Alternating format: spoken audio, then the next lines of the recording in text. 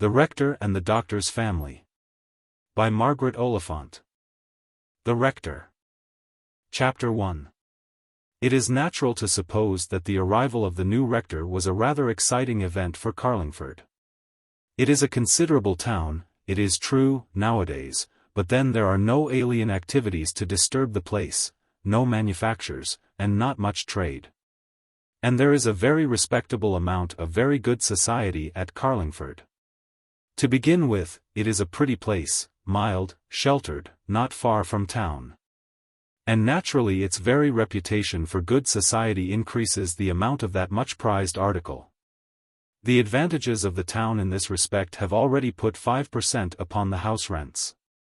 But this, of course, only refers to the real town, where you can go through an entire street of high garden walls, with houses inside full of the retired exclusive comforts. The dainty economical refinement peculiar to such places. And where the good people consider their own society as a warrant of gentility less splendid, but not less assured, than the favour of majesty itself. Naturally there are no dissenters in Carlingford, that is to say, none above the rank of a greengrocer or milkman. And in bosoms devoted to the church it may be well imagined that the advent of the new rector was an event full of importance, and even of excitement. He was highly spoken of, everybody knew. But nobody knew who had spoken highly of him, nor had been able to find out, even by inference, what were his views. The church had been low during the last rector's reign, profoundly low, lost in the deepest abysses of evangelicalism. A determined inclination to preach to everybody had seized upon that good man's brain. He had half emptied Salem Chapel, there could be no doubt. But, on the other hand, he had more than half filled the chapel of St. Roque, half a mile out of Carlingford, where the perpetual curate, young, handsome, and fervid, was on the very topmost pinnacle of Anglicanism. St. Roque's was not more than a pleasant walk from the best quarter of Carlingford, on the north side of the town, thank heaven. Which one could get at without the dread passage of that new horrid suburb, to which young Mr. Ryder, the young doctor, was devoting himself. But the evangelical rector was dead, and his reign was over, and nobody could predict what the character of the new administration was to be. The obscurity in which the new rector had buried his views was the most extraordinary thing about him. He had taken high honors at college, and was highly spoken of. But whether he was high, or low, or broad, muscular or sentimental, sermonizing or decorative, nobody in the world seemed able to tell. Fancy if he were just to be a Mr. Barry over again. Fancy him going to the canal, and having sermons to the bargemen, and attending to all sorts of people except to us, whom it is his duty to attend to. Cried one of this much-canvassed clergyman's curious parishioners. Indeed I do believe he must be one of these people. If he were in society at all, somebody would be sure to know. Lucy dear, Mr. Barry christened you, said another not less curious but more tolerant inquirer. Then he did you the greatest of all services, cried the third member of the little group which discussed the new rector under Mr. Wodehouse's blossomed apple trees. He conferred such a benefit upon you that he deserves all reverence at your hand. Wonderful idea! A man confers this greatest of Christian blessings on multitudes, and does not himself appreciate the boon he conveys. Well, for that matter, Mr. Wentworth, you know, said the elder lady. But she got no farther. Though she was verging upon 40, leisurely, pious, and unmarried, that good Miss Wodehouse was not polemical. She had her own opinions, but few people knew much about them. She was seated on a green garden bench which surrounded the great May tree in that large, warm, well-furnished garden. The high brick walls, all clothed with fruit trees, shut in an enclosure of which not a morsel except this velvet grass, with its nests of daisies, was not under the highest and most careful cultivation. It was such a scene as is only to be found in an old country town.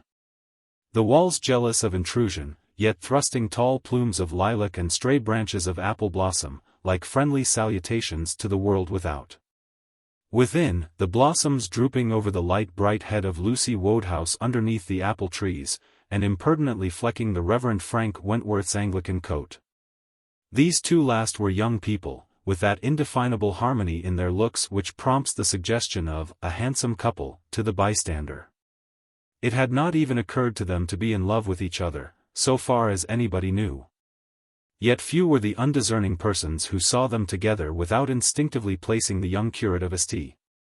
Roque's in permanence by Lucy's side. She was 20, pretty, blue-eyed, and full of dimples, with a broad leghorn hat thrown carelessly on her head, untied. With broad strings of blue ribbon falling among her fair curls, a blue which was repeated, according to painter jargon, in ribbons at her throat and waist. She had great gardening gloves on, and a basket and huge pair of scissors on the grass at her feet, which grass, besides, was strewed with a profusion of all the sweetest spring blossoms, the sweet narcissus, most exquisite of flowers, lilies of the valley, white and blue hyacinths, golden ranunculus globes, worlds of sober, deep-breathing wallflower. If Lucy had been doing what her kind elder sister called her duty, she would have been at this moment arranging her flowers in the drawing-room. But the times were rare when Lucy did her duty according to Miss Wodehouse's estimate. So instead of arranging those clusters of narcissus, she clubbed them together in her hands into a fragrant dazzling sheaf, and discussed the new rector, not unaware, perhaps, in her secret heart, that the sweet morning, the sunshine and flowers, and exhilarating air, were somehow secretly enhanced by the presence of that black Anglican figure under the apple trees. "But I suppose," said Lucy, with a sigh, "we must wait till we see him. And if I must be very respectful of Mr. Barry because he christened me, I am heartily glad the new rector has no claim upon my reverence. I have been christened, I have been confirmed." "But, Lucy, my dear, the chances are he will marry you," said Miss Wodehouse, calmly. "Indeed, there can be no doubt that it is only natural he should, for he is the rector, you know, and though we go so often to St. Roque's, Mr. Wentworth will excuse me saying that he is a very young man." Miss Wodehouse was knitting. She did not see the sudden look of dismay and amazement which the curate of St. Roque's darted down upon her, nor the violent sympathetic blush which blazed over both the young faces. How shocking that elderly quiet people should have such a faculty for suggestions. You may be sure Lucy Wodehouse and young Wentworth, had it not been put into their heads, in such an absurd fashion, would never, all their virtuous lives, have dreamt of anything but friendship. Deep silence ensued after this simple but startling speech. Miss Wodehouse knitted on, and took no notice. Lucy began to gather up the flowers into the basket, unable for her life to think of anything to say. For his part, Mr. Wentworth gravely picked the apple blossoms off his coat, and counted them in his hand. That sweet summer snow kept dropping, falling here and there as the wind carried it, and with a special attraction to Lucy and her blue ribbons. While behind, Miss Wodehouse sat calmly on the green bench, under the may tree just beginning to bloom, without lifting her eyes from her knitting. Not far off, the bright English house, all beaming with open doors and windows, shone in the sunshine. With the white may peeping out among the green overhead, and the sweet narcissus in a great dazzling sheaf upon the grass, making all the air fragrant around them. Can anybody fancy a sweeter domestic out-of-door scene? Or else it seemed so to the perpetual curate of St. Roque's. Ah me!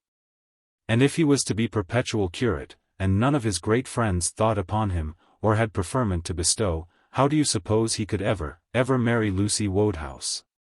If they were to wait 100 years?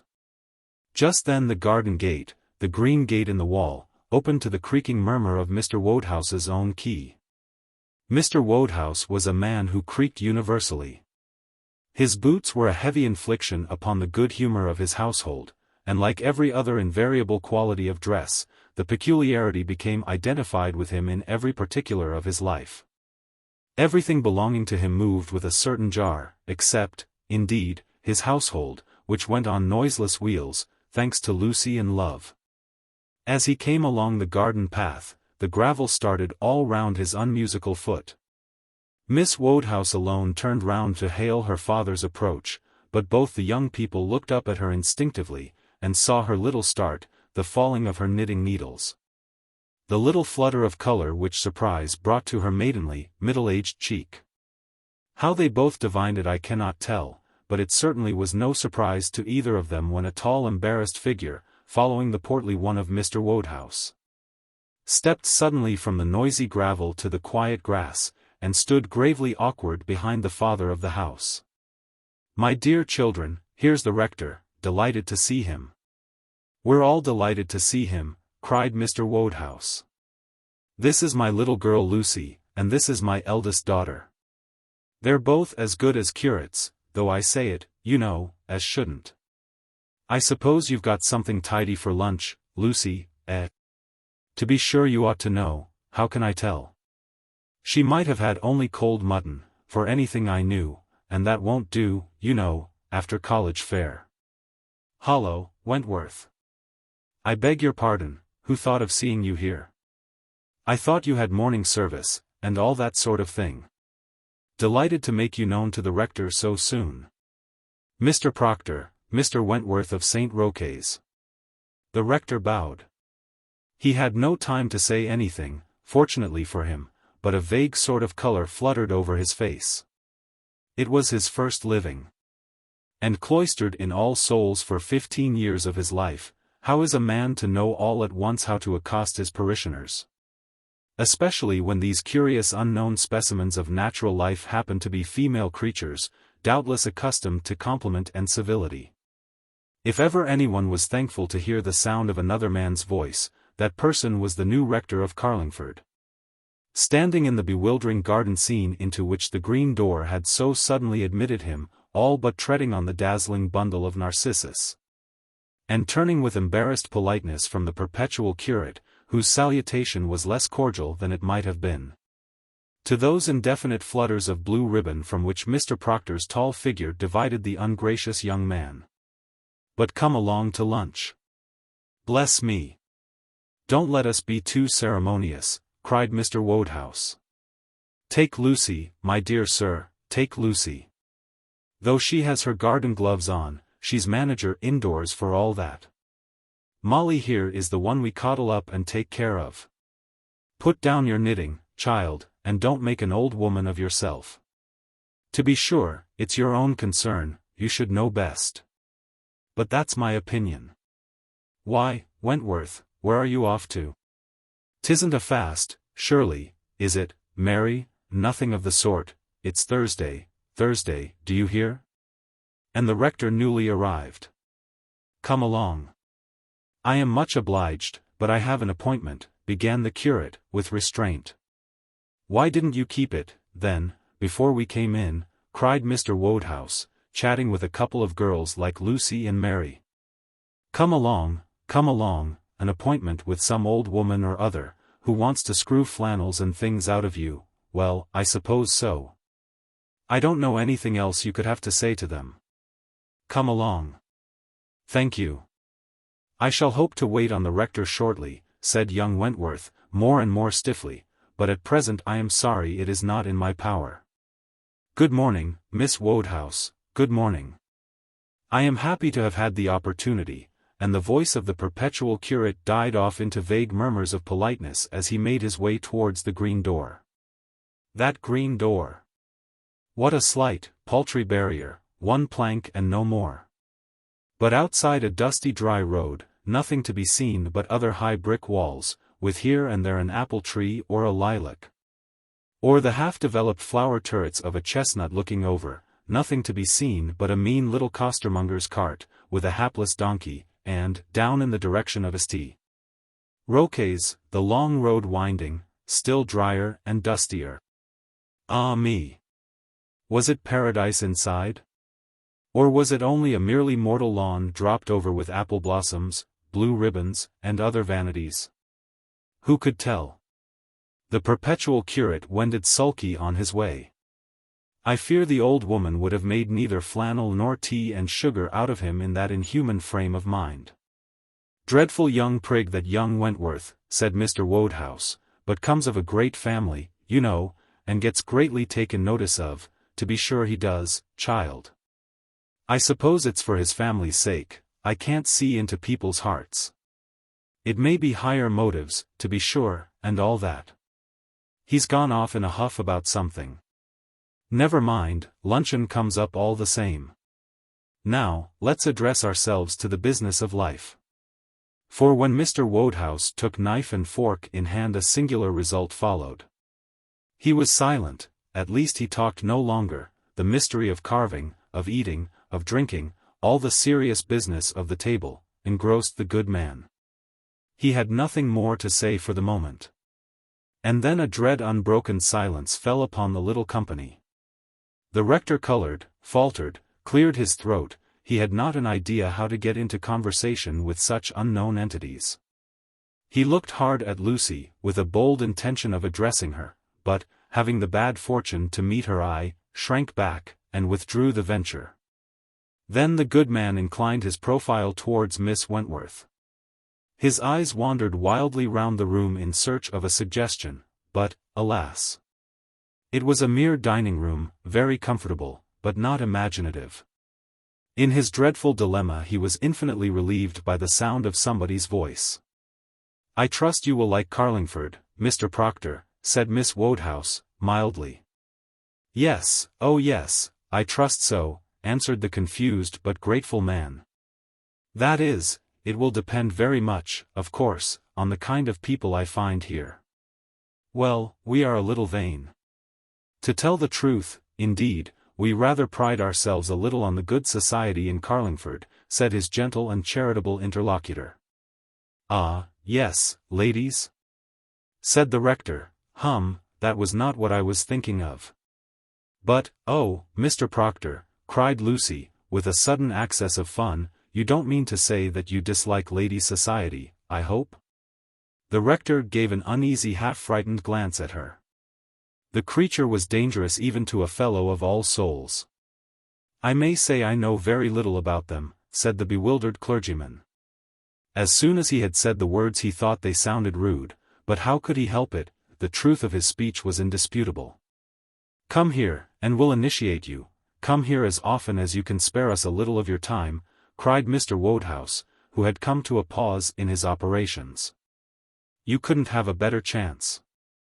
They're head people in Carlingford, though I say it. There's Mary, she's a learned woman, take you up in a false quantity, sir, a deal sooner than I should. And Lucy, she's in another line altogether, but there's quantities of people swear by her. What's the matter, children, eh? I suppose so, people tell me so. If people tell me so all day long, I'm entitled to believe it, I presume?" Lucy answered this by a burst of laughter, not loud but cordial, which rang sweet and strange upon the rector's ears. Miss Wodehouse, on the contrary, looked a little ashamed, blushed a pretty pink old maidenly blush, and mildly remonstrated with Papa. The whole scene was astonishing to the stranger. He had been living out of nature so long that he wondered within himself whether it was common to retain the habits and words of childhood to such an age as that which good Miss Wodehouse put no disguise upon. Or if sisters with 20 years of difference between them were usual in ordinary households. He looked at them with looks which to Miss Wodehouse appeared disapproving, but which in reality meant only surprise and discomfort. He was exceedingly glad when lunch was over, and he was at liberty to take his leave. With very different feelings from those of young Wentworth, the rector crossed the boundary of that green door. When he saw it closed behind him he drew a long breath of relief, and looked up and down the dusty road, and through those lines of garden walls, where the loads of blossom burst over everywhere. With a sensation of having escaped and got at liberty. After a momentary pause and gaze round him in enjoyment of that liberty, the rector gave a start and went on again rapidly. A dismayed, discomfited, helpless sensation came over him. These parishioners, these female parishioners. From out of another of those green doors had just emerged a brilliant group of ladies, the rustle of whose dress and murmur of whose voices he could hear in the genteel half-rural silence. The rector bolted. He never slackened pace nor drew breath till he was safe in the vacant library of the rectory, among old Mr. Barry's bookshelves. It seemed the only safe place in Carlingford to the languishing transplanted Fellow of All Souls. How do you find this book? Any thoughts about the book or the author? Any suggestion for improvement? Please take a moment to share your thoughts in a comment. If you like it, share it with your friends who might enjoy it as well. Subscribe to keep in touch. Visit CompleteAudiobooks.com for more quality content. Chapter 2. A month later, Mr. Proctor had got fairly settled in his new rectory, with a complete modest establishment becoming his means, for Carlingford was a tolerable living. And in the newly furnished sober drawing-room sat a very old lady, lively but infirm, who was the rector's mother. Nobody knew that this old woman kept the Fellow of All Souls still a boy at heart, nor that the reserved and inappropriate man forgot his awkwardness in his mother's presence. He was not only a very affectionate son, but a dutiful good child to her. It had been his pet scheme for years to bring her from her Devonshire cottage, and make her mistress of his house. That had been the chief attraction, indeed, which drew him to Carlingford. For had he consulted his own tastes, and kept to his college? Who would ensure him that at 75 his old mother might not glide away out of life without that last gleam of sunshine long intended for her by her grateful son? This scene, accordingly, was almost the only one which reconciled him to the extraordinary change in his life. There she sat, the lively old lady. Very deaf, as you could almost divine by that vivid inquiring twinkle in her eyes. Feeble too, for she had a silver-headed cane beside her chair, and even with that assistance seldom moved across the room when she could help it. Feeble in body, but alert in mind, ready to read anything, to hear anything, to deliver her opinions freely.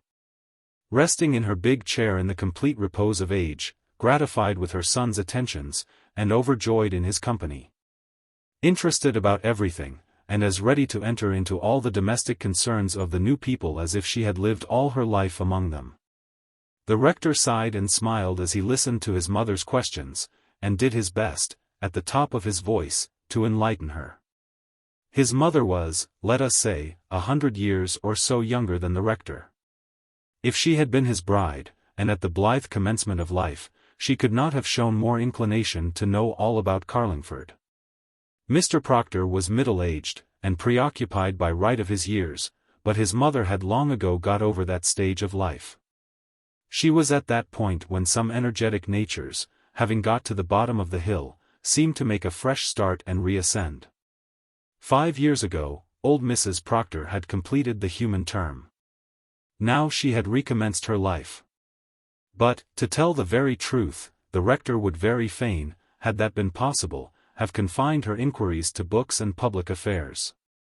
For to make confidential disclosures, either concerning oneself or other people, in a tone of voice perfectly audible in the kitchen, is somewhat trying. He had become acquainted with those dread parishioners of his during this interval. Already they had worn him to death with dinner parties very pleasant and friendly, when one got used to them. But to a stranger frightful reproductions of each other, with the same dishes, the same dresses, the same stories, in which the rector communicated gravely with his next neighbor, and eluded as long as he could those concluding moments in the drawing-room which were worst of all. It cannot be said that his parishioners made much progress in their knowledge of the rector. What his views were, nobody could divine any more than they could before his arrival. He made no innovations whatever, but he did not pursue Mr. Barry's evangelical ways, and never preached a sermon or a word more than was absolutely necessary. When zealous churchmen discussed the progress of dissent, the rector scarcely looked interested. And nobody could move him to express an opinion concerning all that lovely upholstery with which Mr. Wentworth had decorated St. Roque's. People asked in vain, what was he? He was neither high nor low, enlightened nor narrow-minded, he was a fellow of all souls. But now tell me, my dear, said old Mrs. Proctor, who's Mr. Wodehouse? With despairing calmness, the rector approached his voice to her ear. He's a churchwarden, cried the unfortunate man, in a shrill whisper. He's what? You forget I don't hear very well. I'm a great deal deafer, Morley, my dear, then I was the last time you were in Devonshire. What did you say Mr. Wodehouse was? He's an ass, exclaimed the baited rector. Mrs. Proctor nodded her head with a great many little satisfied assenting nods. Exactly my own opinion, my dear. What I like in your manner of expressing yourself, Morley, is its conciseness, said the laughing old lady. Just so, exactly what I imagined. But being an ass, you know, doesn't account for him coming here so often. What is he besides, my dear? The rector made spasmodic gestures towards the door, to the great amusement of his lively mother. And then produced, with much confusion and after a long search, his pocketbook, on a leaf of paper in which he wrote, loudly, in big characters, "He's a churchwarden, they'll hear in the kitchen." He's a churchwarden. And what if they do hear in the kitchen, cried the old lady, greatly amused, it isn't a sin. Well, now, let me hear, has he a family, Morley? Again Mr. Proctor showed a little discomposure. After a troubled look at the door, and pause, as if he meditated a remonstrance, he changed his mind, and answered, 2 daughters. Shouting sepulchrally into his mother's ear. Oh so, cried the old lady, 2 daughters, so, that explains it all at once. I know now why he comes to the rectory so often.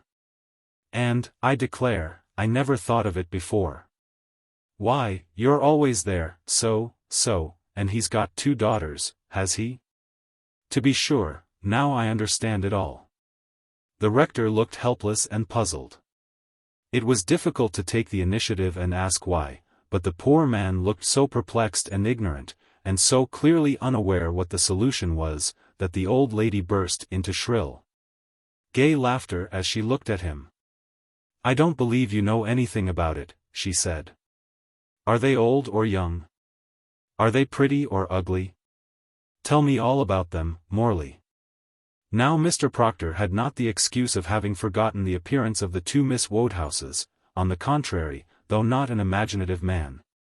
He could have fancied he saw them both before him, Lucy lost in noiseless laughter, and her good elder sister deprecating and gentle as usual.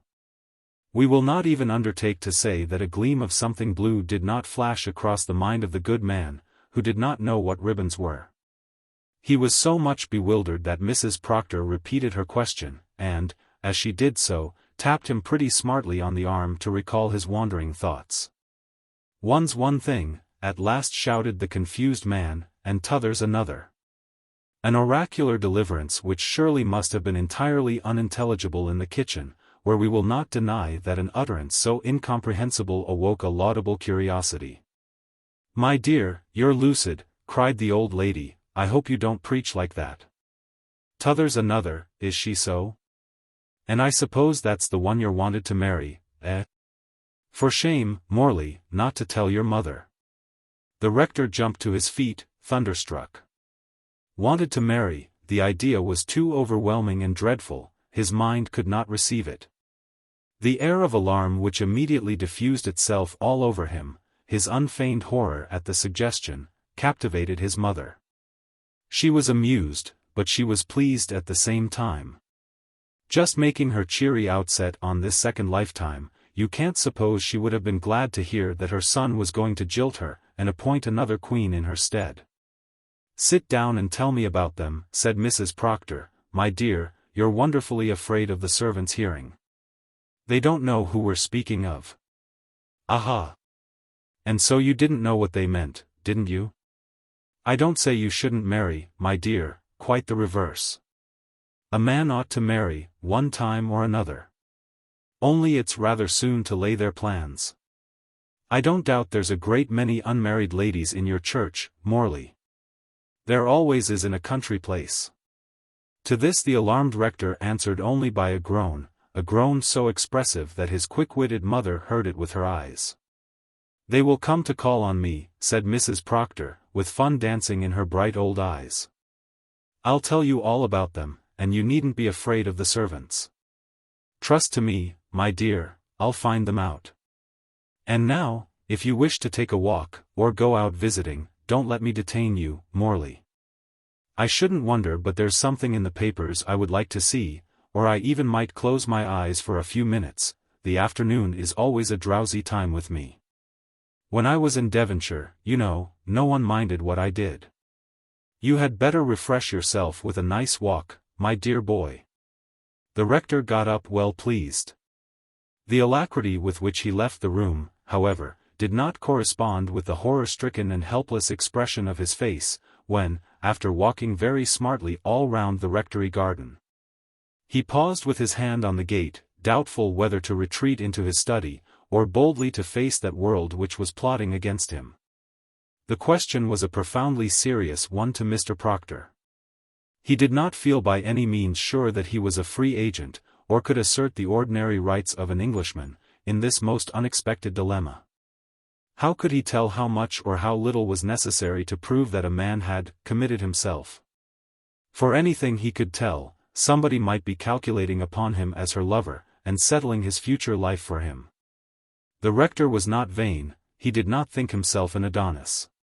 He did not understand anything about the matter, which indeed was beneath the consideration of a fellow of all souls.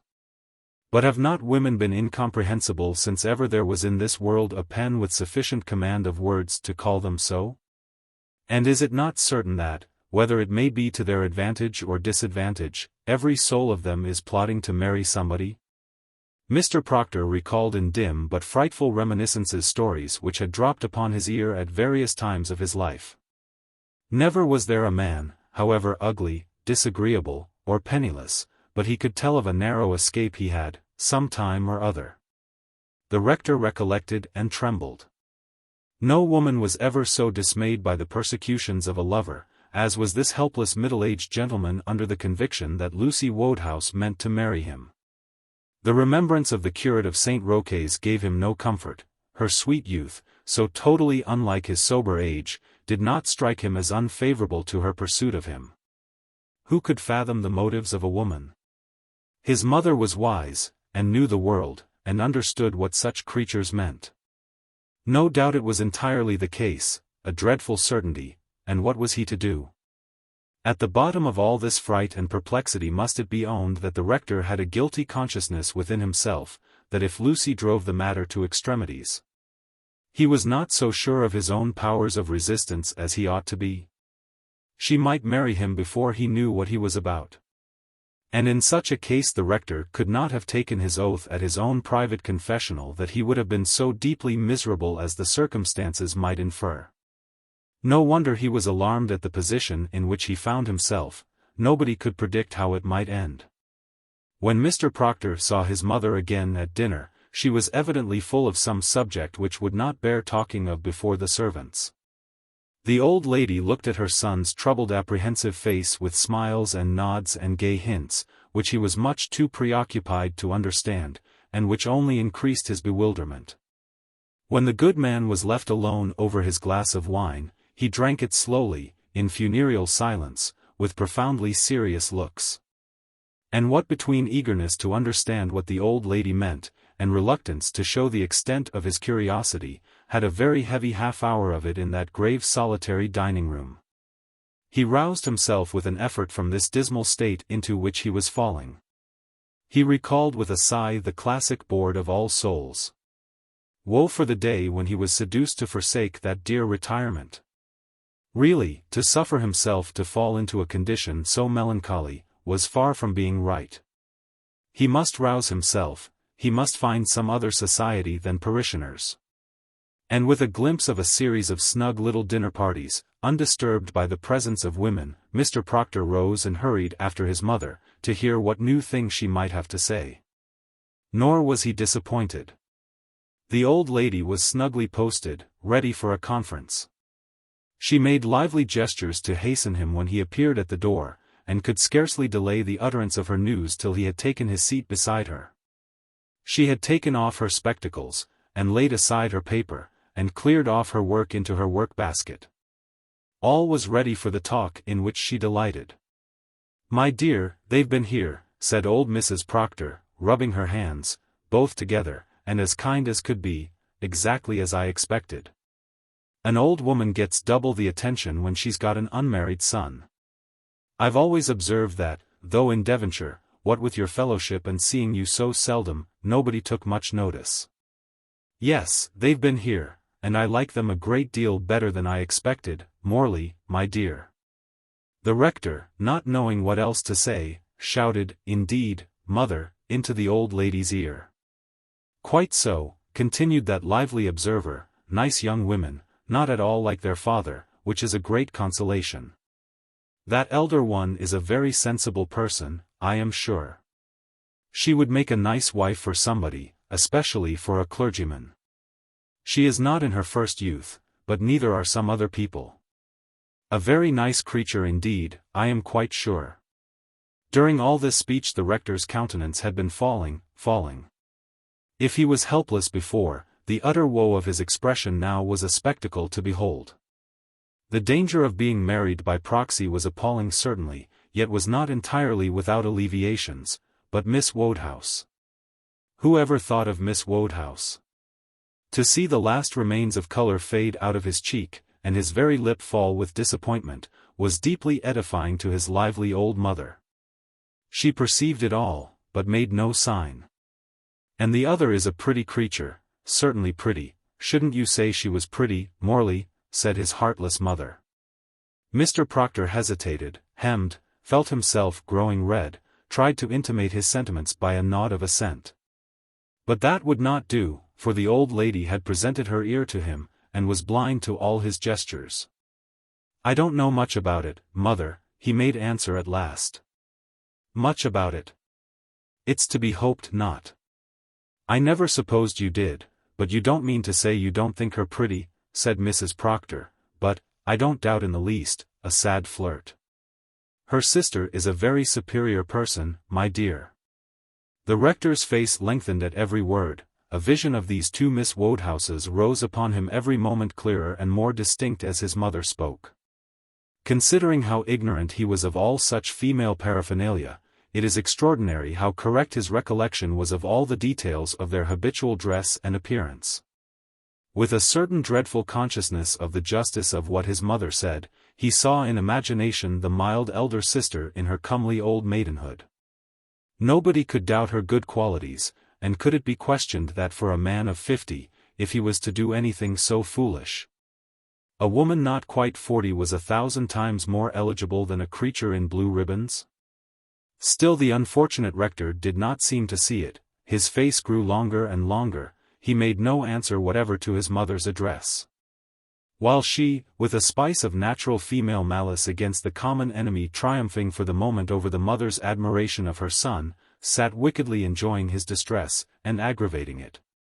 His dismay and perplexity amused this wicked old woman beyond measure. "I have no doubt that younger girl takes a pleasure in deluding her admirers," said Mrs. Proctor. "She's a wicked little flirt, and likes nothing better than to see her power. I know very well how such people do. But, my dear," continued this false old lady, scarcely able to restrain her laughter, "if I were you, I would be very civil to Miss Wodehouse. You may depend upon it, Morley, that's a very superior person. She is not very young, to be sure, but you are not very young yourself. She would make a nice wife, not too foolish, you know, nor fanciful. Ah! I like Miss Wodehouse, my dear." The rector stumbled up to his feet hastily, and pointed to a table at a little distance, on which some books were lying. Then he went and brought them to her table. "I've brought you some new books," he shouted into her ear. It was the only way his clumsy ingenuity could fall upon for bringing this most distasteful conversation to an end. The old lady's eyes were dancing with fun and a little mischief, but, notwithstanding, she could not be so false to her nature as to show no interest in the books. She turned them over with lively remarks and comment. "But for all that, Morley, I would not have you forget Miss Wodehouse," she said, when her early bedtime came. "Give it a thought now and then, and consider the whole matter. It is not a thing to be done rashly, but still you know you are settled now, and you ought to be thinking of settling for life." With this parting shaft she left him. The troubled rector, instead of sitting up to his beloved studies, went early to bed that night, and was pursued by nightmares through his unquiet slumbers. Settling for life. Alas! There floated before him vain visions of that halcyon world he had left, that sacred soil at All Souls, where there were no parishioners to break the sweet repose. How different was this discomposing real world! Chapter 3. Matters went on quietly for some time without any catastrophe occurring to the rector. He had shut himself up from all society, and declined the invitations of the parishioners for 10 long days at least. But finding that the kind people were only kinder than ever when they understood he was indisposed, poor Mr. Proctor resumed his ordinary life. Confiding timidly in some extra precautions which his own ingenuity had invented. He was shyer than ever of addressing the ladies in those parties he was obliged to attend. He was especially embarrassed and uncomfortable in the presence of the 2 Miss Wodehouses, who, unfortunately, were very popular in Carlingford, and whom he could not help meeting everywhere. Notwithstanding this embarrassment, it is curious how well he knew how they looked, and what they were doing, and all about them.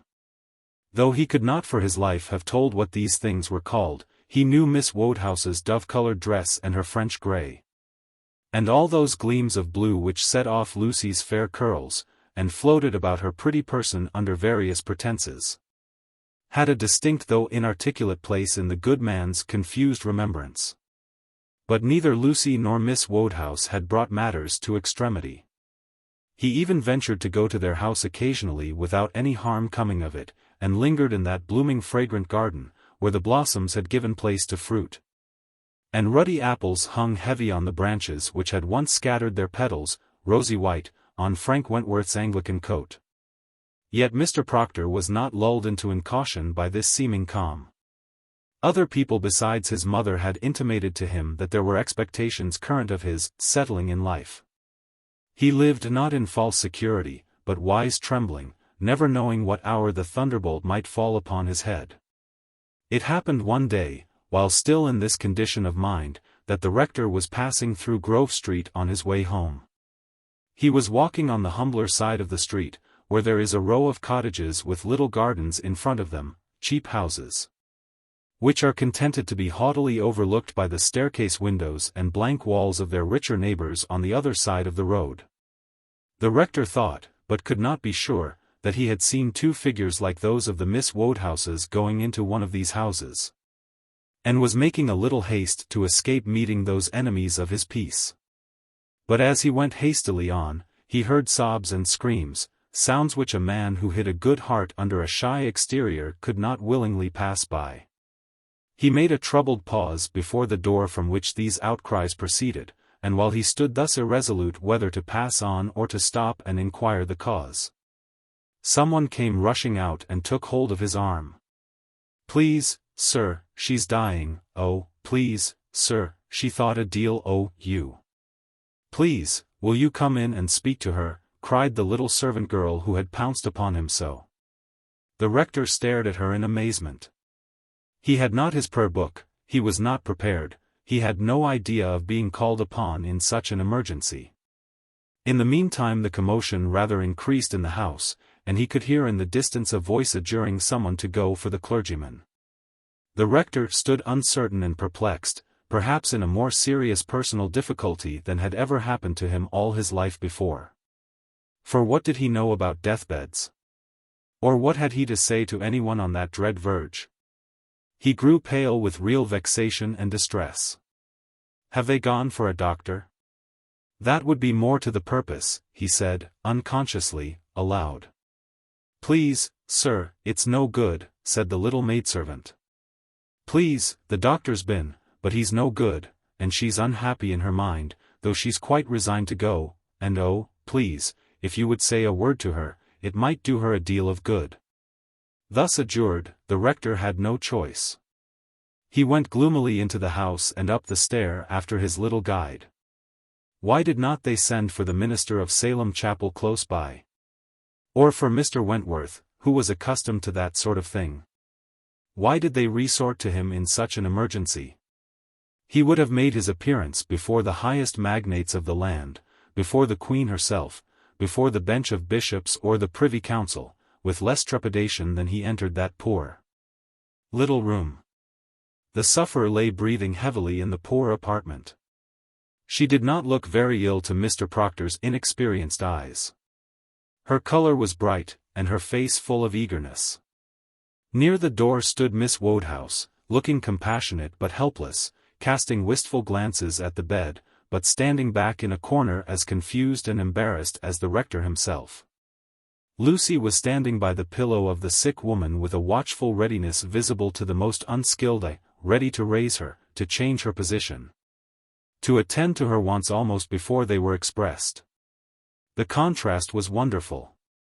She had thrown off her bonnet and shawl, and appeared, not like a stranger, but somehow in her natural place, despite the sweet youthful beauty of her looks, and the gay girlish dress with its floating ribbons. These singular adjuncts notwithstanding, no homely nurse in a cotton gown could have looked more alert or serviceable, or more natural to the position, than Lucy did. The poor rector, taking the seat which the little maid placed for him directly in the center of the room, looked at the nurse and the patient with a gasp of perplexity and embarrassment. A deathbed, alas, was an unknown region to him. "Oh, sir, I'm obliged to you for coming, oh, sir, I'm grateful to you," cried the poor woman in the bed. "I've been ill, off and on, for years, but never took thought to it as I ought. I've put off and put off, waiting for a better time, and now, God help me, it's perhaps too late." "Oh, sir, tell me, when a person's ill and dying, is it too late?" Before the rector could even imagine what he could answer, the sick woman took up the broken thread of her own words, and continued. "I don't feel to trust as I ought to, I don't feel no confidence," she said, in anxious confession. "Oh, sir, do you think it matters if one feels it? Don't you think things might be right all the same though we were uneasy in our minds? My thinking can't change it one way or another. Ask the good gentleman to speak to me, Miss Lucy, dear, he'll mind what you say." A look from Lucy quickened the rector's speech, but increased his embarrassments. It isn't her doctor she has no confidence in," he said, eagerly. The poor woman gave a little cry. The doctor. What can he do to a poor dying creature?" "Oh, Lord bless you, it's none of them things I'm thinking of, it's my soul, my soul." "But my poor good woman," said Mr. Proctor, "though it is very good and praiseworthy of you to be anxious about your soul, let us hope that there is no such haste as you seem to suppose." The patient opened her eyes wide, and stared, with the anxious look of disease, in his face. "I mean," said the good man, faltering under that gaze, "that I see no reason for your making yourself so very anxious. Let us hope it is not so bad as that. You are very ill, but not so ill, I suppose." Here the rector was interrupted by a groan from the patient, and by a troubled, disapproving, disappointed look from Lucy Wodehouse. This brought him to a sudden standstill. He gazed for a moment helplessly at the poor woman in the bed.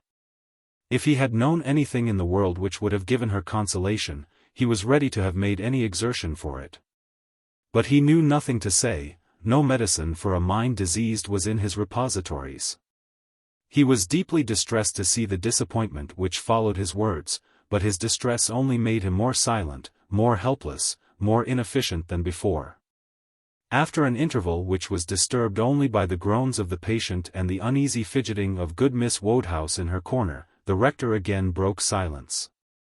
The sick woman had turned to the wall, and closed her eyes in dismay and disappointment. Evidently she had ceased to expect anything from him. "If there is anything I can do," said poor Mr. Proctor, "I am afraid I have spoken hastily. I meant to try to calm her mind a little, if I can be of any use." "Ah, maybe I'm hasty," said the dying woman, turning round again with a sudden effort, "but, oh, to speak to me of having time when I've one foot in the grave already." "Not so bad as that, not so bad as that," said the rector, soothingly. "But I tell you it is as bad as that," she cried, with the brief blaze of anger common to great weakness. "I'm not a child to be persuaded different from what I know.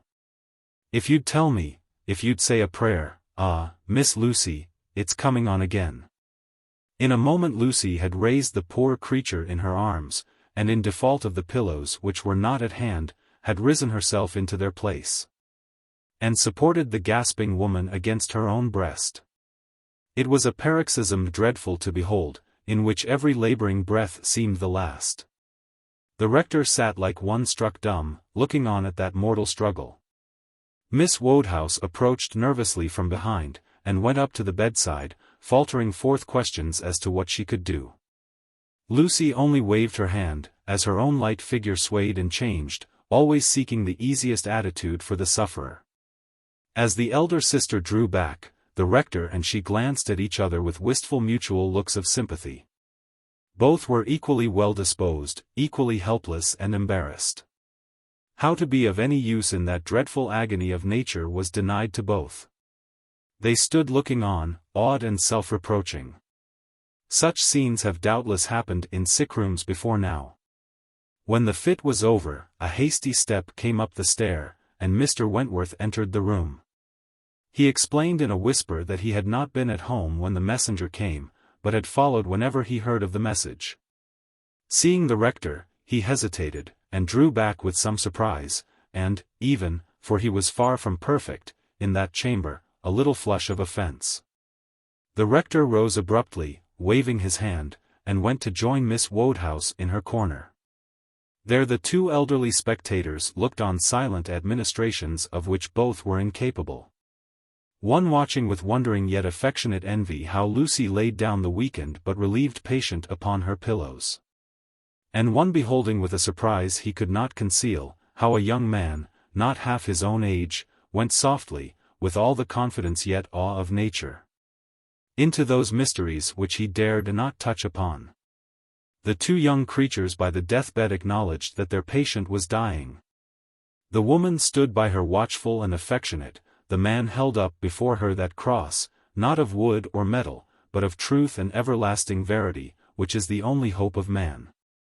The spectators looked on, and did not interrupt, looked on, awed and wondering, unaware of how it was, but watching, as if it were a miracle wrought before their eyes.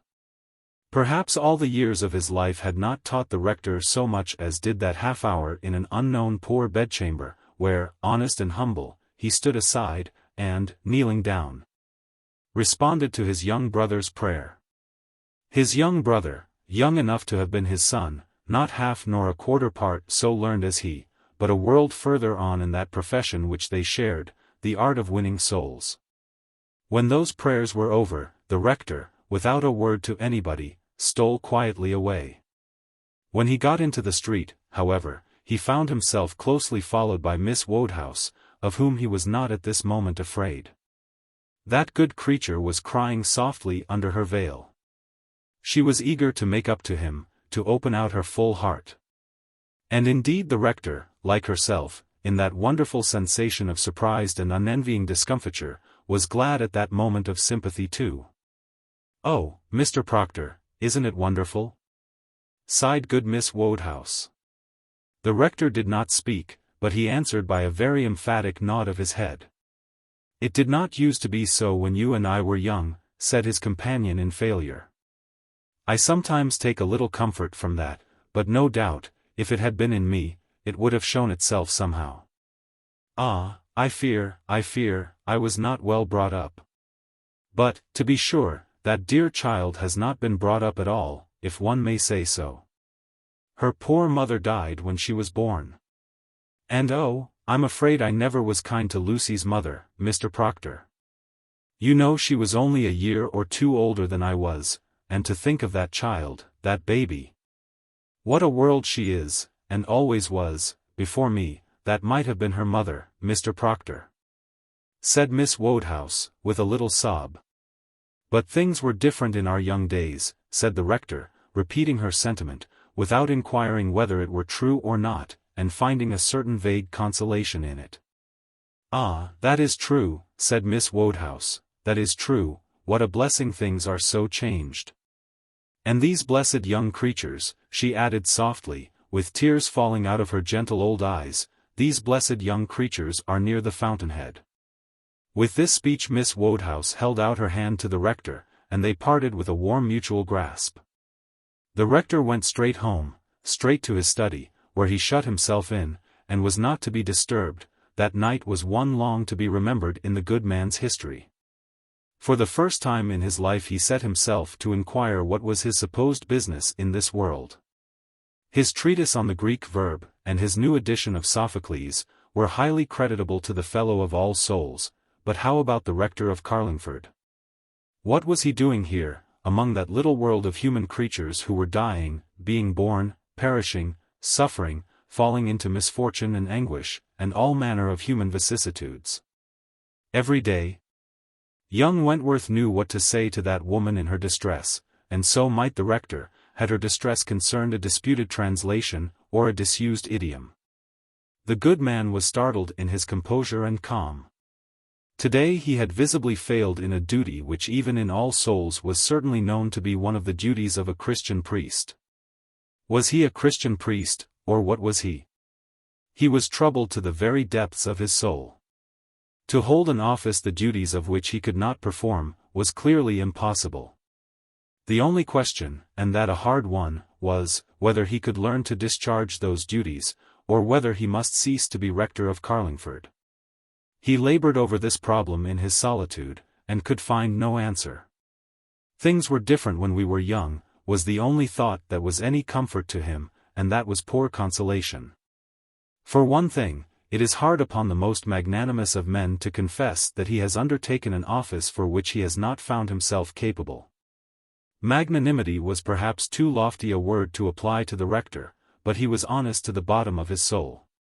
As soon as he became aware of what was included in the duties of his office, he must perform them, or quit his post. But how to perform them? Can one learn to convey consolation to the dying, to teach the ignorant, to comfort the sorrowful? Are these matters to be acquired by study, like Greek verbs or intricate measures? The rector's heart said no. The rector's imagination unfolded before him, in all its halcyon blessedness, that ancient paradise of all souls, where no such confounding demands ever disturbed his beatitude. The good man groaned within himself over the mortification, the labor, the sorrow, which this living was bringing upon him. If I had but let it pass to Morgan, who wanted to marry, he said with self-reproach. And then suddenly bethought himself of his own most innocent filial romance, and the pleasure his mother had taken in her new house and new beginning of life. At that touch the tide flowed back again. Could he dismiss her now to another solitary cottage in Devonshire, her old home there being all dispersed and broken up? While the house she had hoped to die in cast her out from its long hoped for shelter? The rector was quite overwhelmed by this new aggravation. If by any effort of his own, any sacrifice to himself, he could preserve this bright new home to his mother, would he shrink from that labor of love? Nobody, however, knew anything about those conflicting thoughts which rent his sober bosom. He preached next Sunday as usual, letting no trace of the distressed, wistful anxiety to do his duty which now possessed him gleam into his sermon. He looked down upon a crowd of unsympathetic, uninterested faces, when he delivered that smooth little sermon, which nobody cared much about, and which disturbed nobody. The only eyes which in the smallest degree comprehended him were those of good Miss Wodehouse, who had been the witness and the participator of his humiliation. Lucy was not there. Doubtless Lucy was at St. Roque's, where the sermons of the perpetual curate differed much from those of the rector of Carlingford. Ah me! The rectorship, with all its responsibilities, was a serious business, and what was to become of it yet, Mr. Proctor could not see. He was not a hasty man, he determined to wait and see what events might make of it, to consider it ripely, to take full counsel with himself. Every time he came out of his mother's presence, he came affected and full of anxiety to preserve to her that home which pleased her so much. She was the strong point in favor of Carlingford. And it was no small tribute to the good man's filial affection, that for her chiefly he kept his neck under the yoke of a service to which he knew himself unequal, and, sighing, turned his back upon his beloved cloisters. If there had been no other sick beds immediately in Carlingford, Mrs. Proctor would have won the day. Chapter 4. Such a blessed exemption, however, was not to be hoped for. When the rector was solemnly sent for from his very study to visit a poor man who was not expected to live many days, he put his prayer book under his arm, and went off doggedly, feeling that now was the crisis. He went through it in as exemplary a manner as could have been desired, but it was dreadful work to the rector. If nobody else suspected him, he suspected himself. He had no spontaneous word of encouragement or consolation to offer. He went through it as his duty with a horrible abstractness. That night he went home disgusted beyond all possible power of self-reconciliation. He could not continue this.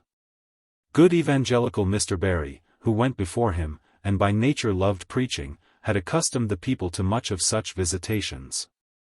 It was murder to the fellow of all souls. That night Mr. Proctor wrote a long letter to his dear cheery old mother, disclosing all his heart to her. It was written with a pathos of which the good man was wholly unconscious, and finished by asking her advice and her prayers. He sent it up to her next morning on her breakfast tray, which he always furnished with his own hands, and went out to occupy himself in paying visits till it should be time to see her, and ascertain her opinion. At Mr. Wodehouse's there was nobody at home but Lucy, who was very friendly, and took no notice of that sad encounter which had changed his views so entirely.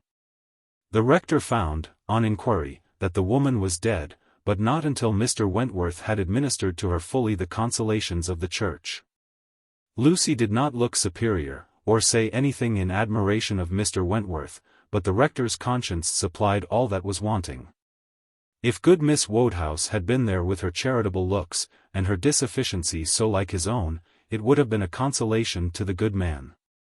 He would have turned joyfully from Lucy and her blue ribbons to that distressed dove-colored woman, so greatly had recent events changed him. But the truth was, he cared nothing for either of them nowadays.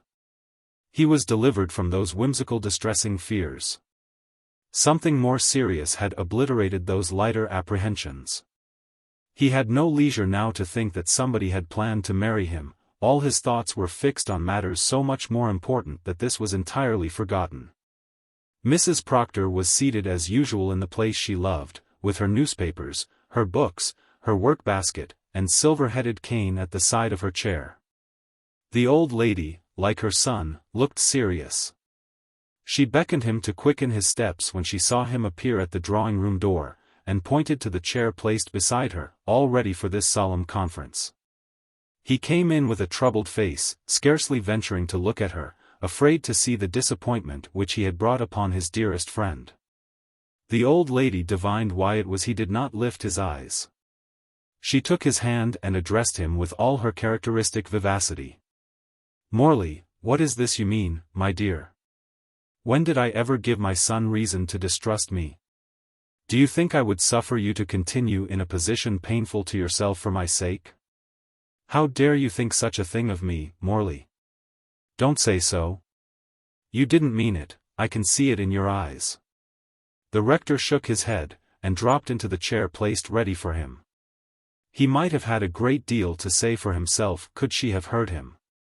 But as it was, he could not shout all his reasons and apologies into her deaf ear.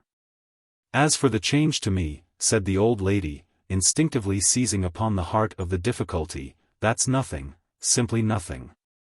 I've not had time to get attached to Carlingford. I've no associations with the place. Of course I shall be very glad to go back to all my old friends. Put that out of the question, Morley." But the rector only shook his head once more. The more she made light of it, the more he perceived all the painful circumstances involved. Could his mother go back to Devonshire and tell all her old ladies that her son had made a failure in Carlingford? He grieved within himself at the thought. His brethren at All Souls might understand him, but what could console the brave old woman for all the condolence and commiseration to which she would be subject? "It goes to my heart, mother," he cried in her ear. "Well, Morley, I am very sorry you find it so," said the old lady, "very sorry you can't see your way to all your duties. They tell me the late rector was very low church, and visited about like a dissenter, so it is not much wonder you, with your different habits, find yourself a good deal put out. But, my dear, don't you think it's only at first? Don't you think after a while the people would get into your ways, and you into theirs? Miss Wodehouse was here this morning, and was telling me a good deal about the late rector. It's to be expected you should find the difference. But by and by, to be sure, you might get used to it, and the people would not expect so much. Did she tell you where we met the other day? Asked the rector, with a brevity rendered necessary by Mrs. Proctor's infirmity. She told me, she's a dear confused good soul, said the old lady, about the difference between Lucy and herself, and how the young creature was 20 times handier than she. And something about young Mr. Wentworth of St. Roque's. Really, by all I hear, that must be a very presuming young man, cried Mrs. Proctor, with a lively air of offence. His interference among your parishioners, Morley, is really more than I should be inclined to bear. Once more the good rector shook his head. He had not thought of that aspect of the subject. He was indeed so free from vanity or self-importance, that his only feeling in regard to the sudden appearance of the perpetual curate was respect and surprise. He would not be convinced otherwise even now. He can do his duty, mother, he answered, sadly. Stuff and nonsense, cried the old lady. Do you mean to tell me a boy like that can do his duty better than my son could do it, if he put his mind to it? And if it is your duty, Morley, dear, continued his mother, melting a little, and in a coaxing persuasive tone, of course I know you will do it, however hard it may be. That's just the difficulty, cried the rector, venturing on a longer speech than usual, and roused to a point at which he had no fear of the listeners in the kitchen. Such duties require other training than mine has been. I can't, do you hear me, mother, I must not hold a false position, that's impossible. You shan't hold a false position, cried the old lady, that's the only thing that is impossible, but, Morley, let us consider, dear. You are a clergyman, you know. You ought to understand all that's required of you a great deal better than these people do.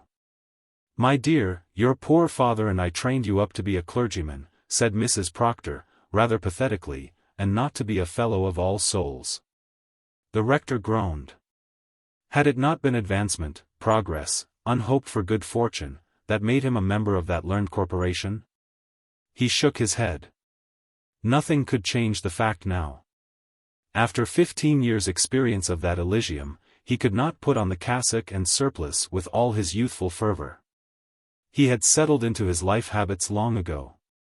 With the quick perception which made up for her deficiency, his mother read his face, and saw the cause was hopeless, yet with female courage and pertinacity made one effort more. And with an excellent hard-working curate, said the old lady, a curate whom, of course, we do our duty by, Morley, and who could take a great deal of the responsibility off your hands. For Mr. Lee, though a nice young man, is not, I know, the man you would have chosen for such a post. And still more, my dear son, we were talking of it in jest not long ago, but it is perfect earnest, and a most important matter, with a good wife, Morley. A wife who would enter into all the parish work, and give you useful hints, and conduct herself as a clergyman's wife should, with such a wife. Lucy Wodehouse. Cried the rector, starting to his feet, and forgetting all his proprieties, I tell you the thing is impossible. I'll go back to All Souls. He sat down again doggedly, having said it. His mother sat looking at him in silence, with tears in her lively old eyes. She was saying within herself that she had seen his father take just such a turn, and that it was no use arguing with them under such circumstances. She watched him as women often do watch men, waiting till the creature should come to itself again and might be spoken to.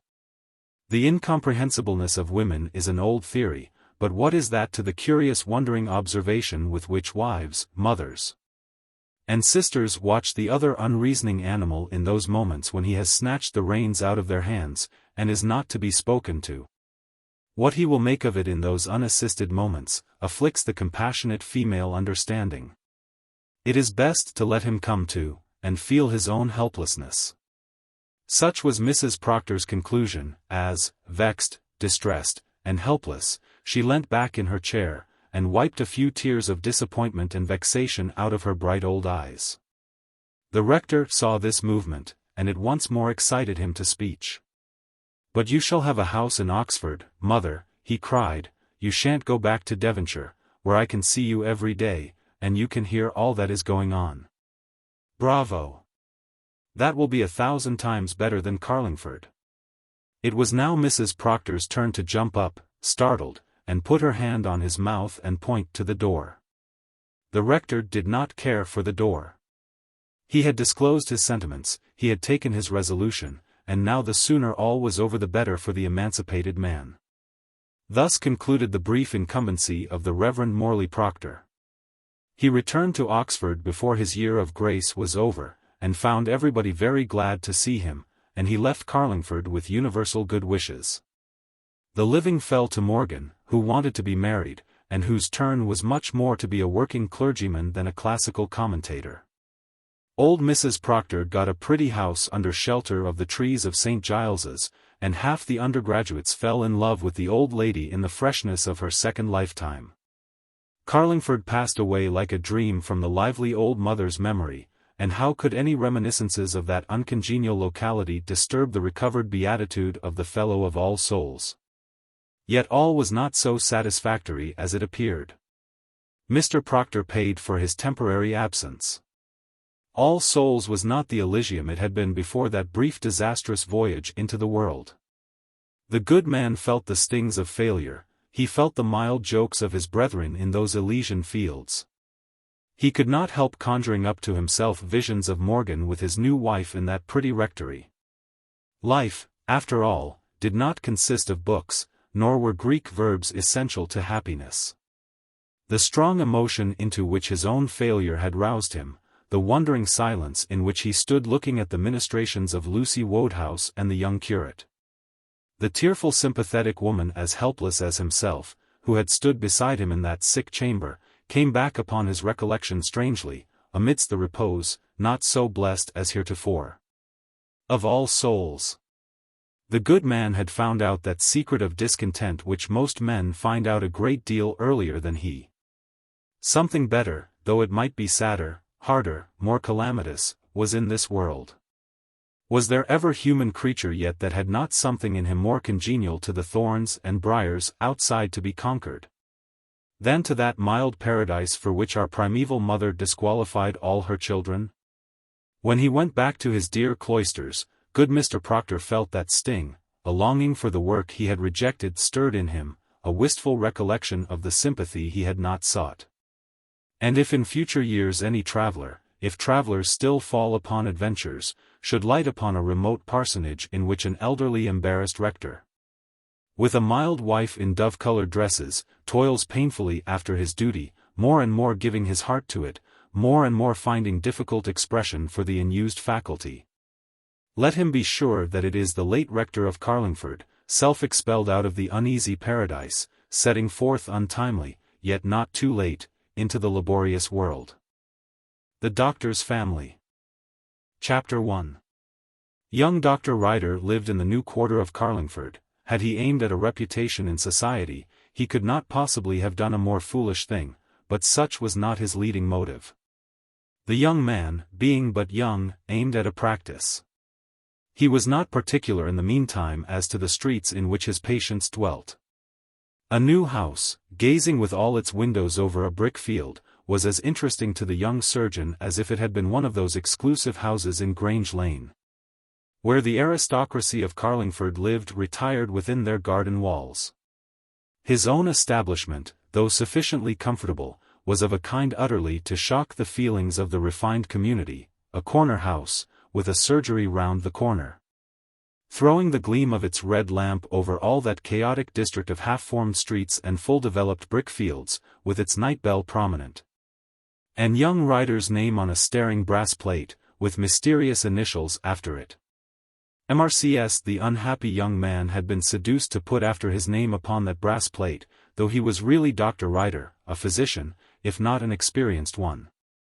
Friends had advised him that in such districts people were afraid of physicians, associating only with dread adumbrations of a guinea a visit that miscomprehended name. So, with a pang, the young surgeon had put his degree in his pocket, and put up with the inferior distinction. Of course, Dr. Marjoribanks had all the patronage of Grange Lane. The great people were infatuated about that snuffy old Scotchman, a man behind his day, who had rusted and grown old among the soft diseases of Carlingford, where sharp practice was so seldom necessary. And no opening appeared for young Ryder except in the new district, in the smug corner house, with the surgery and the red lamp, and MRCS on a brass plate on his door. If you can imagine that the young man bowed his spirit to this without a struggle, you do the poor young fellow injustice. He had been hard enough put to it at divers periods of his life. Ambition had not been possible for him either in one shape or another. Some people said he had a vulgar mind when he subsided into that house. Other people declared him a shabby fellow when he found out, after the hardest night's thought he ever went through in his life, that he durst not ask Bessie Christian to marry him. You don't suppose that he did not know in his secret heart, and feel tingling through every vein, those words which nobody ever said to his face? But he could not help it. He could only make an indignant gulp of his resentment and shame, which were shame and resentment at himself for wanting the courage to dare everything, as well as at other people for finding him out, and go on with his work as he best could. He was not a hero nor a martyr. Men made of that stuff have large compensations. He was an ordinary individual, with no sublimity in him, and no compensation to speak of for his sufferings, no consciousness of lofty right-doing, or of a course of action superior to the world. Perhaps you would prefer to go upstairs and see for yourself what was the skeleton in Edward Ryder's cupboard, rather than have it described to you. His drag came to the door an hour ago, and he went off with care sitting behind him, and a certain angry pang aching in his heart, which perhaps Bessie Christian's wedding veil, seen far off in church yesterday, might have something to do with. His looks were rather black as he twitched the reins out of his little groom's hands, and went off at a startling pace, which was almost the only consolation the young fellow had. Now that he is certainly gone, and the coast clear, we may go upstairs. It is true he all but kicked the curate down for taking a similar liberty, but we who are less visible may venture while he is away. This skeleton is not in a cupboard. It is in an upstairs room, comfortable enough, but heated, close, unwholesome, a place from which, even when the window is open, the fresh air seems shut out. There is no fresh air nor current of life in this stifling place. There is a fire, though it is not cold, a sofa near the fire, a sickening heavy smell of abiding tobacco, not light whiffs of smoke, such as accompany a man's labors, but a dead pall of idle heavy vapor. And in the midst of all a man stretched lazily on the sofa, with his pipe laid on the table beside him, and a book in his soft, boneless, nerveless hands. A large man, interpenetrated with smoke and idleness and a certain dreary sodden dissipation, heated yet unexcited, reading a novel he has read half a dozen times before. He turns his bemused eyes to the door when his invisible visitors enter. He fancies he hears someone coming, but will not take the trouble to rise and see who is there, so, instead of that exertion, he takes up his pipe, knocks the ashes out of it upon his book, fills it with coarse tobacco, and stretches his long arm over the shoulder of the sofa for a light. His feet are in slippers, his person clothed in a greasy old coat, his linen soiled and untidy. That is the skeleton in young Ryder's house. The servants, you may be sure, knew all about this unwelcome visitor. They went with bottles and jugs secretly to bring him what he wanted. They went to the circulating library for him. They let him in when he had been out in the twilight all shabby and slovenly. They would not be human if they did not talk about him. They say he is very good-natured, poor gentleman, always has a pleasant word, is nobody's enemy but his own. And to see how the doctor do look at him, and he his own brother as was brought up with him, is dreadful, to be sure. All this young Ryder takes silently, never saying a word about it to any human creature. He seems to know by intuition what all these people say of him, as he drives about furiously in his drag from patient to patient.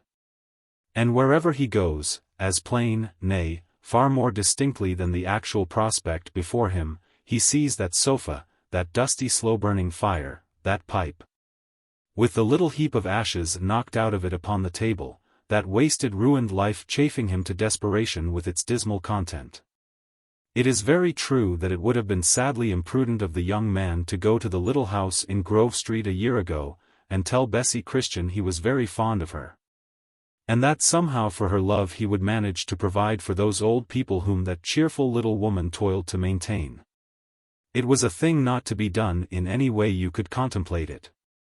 And with a heartache the poor young doctor had turned his horse's head away from Grove Street, and left Bessie to toil on in her poverty. Bessie had escaped all that nowadays. But who could have forewarned the poor doctor that his elder brother, once the hope of the family, that clever Fred, whom all the others had been postponed to, he who with his evil reputation had driven poor Edward out of his first practice, and sent him to begin life a second time at Carlingford, was to drop listlessly in again, and lay a harder burden than a harmless old father-in-law upon the young man's hands, a burden which no grateful Bessie shared and sweetened? No wonder black care sat at the young doctor's back as he drove at that dangerous pace through the new, encumbered streets. He might have broken his neck over those heaps of brick and mortar, and it is doubtful whether he would have greatly cared. When Dr. Ryder went home that night, the first sight he saw when he pulled up at his own door was his brother's large indolent shabby figure prowling up the street. In the temper he was then in, this was not likely to soothe him. It was not a much frequented street, but the young doctor knew instinctively that his visitor had been away in the heart of the town at the booksellers' shops buying cheap novels, and ordering them magnificently to be sent to Dr. Ryder's, and could guess the curious questions and large answers which had followed. He sprang to the ground with a painful suppressed indignation, intensified by many mingled feelings, and waited the arrival of the maudlin wanderer. Ah me! One might have had some consolation in the burden freely undertaken for love's sake, and by love self-shared and lightened, but this load of disgrace and ruin which nobody could take part of, which it was misery so much as to think that anybody knew of, the doctor's fraternal sentiments, blunted by absence and injury, were not strong enough to bear that weight. So, Fred, you have been out, said Dr. Ryder, moodily, as he stood aside on his own threshold to let his brother pass in, not with the courtesy of a host, but the precaution of a jailer, to see him safe before he himself entered and closed the door. Yes, you can't expect a man to sit in the house forever, said the prodigal, stumbling into his brother's favorite sitting-room, where everything was tidy and comfortable for the brief leisure of the hard-working man. The man who did no work threw himself heavily into the doctor's easy chair, and rolled his bemused eyes round upon his brother's household gods. Those bookshelves with a bust at either corner, those red curtains drawn across the window, those prints on the walls, all once so pleasant to the doctor's eyes, took a certain air of squalor and wretchedness tonight which sickened him to look at. The lamp flared wildly with an untrimmed wick, or at least Dr. Ryder thought so, and threw a hideous profile of the intruder upon the wall behind him. The hearth was cold, with that chill, of sentiment rather than reality, naturally belonging to a summer night. Instead of a familiar place where rest and tranquility awaited him, that room, the only vision of home which the poor young fellow possessed, hardened into four walls, and so many chairs and tables. In the doctor's troubled eyes. But it bore a different aspect in the eyes of his maudlin brother. Looking round with those bewildered orbs, all this appeared luxury to the wanderer. Mentally he appraised the prints over the mantel-shelf, and reckoned how much of his luxuries might be purchased out of them. That was all so much money wasted by the Croesus before him. What a mint of money the fellow must be making, and grudged a little comfort to his brother, his elder brother, the cleverest of the family. The dull exasperation of selfishness woke in the mind of the self-ruined man. "You're snug enough here," he exclaimed, "though you shut me in upstairs to burrow out of sight. By Jove! As if I were not good enough to face your Carlingford patients. I've had a better practice in my day than ever you'll see, my fine fellow, with your beggarly MRCS. And you'd have me shut myself up in my garret into the bargain. You're ashamed of me, forsooth. You can go spending money on that rubbish there, and can't pay a tailor's bill for your elder brother. And as for introducing me in this wretched hole of a place, and letting me pick up a little money for myself, I, a man with twice the experience in the profession that you have. Fred, stop that. Cried the doctor, I've had about enough.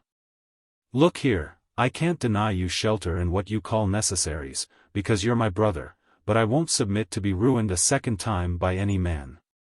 If I am ever to do any good in this world, and whether I do any good or not, he added fiercely, I'll not have my good name tarnished and my work interfered with again. I don't care 2 straws for my life. It's hard enough, as hard as a treadmill, and never a drop of consolation in the cup, though I might have had that if I had been anything but a fool. But look here, I do care for my practice, I won't have you put your confounded spoke in my wheel again. Keep on in your own way, smoke and drink and dream if you will. But I'll stand no interference with my work, and that I tell you once for all. This speech was uttered with great vehemence, the speaker walking up and down the room all the while. The bitterness of ingratitude and malice had entered into the young man's soul.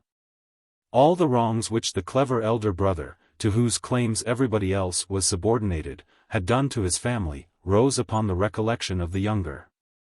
All the still bitterer sting of that injury which had been personal to himself. All the burden and peril of this present undesired visit, the discontent, the threats, the evident power of doing evil, woke the temper and spirit of the young doctor. It was not Fred's fault that his brother had made that mistake in life which he repented so bitterly. Bessie Christian's bridal veil, and white ribbons. Her joyful face untouched with any pensive reminiscences, and the dead dullness of that house, into which foot of woman never entered, were not of Fred's doing, but passion is not reasonable. The doctor gave Fred credit unconsciously for the whole. He walked up and down the room with a whole world of passionate mortified feeling, vexation, almost despair, throbbing within him. He seemed to have made a vast sacrifice for the sake of this brother who scorned him to his face. You're hot, said the disreputable figure in Dr. Ryder's easy chair, much hotter than there's any occasion for. Do I envy you your beggarly patience, do you suppose? But, Ned, you never were cut out for the profession, a good shopkeeping business would have been a deal better for you. Hang it! You haven't the notions of a gentleman. You think bread and water is all you're bound to furnish your brother when he is under a cloud. As for society, I never see a soul, not even yourself, though you're no great company.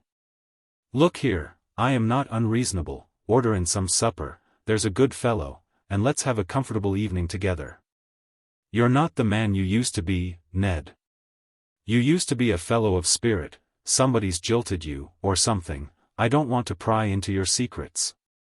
But let's have a little comfort for once in a way, and you shall have the whole business about the old colony, and how I came to leave it, the truth, and nothing but the truth. It was some time before the victim yielded. At last, half to escape the painful ferment of his own thoughts, and half with a natural yearning for some sympathy and companionship, however uncongenial. He fell out of his heat and passion into a more complacent mood. He sat down, watching with a gulp of hardly restrained disgust that lolling figure in the chair, every gesture of which was the more distasteful for being so familiar. And recalling 100 preliminary scenes all tending towards this total wreck and shame. Then his mind softened with fraternal instincts, strange interlacement of loathing and affection. He was tired, hungry, chilled to his heart. The spell of material comfort, even in such company, came upon the young man. They supped together, not much to the advantage of Dr. Ryder's head, stomach, or temper, on the following morning. The elder told his story of inevitable failure, and strange unexplainable fatality. The younger dropped forth expressions of disappointment and trouble which partly eased his own mind. Thus they spent together the unlovely evening. And perhaps a few such nights would have done as much harm to the young doctor's practice as had he introduced his disreputable brother without more ado into the particular little world of Carlingford. Chapter 2. Next morning Dr. Ryder rose mightily vexed with himself, as was to be supposed. He was half an hour late for breakfast, he had a headache, his hand shook, and his temper was awful. Before he was dressed, ominous knocks came to the door. And all feverish and troubled as he was, you may imagine that the prospect of the day's work before him did not improve his feelings, and that self-reproach, direst of tormentors, did not mend the matter. 2 ladies were waiting for him, he was told when he went downstairs, not to say sundry notes and messages in the ordinary way of business, 2 ladies who had brought 2 boxes with them, and asked leave to put them in the hall till they could see Dr. Ryder. The sight of this luggage in his little hall startled the doctor. Patients do not generally carry such things about with them. What did it mean? What could 2 ladies want with him? The young man felt his face burn with painful anticipations, a little shame, and much impatience. Probably the sister who adored Fred, and never could learn to believe that he was not unfortunate and a victim. This would be a climax to the occupation of his house. As the poor doctor gloomily approached the door of the room in which he had spent last evening, he heard a little rustle and commotion not quite consistent with his expectations, a hum of voices and soft stir such as youthful womankind only makes. Then a voice entirely strange to him uttered an exclamation. Involuntarily he started and changed his aspect. He did not know the voice, but it was young, sweet, peculiar. The cloud lightened a little upon the doctor's face. Notwithstanding Bessie Christian, he was still young enough to feel a little flutter of curiosity when he heard such a voice sounding out of his room. Hark! What did she say? It was a profoundly prosaic speech. What an intolerable smell of smoke! I shouldn't wonder a bit, indeed, I rather think he must be, or he wouldn't live in a place like this, if he were exactly such another as Fred. Poor Fred! Said a plaintive voice, if we only can learn where he is. Hush, there is a footstep. Ah, it is not my poor fellow's footstep. Nettie, hark! No, indeed. 20,000 times sharper, and more like a man, said the other, in hurried breathless accents. Hark! Here he is. The entire bewilderment, the amaze, apprehension, confusion with which Dr. Ryder entered the room from which this scrap of conversation reached him, is indescribable. A dreadful sense that something was about to happen seized the young man's mind with an indescribable curiosity. He paused an instant to recover himself, and then went boldly and silently into the room which had become mysterious through its new inmates. They both turned round upon him as he entered. 2 young women, one who had been sitting at the table, looking faded, plaintive, and anxious, rose up suddenly, and, clasping her hands, as if in entreaty, fixed 2 bright but sunken eyes upon his face. The other, a younger, lighter figure, all action and haste, interposed between him and her companion.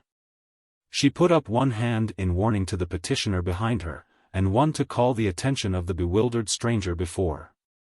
Evidently the one thing which alarmed this young lady was that somebody would speak before her, and the conduct of the situation be taken out of her hands.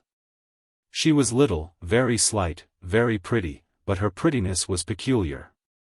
The young doctor, accustomed to the fair Saxon version of beauty given by Bessie Christian, did not at the first glance believe that the wonderful little person before him possessed any. For she was not only slender, but thin, dark, eager, impetuous, with blazing black eyes and red lips, and nothing else notable about her. So he thought, gazing fascinated, yet not altogether attracted, scarcely sure that he was not repelled, unable, however, to withdraw his eyes from that hurried, eager little figure. Nothing in the least like her had ever yet appeared before Dr. Ryder's eyes. "We want to inquire about your brother," said the little stranger. "We know this was to be his address, and we want to know whether he is living here.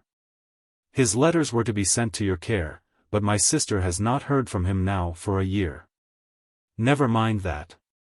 Never mind telling that, Nettie, cried the other behind her. Oh, sir. Only tell me where my poor Fred is? So she began to fear he was ill, resumed the younger of the two, undauntedly. Though Susan will do nothing but praise him, he has behaved to her very shamefully. Do you happen to know, sir, where he is? Did you say Fred, my brother Fred? Cried the poor young doctor in utter dismay, and may I ask who it is that expresses so much interest in him? There was a momentary pause, the two women exchanged looks. I told you so, cried the eager little spokeswoman. He never has let his friends know, he was afraid of that. I told you how it was. This, she continued, with a little tragic air, stretching out her arm to her sister, and facing the doctor, this is Mrs. Frederick Ryder, or rather Mrs. Ryder, I should say. As he is the eldest of the family. Now will you please to tell us where he is? The doctor made no immediate answer. He gazed past the speaker to the faded woman behind, and exclaimed, with a kind of groan, Fred's wife. Yes, Fred's wife, cried the poor creature, rushing forward to him, and oh! Where is he? I've come thousands of miles to hear. Is he ill? Has anything happened to him? Where is Fred? Susan, you are not able to manage this, leave it to me, said her sister, drawing her back peremptorily. Dr. Ryder, please to answer us. We know you well enough, though you don't seem ever to have heard of us. It was you that my brother-in-law gave up his business to before he came out to the colony. Oh, we know all about it. To keep him separate from his wife cannot do you any benefit, Dr. Edward. Yes, I know your name, and all about it, and I don't mean indeed to suffer my sister to be injured and kept from her husband. I have come all this way with her to take care of her. I mean to stay with her to take care of her. I have not parted with my money, though she gave all hers away. And I mean to see her have her rights. Oh, Nettie, Nettie, how you talk, cried the unfortunate wife. You keep him from answering me. All this time I cannot hear, where is Fred? Be seated, please, said the doctor, with dreadful civility, and compose yourselves. Fred is well enough, as well as he ever is. I don't know, added poor Ryder, with irrestrainable bitterness, whether he is quite presentable to ladies, but I presume, madam, if you're his wife, you're acquainted with his habits. Excuse me for being quite unprepared for such a visit. I have not much leisure for anything out of my profession. I can scarcely spare these minutes, that is the truth. But if you will favor me with a few particulars, I will have the news conveyed to my brother. I beg your pardon. When a man finds he has new relations he never dreamed of, it naturally embarrasses him at the moment. May I ask if you ladies have come from Australia alone? Oh, not alone. The children are at the hotel. Nettie said it was no use coming unless we all came, said his new sister-in-law, with a half-sob. The children. Dar. Ryder's gasp of dismay was silent, and made no sound. He stood staring blankly at those wonderful invaders of his bachelor house, marveling what was to be done with them in the first place. Was he to bring Fred down all slovenly and half-awakened? Was he to leave them in possession of his private sanctuary? The precious morning moments were passing while he pondered, and his little groom fidgeted outside with a message for the doctor. While he stood irresolute, the indefatigable Nettie once more darted forward. Give me Fred's address, please, said this managing woman. I'll see him, and prepare him for meeting Susan. He can say what he pleases to me, I don't mind it in the very least, but Susan of course must be taken care of. Now, look here, Dr. Edward, Susan is your sister-in-law, and I am her sister. We don't want to occupy your time.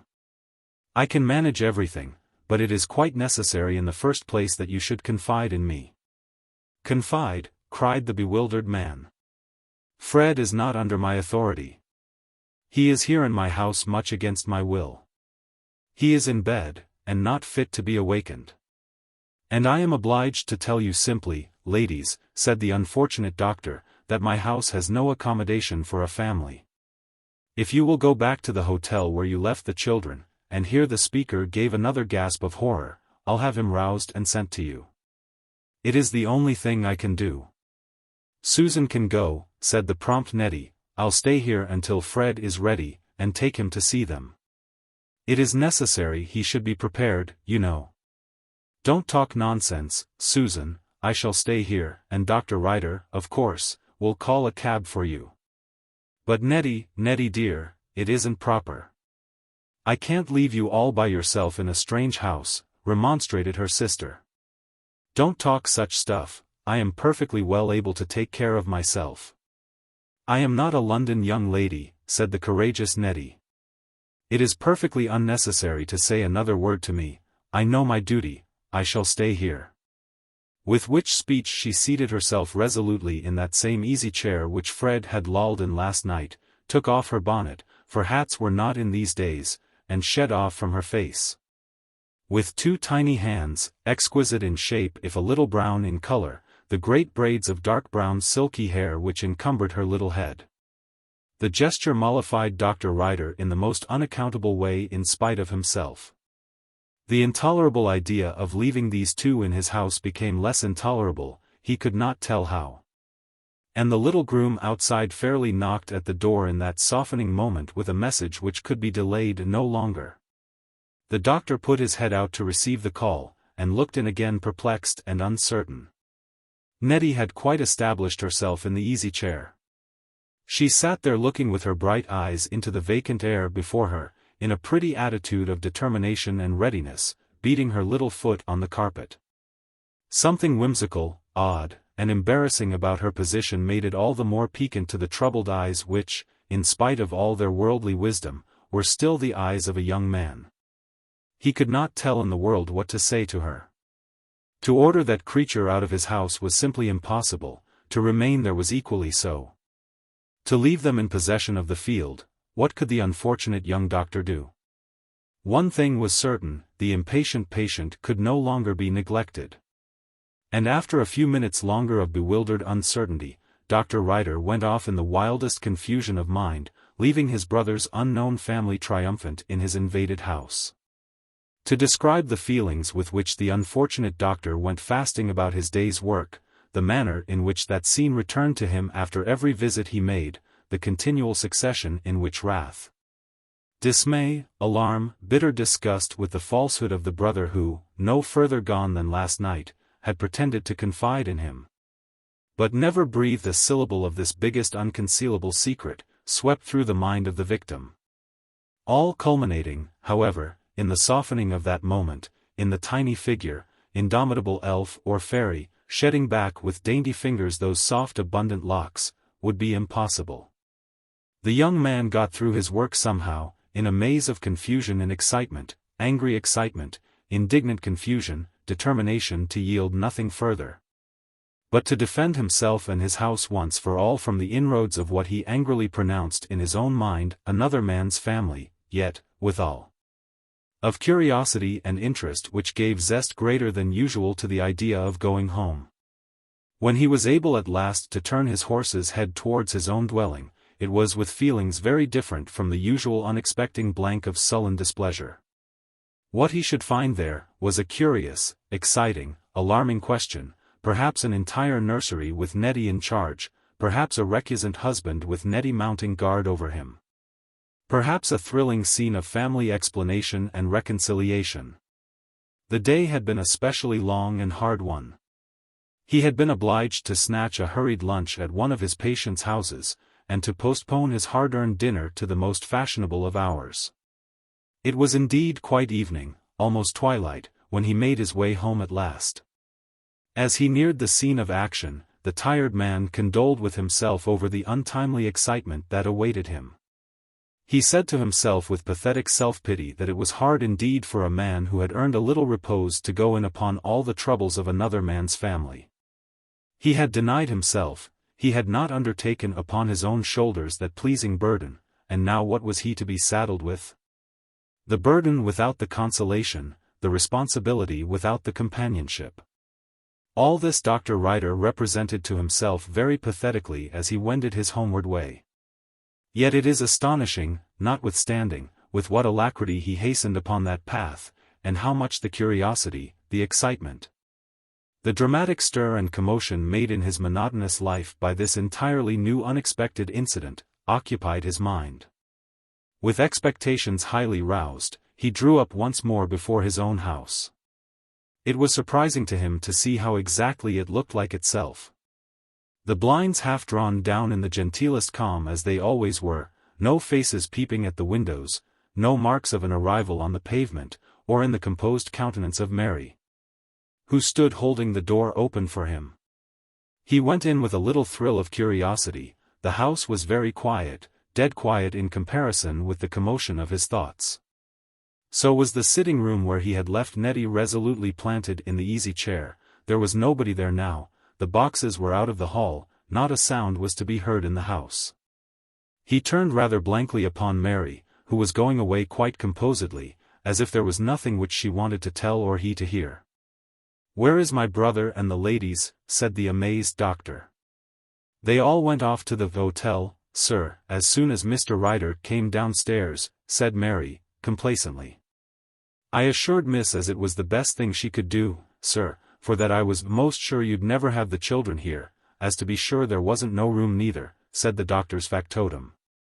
"As soon as Mr. Frederick came down, she called a cab, did Miss, and took 'em both away." "Oh. So they're gone, are they?" said the doctor. "Hours and hours ago," answered Mary. "Dinner'll be up in 2 minutes. But I wouldn't say much for the potatoes, sir. When a gentleman's irregular, it's hard laws on the poor servants. Nothink will keep, going on for 2 hours, and not take no harm, but all's quiet and comfortable in your room."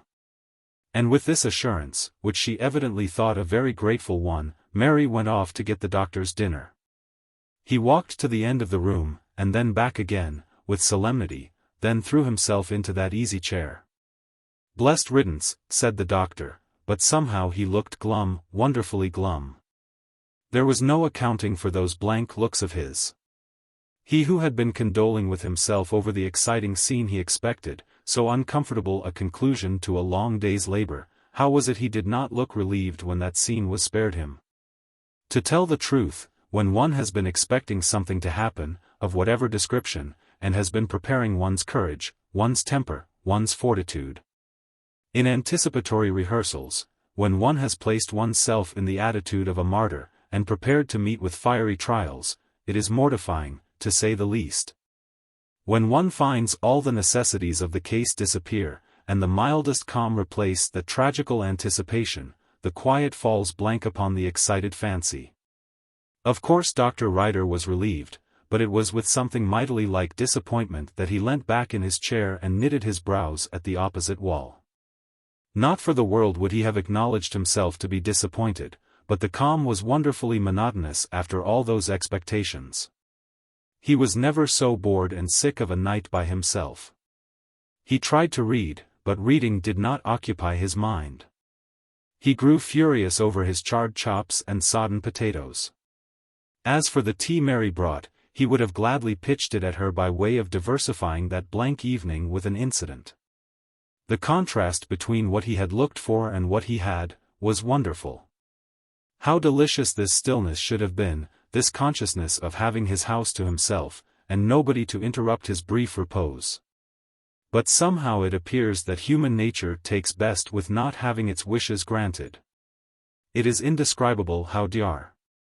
Ryder yawned, how dull he found his newspaper, how few books worth reading there were in the house, how slow the minutes ran on.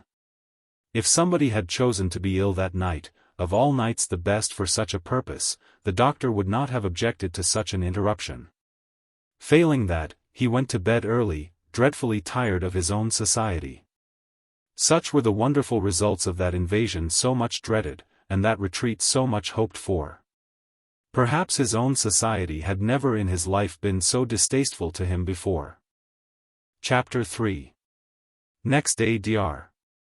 Ryder audibly congratulated himself at breakfast upon having once more his house to himself, audibly. As if it were really necessary to give utterance to the thought before he could quite feel its force.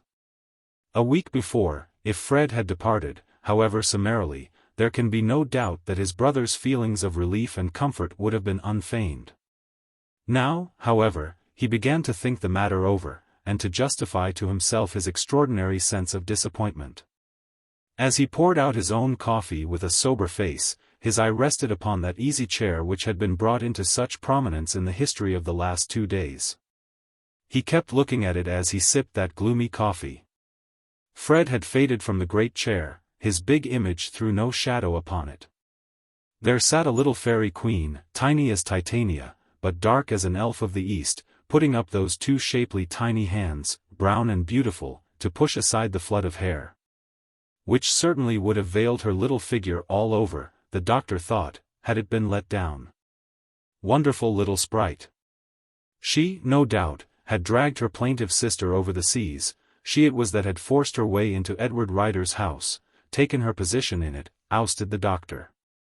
And she doubtless it was who swept the husband and wife out of it again, leaving no trace behind. Waking up from a little trance of musing upon this too interesting subject, Dr. Ryder suddenly raised himself into an erect position, body and mind, with an involuntary movement, as if to shake off the yoke of the enchantress. He reminded himself instinctively of his brother's falsehood and ingratitude. After throwing himself a most distasteful burden on Edward's charity for 5 long dreary months, the bugbear of the doctor's dreams, and heavy ever-recurring climax of his uncomfortable thoughts. Here had Fred departed without a word of explanation or thanks, or even without saying goodbye. The doctor thought himself quite justified in being angry. He began to feel that the suspicious uneasiness which possessed him was equally natural and inevitable. Such a thankless, heartless departure was enough to put any man out. To imagine that Fred could be capable of it, naturally went to his brother's heart. That day there was still no word of the party who had disappeared so mysteriously out of the doctor's house. Dr. Ryder went to his hard day's work vaguely expectant, feeling sure he must hear of them somehow. And more interested in hearing of them than was to be expected from his former low ebb of fraternal affection. When he returned and found still no letter, no message, the blank disappointment of the former night closed still more blankly upon him.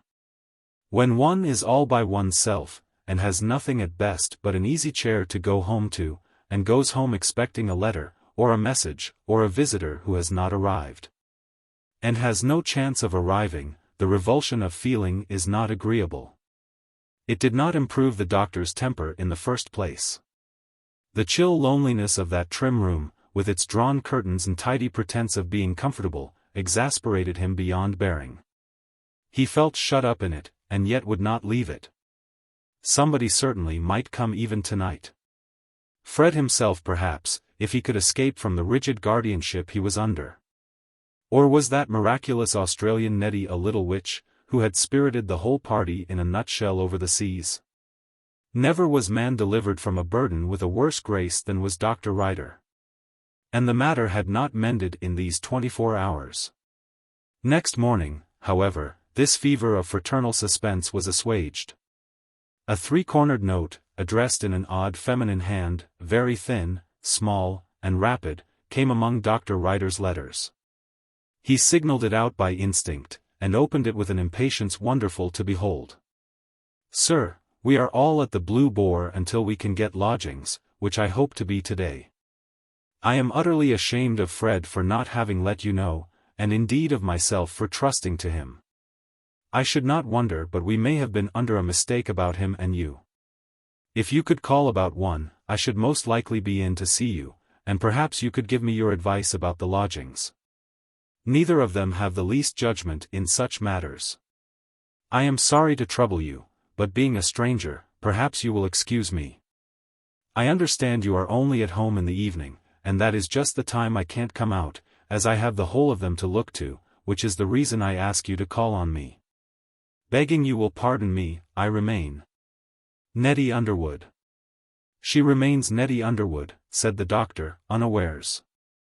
He laughed to himself at that conclusion. Then an odd gleam came across his face. It was probably the first time he had laughed in a natural fashion for some months back, and the unusual exertion made his cheeks tingle. His temper was improved that morning. He went off to his patients almost in a good humor. When he passed the great house where Bessie Christian now reigned, he recalled her image with a positive effort. Astonishing what an effect of distance had floated over the apparition of that bride. Was it a year since he saw her and gnashed his teeth at the thought of his own folly, or was it only last Sunday? The doctor could not tell. He put Nettie's note in his pocketbook, and was at the hotel door punctually at 1 o'clock.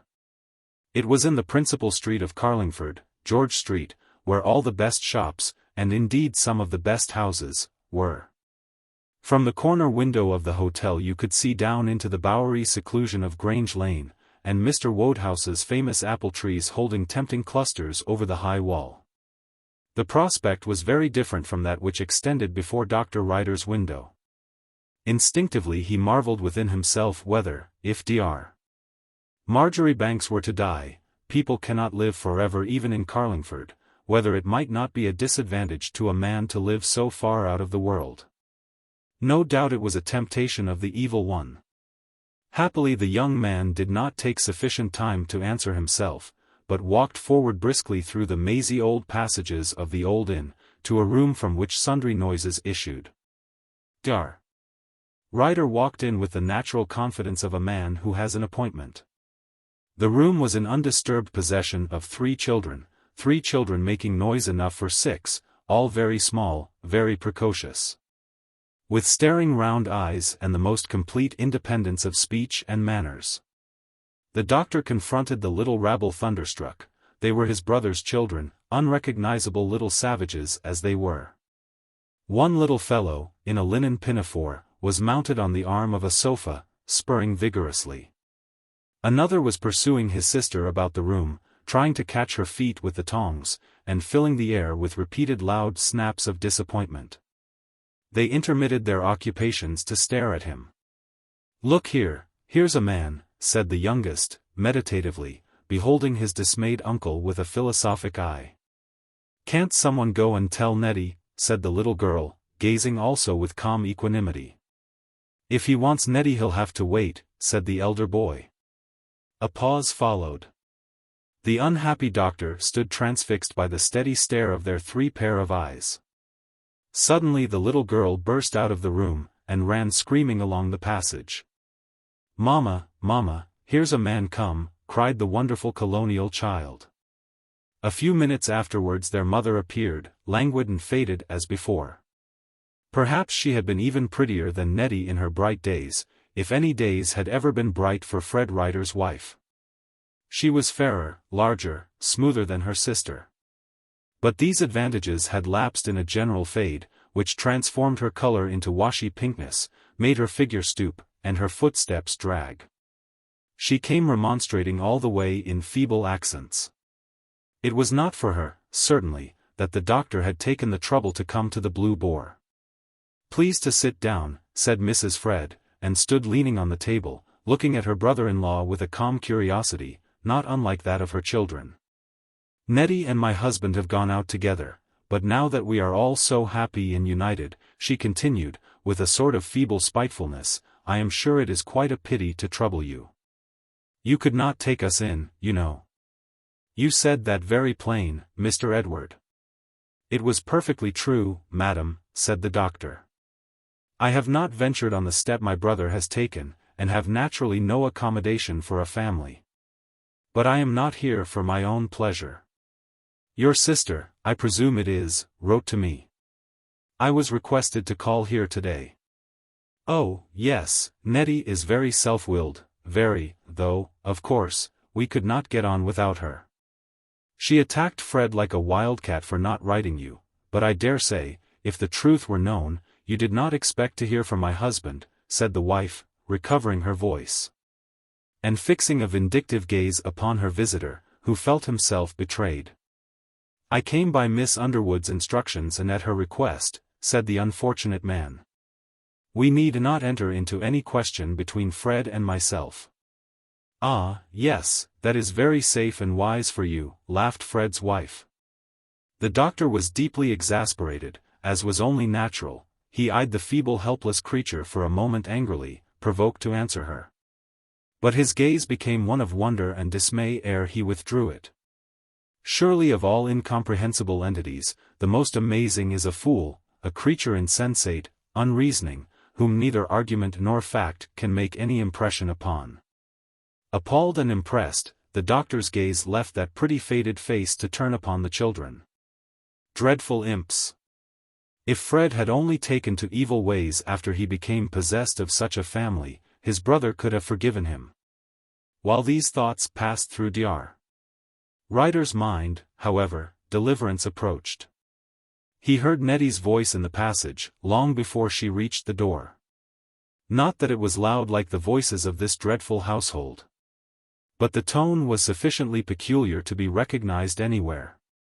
With a most penetrating clearness, it came through the long passages, words inaudible, only the sound of a voice, rapid, breathless, decided, with the distant sound of Fred's long, shambling, uncertain footsteps coming in as the strange accompaniment. Then they entered the room, the one tiny, bright, dauntless, and intrepid, undiscourageable little soul. The other with his heavy large limbs, his bemused face, his air of hopeless failure, idleness, content. Edward Ryder gazed involuntarily from one to another of this two. He saw the sprite place herself between the husband and wife, a vain little Quixote, balancing these extremes of helplessness and ruin. He could not help looking at her with a certain unconscious admiration and amazement, as he might have looked at a forlorn hope. Thousands of miles away from her friends, wherever and whatever they might be, with Fred and his wife and children on her hands, a household of incapables, what was that little creature to do? "Good morning, Dr. Edward," said Nettie. "I thought I should have been back sooner, but Fred is so slow, I cannot manage to get him along at all. We have found some lodgings a little way out of Carlingford, near that chapel, you know, or church, or something, that stands a little off the road, where it's open, and there's morning service. And such a handsome young clergyman. Who is he? We went into the chapel, and it's so fine, you would not believe it. Well, just 100 yards from there is the house. 4 rooms, exactly what I wanted, with a garden for the children to play in, quite quiet, and fresh and pleasant. Tell me who the people are. Their name is Smith. If they're respectable, I'll go back and take it. I can afford the rent. Near St. Roque's? They belong to the church there. I dare say they are all right, said the doctor, but it is a long way off, and inconvenient, Anne. That is just why I want it, said Nettie. We never were used to conveniences, and none of us want to be much in the town, so far as I know. It is the very thing. Why has not lunch come up? What do these people mean, Susan, by not attending to their orders? Ring the bell, Freddie, ring loud, and after lunch, as your drag is at the door, Dr. Edward, you'll drive me down to this place again, that I may secure it, won't you? I want to have a talk with you besides. Lunch, please, immediately. I ordered it to be ready at 1, now it is 1:30. We can't have our time wasted this way, Dr. Edward, please, you'll stay. The doctor gazed with ever-increasing amazement at the little speaker. Nobody else had spoken a word. Fred had nodded to him sullenly. Fred's wife had sunk back on the sofa. Everybody seemed to recognize Nettie as supreme. He hesitated, it must be confessed, to put his grievances so entirely aside as to sit down in perfect amity with Fred and his household, but to refuse to drive Nettie to St. Roque's was impossible. The blood rushed to the doctor's face at the thought. What the world of Carlingford would say to see his well-known vehicle proceeding down Grange Lane, through Dr. Marjoribanks's territories, under such circumstances, was a question he did not choose to consider. Neither did he enter too minutely into the special moment at which his next patient might be expecting him. The young man was under the spell, and did not struggle against it. He yielded to the invitation, which was a command. He drew near the table at which Nettie, without hesitation, took the presiding place. A dull amount of conversation, often interrupted by that lively little woman, rose in the uncongenial party.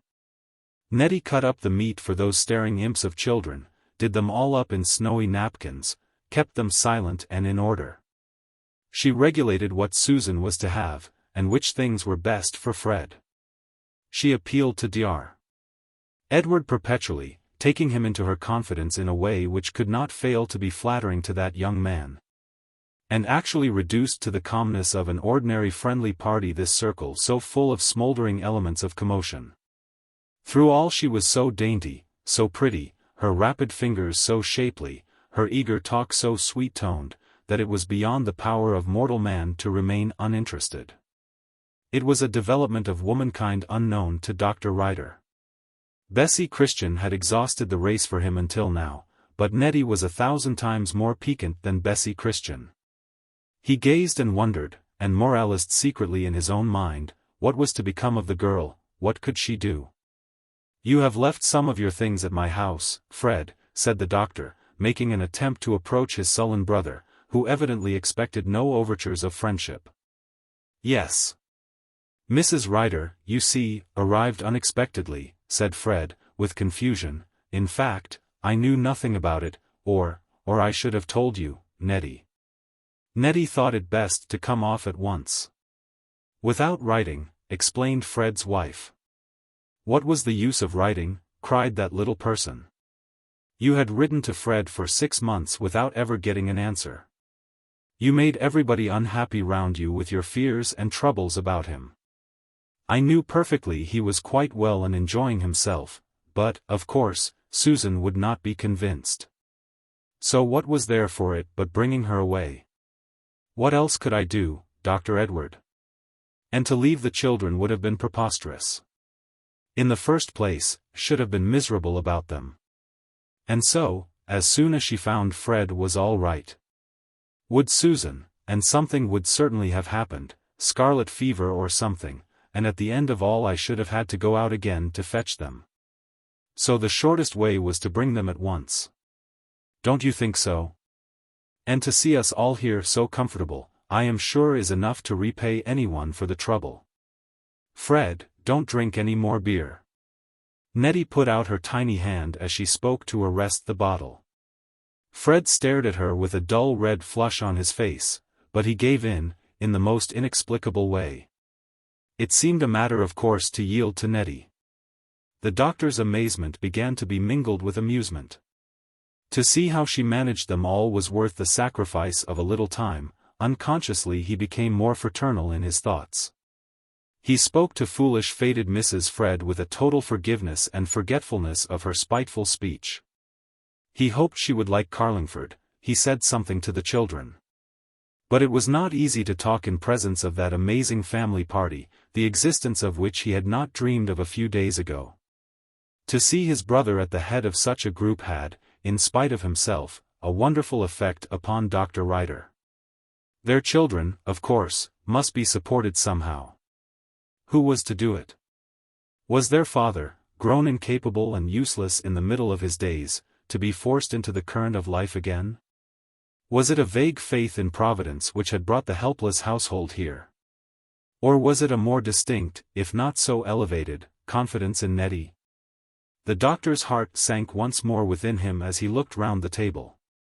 3 helpless by nature, 2 equally helpless who ought in nature to have been the support of the whole, nothing but one bright ready little spirit between them all and destitution.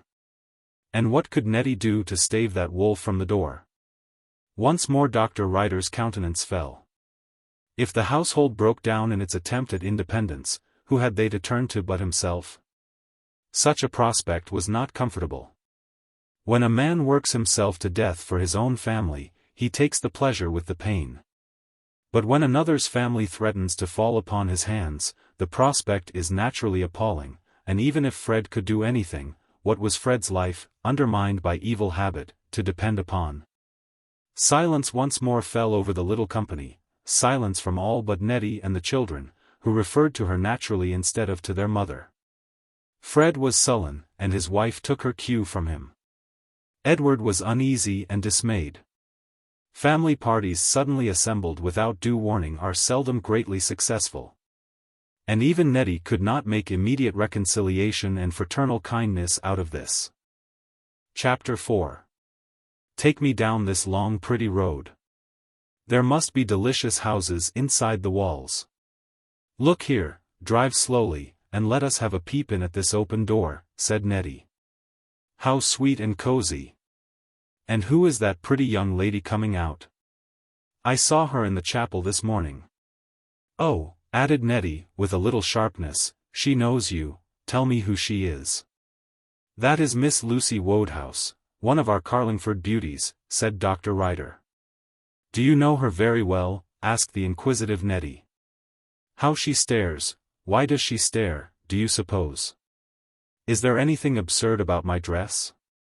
Look here, don't they wear bonnets just like this in England?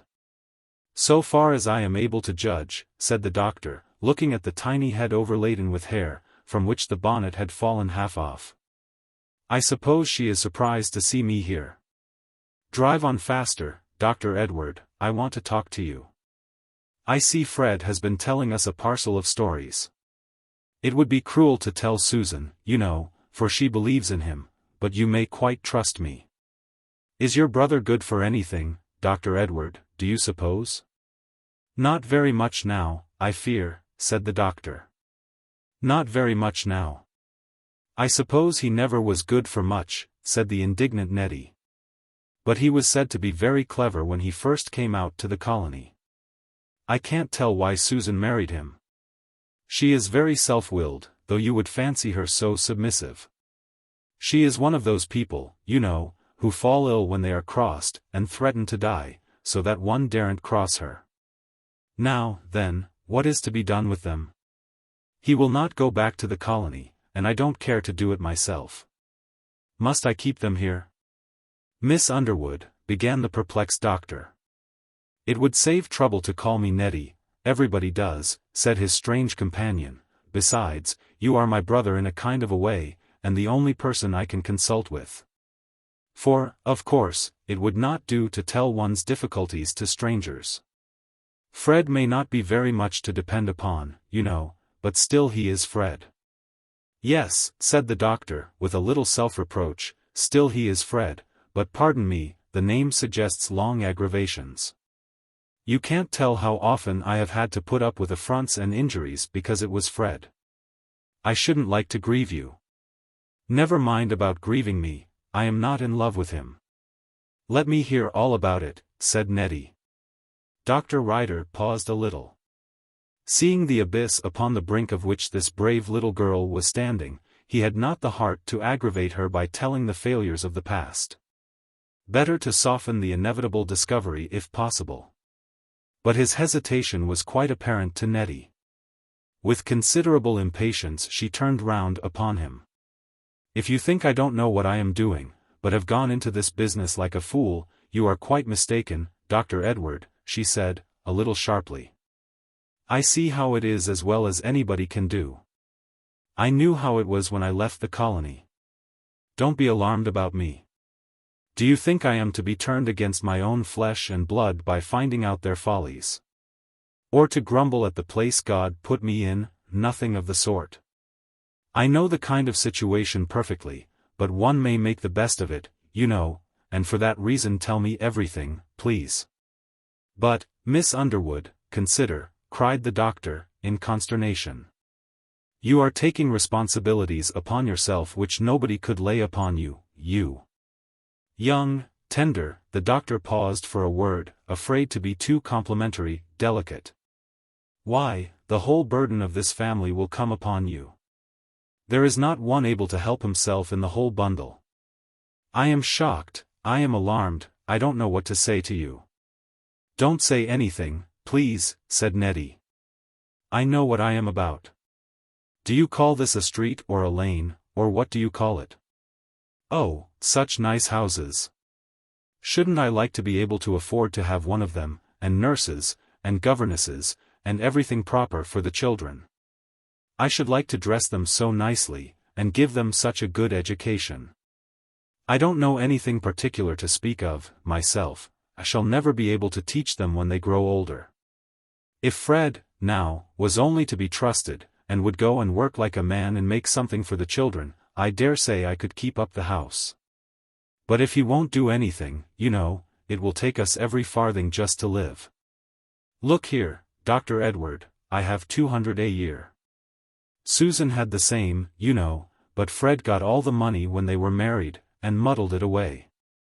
Now, how much can one do in Carlingford with 3 children upon 200 a year? Fred will be the meanest blackguard in existence, cried the doctor, if he takes his living from you. He took his living from you, it appears, said Nettie, coolly, and did not thank you much. We must make the best of him. We can't help ourselves. Now, there is the pretty church, and there is our little house. Come in with me and answer for me, Dr. Edward. You can say I am your sister-in-law, you know, and then, perhaps, we can get into possession at once.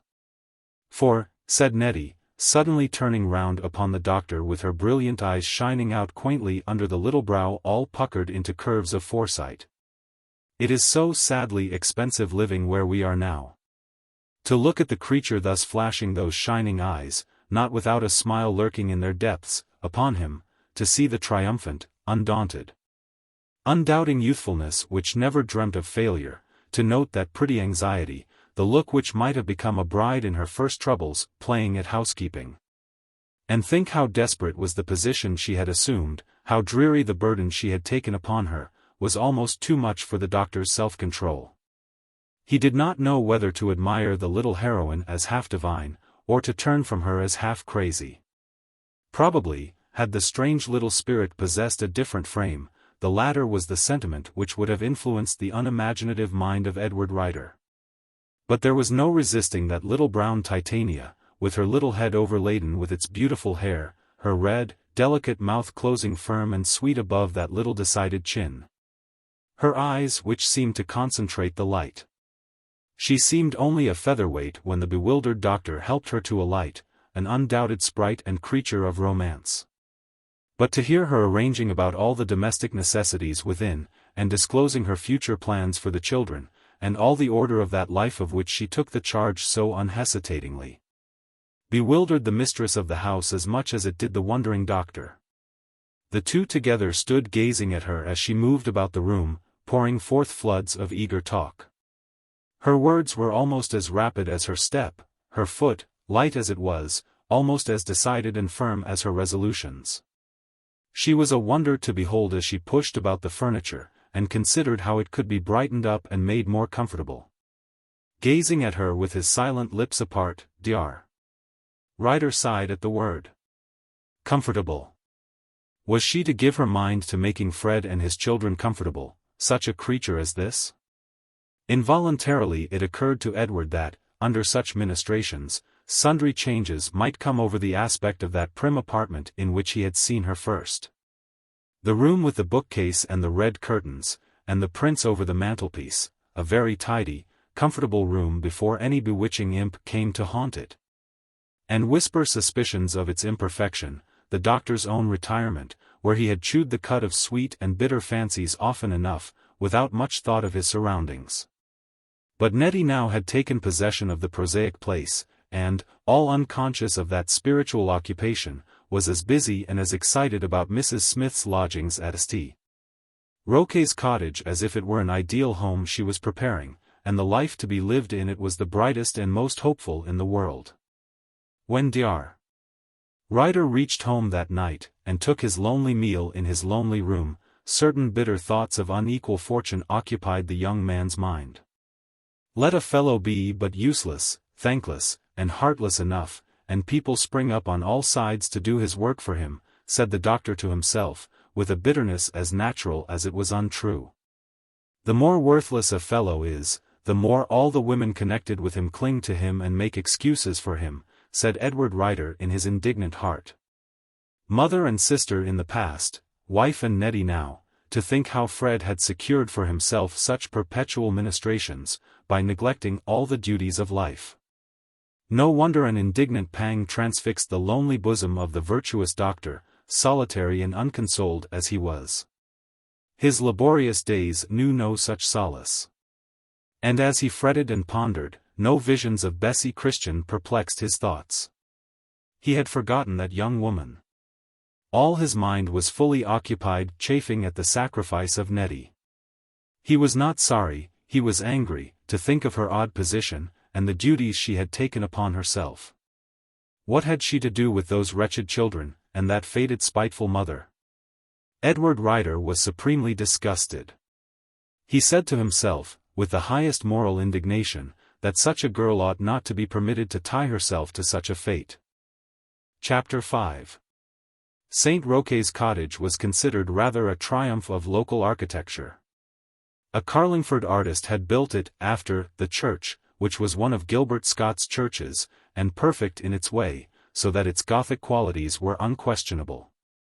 The only thing wanting was size, which was certainly an unfortunate defect, and made this adaptation of ecclesiastical architecture to domestic purposes a very doubtful experiment. However, in bright sunshine, when the abundance of light neutralized the want of window, all was well, and there was still abundance of sunshine in Carlingford in October. 3 months after the entrance of Fred Ryder and his family into Mrs. Smith's little rooms. It was a bright autumn day, still mild, though with a crispness in the air, the late season showing more in the destitution of the flower borders than in any more sensible sign. It was a pretty spot enough for a roadside. St. Roque's stood on the edge of a little common, over which, at the other margin, you could see some white cottages, natural to the soil, in a little hamlet cluster, dropped along the edge of the grey-green unequal grass. While between the church and the cottage ran the merest shadow of a brook, just enough to give place and nutriment to 3 willow trees which had been the feature of the scene before St. Roque's was, and which now greatly helped the composition of the little landscape, and harmonized the new building with the old soil. St. Roque's cottage, by special intervention of Mr. Wentworth, the perpetual curate, had dropped no intervening wall between its garden and those trees. But, not without many fears, had contented itself with a wooden paling on the side nearest the willows. Consequently, the slope of grass at that side, which Mrs. Smith was too prudent to plant with anything that could be abstracted, was a pretty slope with the irregular willow shadows swept over it. Thin, but still presenting a pale obstruction to the flood of sunshine on this special afternoon. There a little group was collected, in full enjoyment of the warmth and the light. Mrs. Ryder, still faded, but no longer travel-worn, sat farther up in the garden, on the green bench, which had been softened with cushions for her use, leisurely working at some piece of needlework. In lonely possession of the chrysanthemums and Michaelmas daisies round her. While on the grass, dropped over with yellow flecks of willow leaves, lightly loosened by every passing touch of wind, sat Nettie, all brown and bright. Working with the most rapid fingers at a child's frock, and minding, with a corner of her eye the possessor of the same, the tiny Freddie. An imp of mischief uncontrollable by other hand or look than hers. A little lower down, poking into the invisible brook through the paling, was the eldest boy. Silent from sheer delight in the unexpected pleasure of coating himself with mud without remark from Nettie. This unprecedented escape arose from the fact that Nettie had a visitor, a lady who had bent down beside her in a half-kneeling attitude, and was contemplating her with a mingled amaze and pity which intensified the prevailing expression of kindness in the mildest face in the world. It was Miss Wodehouse, in her soft dove-colored dress and large soft checked shawl. Her mild eyes were fixed upon that brilliant brown creature, all buoyant and sparkling with youth. These wonderful young people perplexed Miss Wodehouse. Here was another incomprehensible specimen, most incomprehensible perhaps of all that had ever crossed her mild elderly horizon with bewildering unintelligible light. "My dear," said Miss Wodehouse, "things used to be very different when I was young. When we were girls we thought about our own pleasures, and vanities of all kinds," said the good woman, with a little sigh. "And, indeed, I can't think it is natural still to see you devoting yourself like this to your sister's family. It is wonderful, But dear, dear me. It isn't natural, Nettie, such self-devotion. I do wish you wouldn't speak, said Nettie, with a sudden start. Self-devotion. Stuff. I am only doing what must be done. Freddie can't go on wearing one frock forever, can he? Does it stand to reason? Would you have me sit idle and see the child's petticoats drop to pieces? I am a colonial girl, I don't know what people do in England. Where I was brought up we were used to be busy about whatever lay nearest to our hand. It isn't Freddie's frock, said Miss Wodehouse, with a little solemnity. You know very well what I mean. And suppose you were to marry, what would happen supposing you were to marry, Nettie? It is quite time enough to think of that when there is any likelihood of it happening, said Nettie, with a little toss of her head. It is only idle people who have time to think of falling in love and such nonsense. When one is very busy it never comes into one's head. Why, you have never married, Miss Wodehouse. And when I know that I have everything I possibly could desire, why should I? Miss Wodehouse bent her troubled sweet old face over the handle of her parasol, and did not say anything for a few minutes. It is all very well as long as you are young, she said, with a wistful look, and somehow you young creatures are so much handier than we used to be. Our little Lucy, you know, that I can remember quite a baby. I am twice as old as she is, cried Miss Wodehouse, and she is twice as much use in the world as I. Well, it is all very strange. But, dear, you know, this isn't natural all the same. It is dreadful to say so, it is dreadful to think so, cried Nettie. I know what you mean, not Freddie's frock, to be sure, but only one's whole life and heart. Should one desert the only people belonging to one in the world because one happens to have a little income and they have none? If one's friends are not very sensible, is that a reason why one should go and leave them? Is it right to make one's escape directly whenever one feels one is wanted? Or what do you mean, Miss Wodehouse, said the vehement girl. That is what it comes to, you know. Do you imagine I had any choice about coming over to England when Susan was breaking her heart about her husband? Could one let one's sister die, do you suppose? And now that they are all together, what choice have I? They can't do much for each other, there is actually nobody but me to take care of them all. You may say it is not natural, or it is not right, or anything you please, but what else can one do? That is the practical question, said Nettie, triumphantly. If you will answer that, then I shall know what to say to you.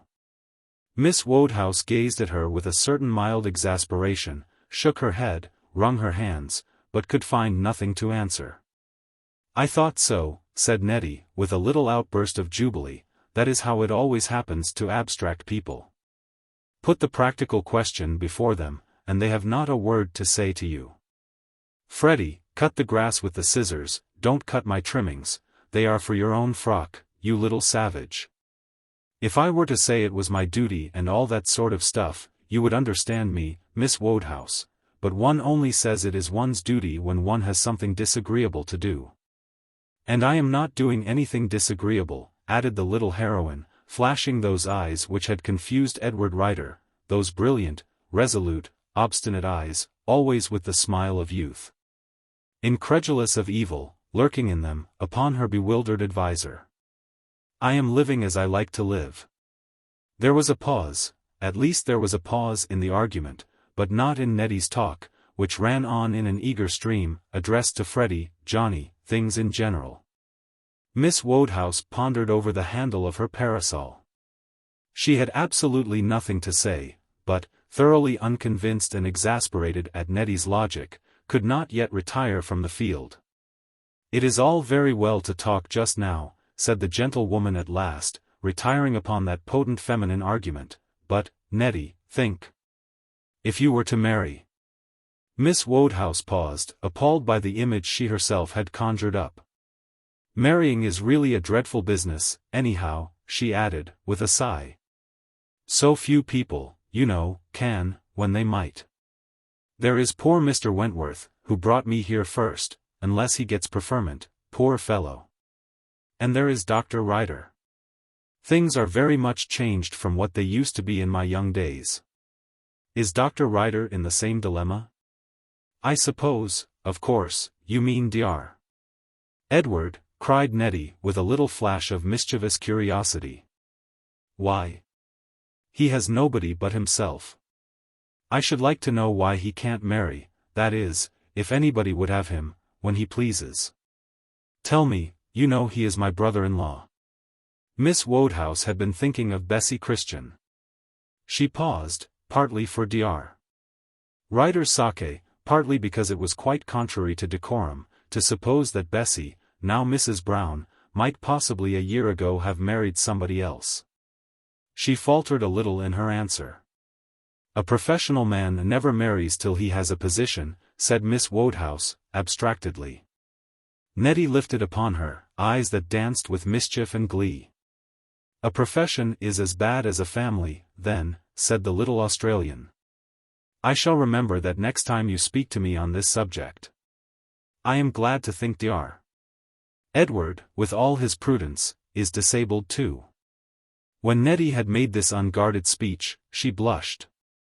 And suddenly, in a threatening and defiant manner, raised her eyes again to Miss Wodehouse's face. Why? Miss Wodehouse did not understand the look, nor put any significance into the words. She rose up from the grass, and said it was time for her to go. She went away, pondering in her own mind those singular new experiences of hers. She had never been called upon to do anything particular all her gentle life. Another fashion of woman might have found a call to action in the management of her father's house, or the education of her motherless young sister.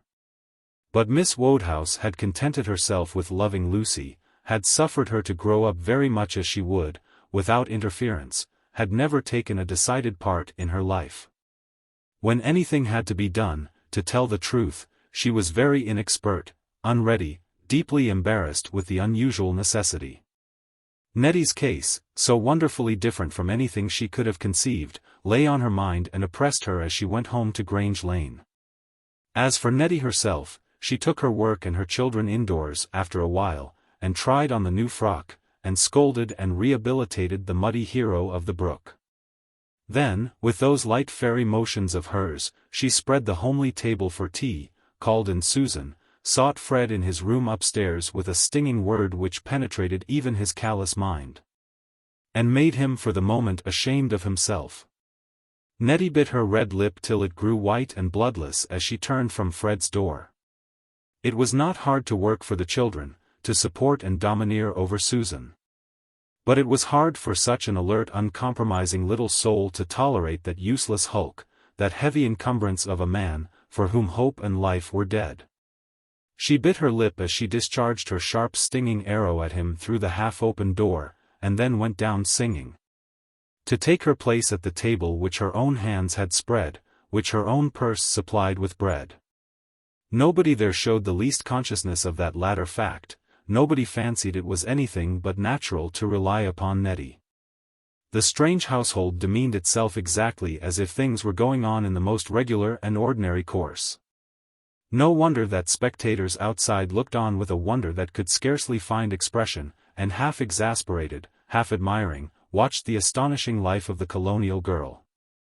Nobody watched it with half the amount of exasperation which concentrated in the bosom of Dr. Ryder. He gazed and noted and observed everything with a secret rage, indignation, and incredulity impossible to describe. He could not believe it even when it went on before his very eyes. Doctor though he was, and scientific, to a certain extent, Edward Ryder would have believed in witchcraft, in some philtre or potion acting upon her mind, rather than in Nettie's voluntary folly. Was it folly? Was it heroism? Was it simple necessity, as she herself called it? Nobody could answer that question. The matter was as incomprehensible to Miss Wodehouse as to Dr. Ryder, but not of such engrossing interest. Bessie Christian, after all, grew tame in the Saxon composure of her beauty before this brown, sparkling, self-willed, imperious creature. To see her among her self-imposed domestic duties filled the doctor with a smouldering wrath against all surrounding her, which any momentary spark might set aflame. Chapter 6. Affairs went on in Carlingford with the usual commonplace pertinacity of human affairs. Notable events happened but seldom in anybody's life, and matters rolled back into their ordinary routine, or found a new routine for themselves after the ordinary course of humanity. After the extraordinary advent of Nettie and her strange household, after the setting out of that wonderful little establishment. With all the amazed expectation it excited, it was strange to see how everything settled down, and how calmly the framework of common life took in that exceptional and half-miraculous picture. Lookers-on prophesied that it never could last, that in the very nature of things some sudden crisis or collapse must ensue, and the vain experiment prove a failure. But quiet nature and steady time prevailed over these moralists and their prophecies. The winter went on calmly day by day, and Nettie and her dependents became legitimate portions of Carlingford society. People ceased to wonder by degrees. Gradually the eyes of Carlingford grew accustomed to that dainty tiny figure sweeping along, by mere impulse of cheerful will and ceaseless activity, the three open-eyed staring children. The fated mother. Sometimes, indeed, Nettie, too clear of the necessity of her own exertions, and too simply bent upon her business, to feel any sentimental shame of her relations, was seen quickening the sluggish steps of Fred himself, who shuffled along by her side in a certain flush of self-disgust, never perceptible upon him under any other circumstances. Even Fred was duly moved by her vicinity. When he saw other people look at them, his bemused intellect was still alive enough to comprehend that people were aware of his dismal dependence upon that fairy creature, whom it was a shame to think of as the support not only of his deserted children, but of his own base comforts and idleness. But the spur, though it pricked, did not goad him into any action. When he got home, he took refuge in his room upstairs, in the hazy atmosphere drugged with the heavy fumes of his pipe, and stretched his slovenly limbs on his sofa, and buried his confused faculties in his old novel. So he lived day by day, circumscribed in the most dangerous of his indulgences by Nettie's unhesitating strictures and rules, which nobody dared break, but unlimited in his indolence, his novel, and his pipe. That stifling fire, that close room, the ashes of the pipe on the table, the listless shabby figure on the sofa, were the most dismal part of the interior at St. Roque's cottage, so far as it appeared to the external eye. But it is doubtful whether Mrs. Fred, spiteful and useless, with her poor health, her selfish love, her utter unreason, dawdling over trifling matters which she never completed, or the three children, entirely unrespectful of father and mother, growing up amid that wonderful subversion of the ordinary rules of nature, with some loyalty to Nettie, but no reverence in them, were not as appalling companions to live with. Nettie, however, did not consider the matter as a spectator might. She did not enter into it at all as a matter to be criticized, they simply belonged to her as they were. She knew their faults without loving them less, or feeling it possible that faults could make any difference to those bonds of nature. Fred, indeed, did afflict her lively impatient spirit. She had tried to quicken him into life at first, she gave him up with a certain frank scorn now, and accepted her position. Thus he was to be all his life long this big cumberer of the ground. Nettie, valorous and simple, made up her mind to it. He was Fred, that was all that could be said on the subject, and, being Fred, belonged to her, and had to be cared for like the rest. It all grew into a matter of routine as that winter glided along, outside and in, everybody came to take it for granted. Miss Wodehouse, who, with a yearning admiration of a creature so totally unlike herself, came often to visit Nettie, ceased to expostulate, almost ceased to wonder. Mr. Wentworth no longer opened his fine eyes in amazement when that household was named. Mrs. Smith, their landlady, calmly brought her bills to Nettie, and forgot that it was not the most natural thing in the world that she should be paid by Miss Underwood. The only persistent skeptic was the doctor. Edward Ryder could not, would not, believe it. He who had so chafed under Fred's society, felt it beyond the bounds of human possibility that Nettie could endure him. He watched with an eagerness which he found it difficult to account for, to see the first symptoms of disgust which must ere long mark the failure of this bold but foolish venture. It occupied his mind a great deal more than was good for his own comfort, perhaps more than was best for his patients. Though he had few people to visit in that quarter of the town, his drag was seen to pass St. Roque's cottage most days in the week, and when urgent messages came for Dr. Ryder in the evening, his little groom always wended his way out through the special district of Dr. Marjoribanks to find his master, if the doctor was not at home. Not that all this devotion assisted him much either in increase of friendship with his relations, or in verification of his auguries. The disgust of the young doctor, when he saw his brother's slovenly figure in his own chair, was nothing to his disgust now, when he saw that same form, so out of accordance with the neat little sitting-room which Nettie's presence made dainty and refined in its homeliness, lounging in Nettie's way. He could not bring himself to speak with ordinary patience to Fred, and Fred, obtuse as he was, perceived his brother's disgust and contempt, and resented it sullenly, and betrayed his resentment to the foolish wife, who sulked and said spiteful things to Edward. It was not a pleasant family group. As for Nettie, she was much too fully occupied to give her society or conversation to Dr. Ryder. She came and went while he was there, busy about 1,000 things, always alert, decided, uncompromising, not disinclined to snub either Fred or Susan when opportunity offered. Totally unconscious even of that delicacy with which a high fantastical heroine of romance would have found it necessary to treat her dependents. It was this unconsciousness, above all, that irritated the doctor. If she had shown any feeling, he said to himself, if she had even been grandly aware of sacrificing herself and doing her duty, there would have been some consolation in it. But Nettie obstinately refused to be said to do her duty. She was doing her own will with an imperious distinctness and energy, having her own way, displaying no special virtue, but a determined willfulness. Dr. Ryder was half disgusted with Nettie, to see how little disgust she showed of her companions. He was disappointed in her. He concluded to himself that she did not show that fine perception which he was disposed to expect from so dainty a little sprite. Yet, notwithstanding all these disappointed expectations, it is astonishing how he haunted that room where the society was so unattractive, and bore Mrs. Fred's spiteful speeches, and suffered his eyes and his temper to be vexed beyond endurance by the dismal sight of his brother.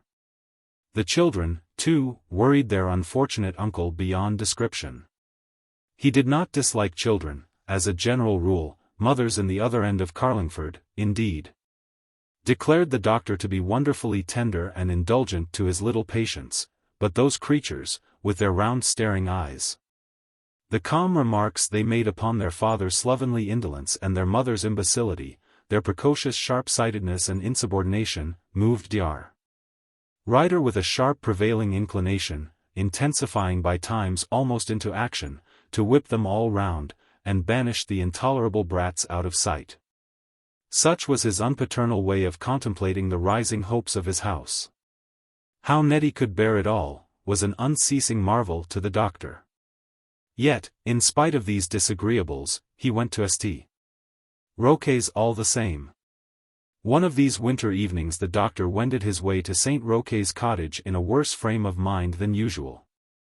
It was a clear frosty night, very pleasant to be out in, though sharp and chill, such a night as brightens young eyes, and exhilarates young hearts, when all is well with them. Young Ryder could hear his own footsteps echoing along the hard frost-bound road, and could not but wonder in himself, as he drew near the group of buildings which broke the solitude of the way, whether Nettie too might hear it, and perhaps recognized the familiar step. The shadow of St. Roque's fell cold over him as he passed. Just from that spot the light in the parlor window of the cottage became perceptible to the wayfarer. A shadow crossed the blind as he came in sight, Nettie unquestionably. It occurred to Dr. Ryder to remember with very sharp distinctness at that moment, how Nettie's little shadow had dropped across the sunshine that first morning when he saw her in his own room. He quickened his step unawares. Perhaps tonight Nettie might be more accessible than usual, less shut in and surrounded by her family. He pictured to himself, as he went past the willows, which rustled faintly with their long bare branches in the night air, that perhaps, as he was later than usual, Fred might have retired to his den upstairs. And Susan might have gone to bear Fred company, who knows? And the children might be in bed, the dreadful little imps. And for once a half-hour's talk with the strange little head of the house might comfort the young doctor's fatigued mind and troubled heart. For he was sadly fatigued and worn out. What with incessant occupation and distracted thoughts, this year had been a very exhausting one for the doctor. He had fagged on through the whole summer and autumn without any relaxation.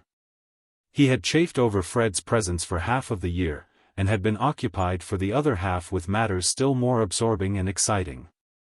Even now his mind was in a perpetual ferment, and no comforting spirit spoke quietness to his soul, no stout heart strengthened his, no lively intelligence animated his own to worthy doings. He was very cross and fretful, and knew himself to be so that particular evening, worried and in want of rest. What a chance, if perhaps he found Nettie, whose very provocations were somehow more interesting than other people's most agreeable and tranquilizing efforts, all alone and at leisure. He went on with some palpitations of hope. As soon as he had entered the cottage, however, he found out the delusion he was under. The children were the first fact that presented itself to his senses, an uproar that pervaded the house, a novel tumult waking all the echoes. Glimpses of flying figures pursuing each other with brushes and mops, and other impromptu weapons, one astride upon the banisters of the stairs, sliding down from top to bottom.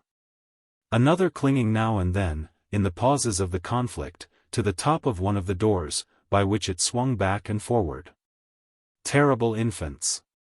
There they all were in a complete saturnalia, the door of the parlor half open all the time, and no sound of Nettie's restraining voice. Only poor Mrs. Smith standing helpless in successions of fright and exasperation, sometimes alarmed for life and limb, sometimes ready to give the little wretches over to all the penalties of poetic justice. The poor woman brightened a little when she perceived the sympathetic horror on the doctor's face. "How's this?" exclaimed young Ryder, with a sigh of dismay. Alas! However it was, no quiet imaginary conference, no soothing glimpse of Nettie, was practicable tonight. He grew sulky and ferocious under the thought. He seized the imp that hung on the door, and set it down summarily with a certain moral violence, unable to refrain from an admonitory shake, which startled its sudden scream into a quavering echo of alarm. "Do you want to break your neck, sir?" cried the wrathful uncle. Dar. Ryder, however, had to spring aside almost before the words were uttered to escape the encounter of a hearth-brush levelled at him by his sweet little niece. "How is this, Mrs. Smith?" cried the startled visitor, with indignation, raising his voice sufficiently to be quite audible through the half-open door. "Bless you, sir, Miss has gone out to tea. Don't say nothing, I don't begrudge the poor young lady a bit of a holiday," whispered the frightened landlady under her breath. "But I can't never give in to it again.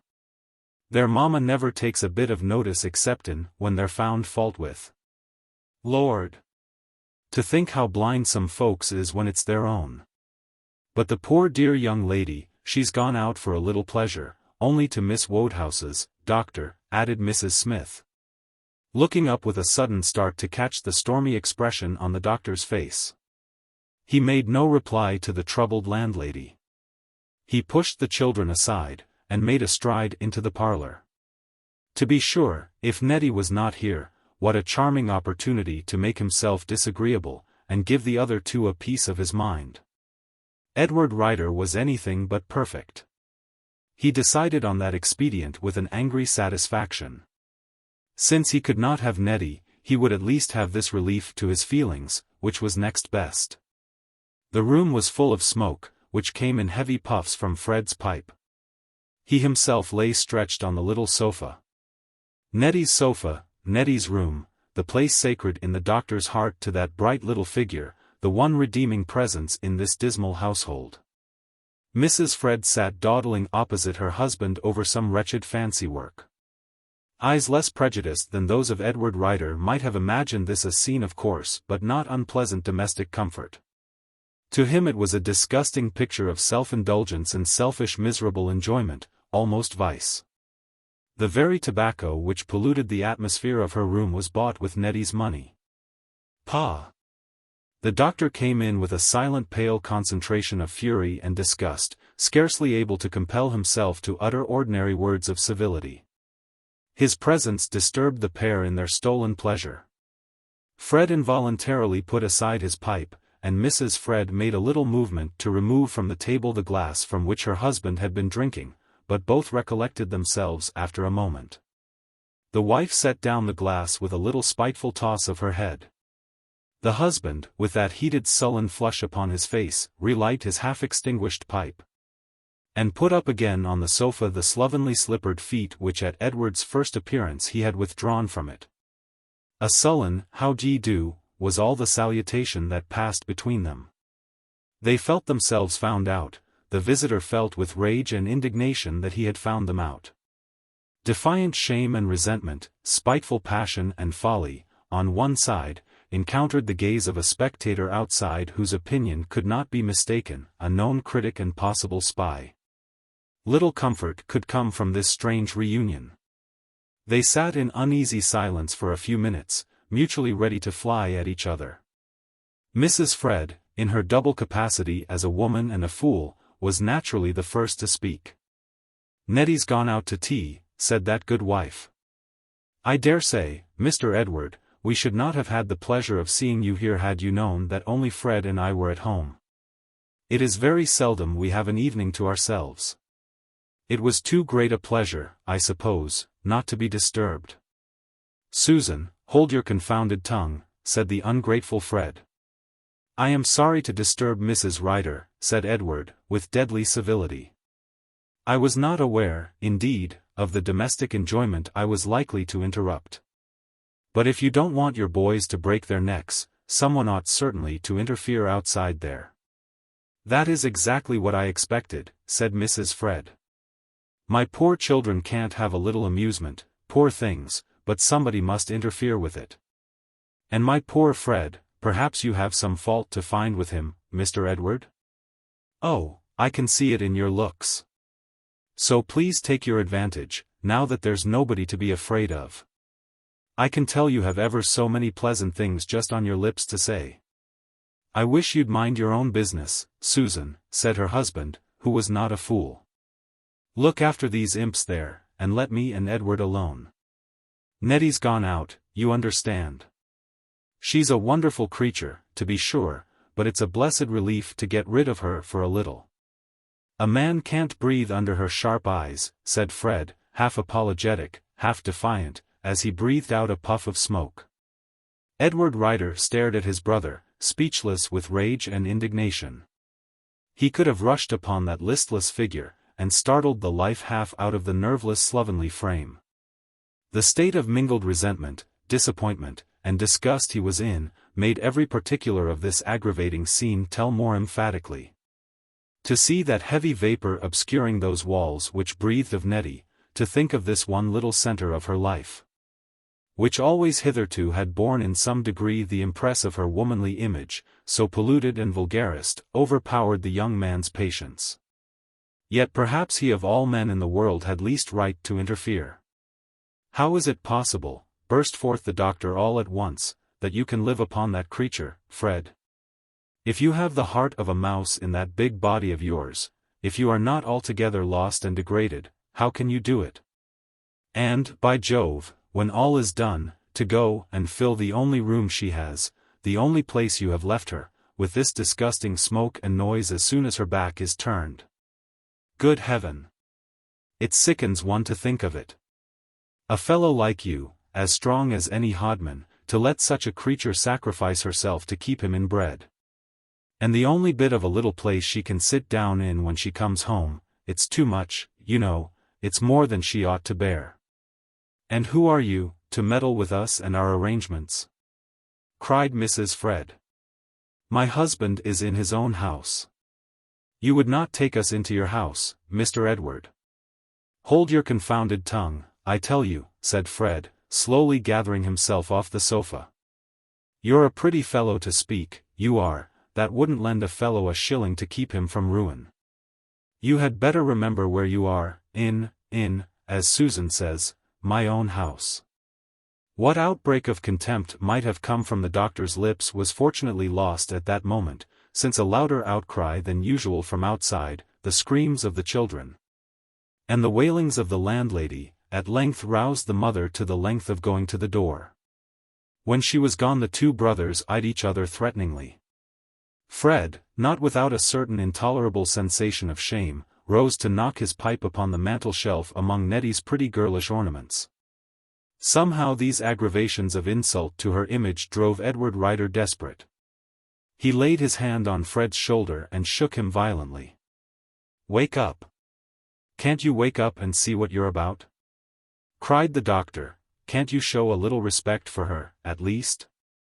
Look here, Fred Rider. I knew you could do anything shabby or mean, if it suited you. I knew you would consent to hang a burden on anybody that would take such a weight upon them, but, by Jove, I did not think you had the heart to insult her, after all. A man can't stand by and see that. Clear off your pipe and your brandy before she comes, or, as sure as I am made of flesh and blood, and not cast iron." The doctor's threats were interrupted by the entrance of a woeful procession. Into the presence of the two brothers, eyeing each other with such lowering faces, Mrs. Smith and her husband entered, carrying between them, with solemn looks, the unconscious Freddie.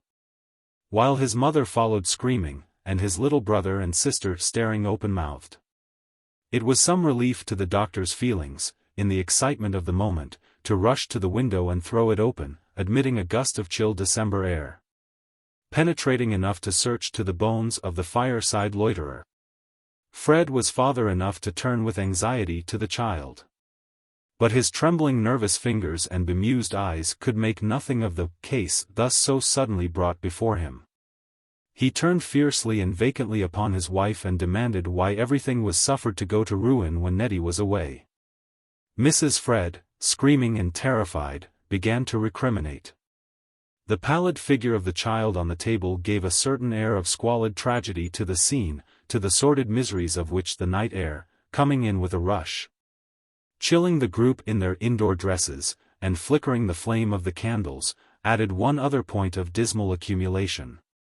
The child had dropped from his swing on the door, and was stunned with the fall. Both father and mother thought him dead in the excitement of the moment. But the accustomed and cooler eyes of the doctor perceived the true state of affairs. Edward Rider forgot his disgust and rage as he devoted himself to the little patient, not that he loved the child more, but that the habits of his profession were strong upon him. When he had succeeded in restoring the little fellow to consciousness, the doctor threw a professional glance of inquiry round him to see who could be trusted. Then, with a contemptuous shrug of his shoulders and impatient exclamation, turned back to the table. Fred, shivering and helpless, stood by the fire, uttering confused directions, and rubbing miserably his own flabby hands. His wife, crying, scolding, and incapable, stood at the end of the table, offering no assistance, but wondering whenever Nettie would come back. Rider took the patient in his arms, and, beckoning Mrs. Smith to go before him, carried the child upstairs. There the good mistress of the cottage listened to all his directions, and promised devoutly to obey him, to keep the room quiet, if she could, to tell everything he had said to Miss Nettie. He did not enter the desecrated parlor again when he came downstairs. What was the use? He was glad to go out and escape the chance of a fraternal struggle. He went out into the cold night air all thrilling with excitement and agitation. It was not wonderful that a scene so strange should rouse many impatient thoughts in the young man's mind. But the most intolerable of these had the most trifling origin.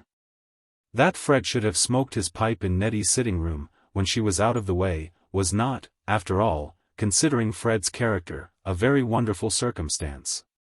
But it exasperated his brother to a greater extent than much more important matters.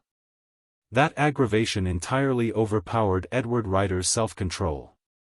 It seemed the culmination of all the wrong and silent insolent injury inflicted upon Nettie. He saw the stain of those ashes on the little mantel-shelf, the rolling cloud of smoke in the room, and indignation burned yet higher and higher in his breast. When the current of his thoughts was suddenly checked and stimulated by the sound of voices on the road. Voices, one of which was Nettie's, won the lofty clerical accents of the Rev. Frank Wentworth. The two were walking arm in arm in very confidential colloquy, as the startled and jealous doctor imagined. What were these two figures doing together upon the road? Why did Nettie lean on the arm of that handsome young clerical coxcomb? It did not occur to Dr. Ryder that the night was extremely dark, and that Nettie had been at Miss Wodehouse's, where the curate of St. Roque's was a perpetual visitor. With a mortified and jealous pang, totally unreasonable and totally irresistible, Edward Ryder. Only a moment before so fantastically extreme in Nettie's defense, in the defense of Nettie's very image, from all vulgar contact and desecration, strode past Nettie now without word or sign of recognition. She did not see him, as he observed with a throbbing heart. She was talking to young Mr. Wentworth with all the haste and eagerness which Dr. Ryder had found so captivating. She never suspected who it was that brushed past her with breathless, exasperated impatience in the darkness.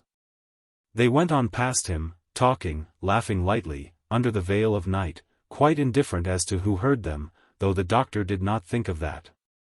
He, unreasonably affronted, galled, and mortified, turned his back upon that house, which at this present disappointed moment did not contain one single thing or person which he could dwell on with pleasure.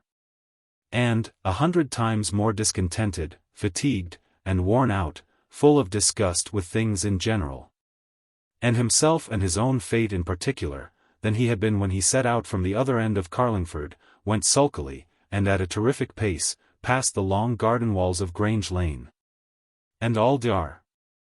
Marjoribanks's genteel patience. When he had reached home, he found a message waiting him from an urgent invalid whose case kept the unhappy doctor up and busy for half the night. Such was the manner in which Edward Ryder got through the evening, the one wonderful exceptional evening when Nettie went out to tea. Chapter 7. With the dawn of the morning, however, and the few hours' hurried rest which Edward Ryder was able to snatch after his labors, other sentiments arose in his mind. It was quite necessary to see how the unlucky child was at St. Roque's cottage, and perhaps what Nettie thought of all that had occurred during her absence. The doctor bethought himself, too, that there might be very natural explanations of the curate's escort. How else, to be sure, could she have got home on a dark winter night through that lonely road? Perhaps, if he himself had been less impatient and ill-tempered, it might have fallen to his lot to supersede Mr. Wentworth. On the whole, Dr. Ryder decided that it was necessary to make one of his earliest calls this morning at St. Roque's. It was a foggy frosty day, brightened with a red sun, which threw wintry ruddy rays across the mist. Dr. Ryder drew up somewhat nervously at the little Gothic porch. He was taken upstairs to the bedroom where little Freddie lay moaning and feverish. A distant hum came from the other children in the parlor, the door of which, however, was fast closed this morning. And Nettie herself sat by the child's bedside, Nettie, all alert and vigorous, in the little room, which, homely as its aspect was, displayed even to the doctor's uninitiated glance a fastidious nicety of arrangement which made it harmonious with that little figure. Nettie was singing childish songs to solace the little invalid's retirement, the fox that jumped up on a moonlight night, the frog that would a-wooing go, classic ditties of which the nursery never tires. The doctor, who was not aware that music was one of Nettie's accomplishments, stopped on the stairs to listen. And indeed she had not a great deal of voice, and still less science, Nettie's life having been too entirely occupied to leave much room for such studies. Yet somehow her song touched the doctor's heart. He forgave her entirely that walk with the curate. He went in softly, less impatient than usual with her crazy quixotism. A child, a sick child especially, was a bearable adjunct to the picture. A woman could be forgiven for such necessary ministrations, actually, to tell the truth, could be forgiven most follies she might happen to do, when one could have her to oneself.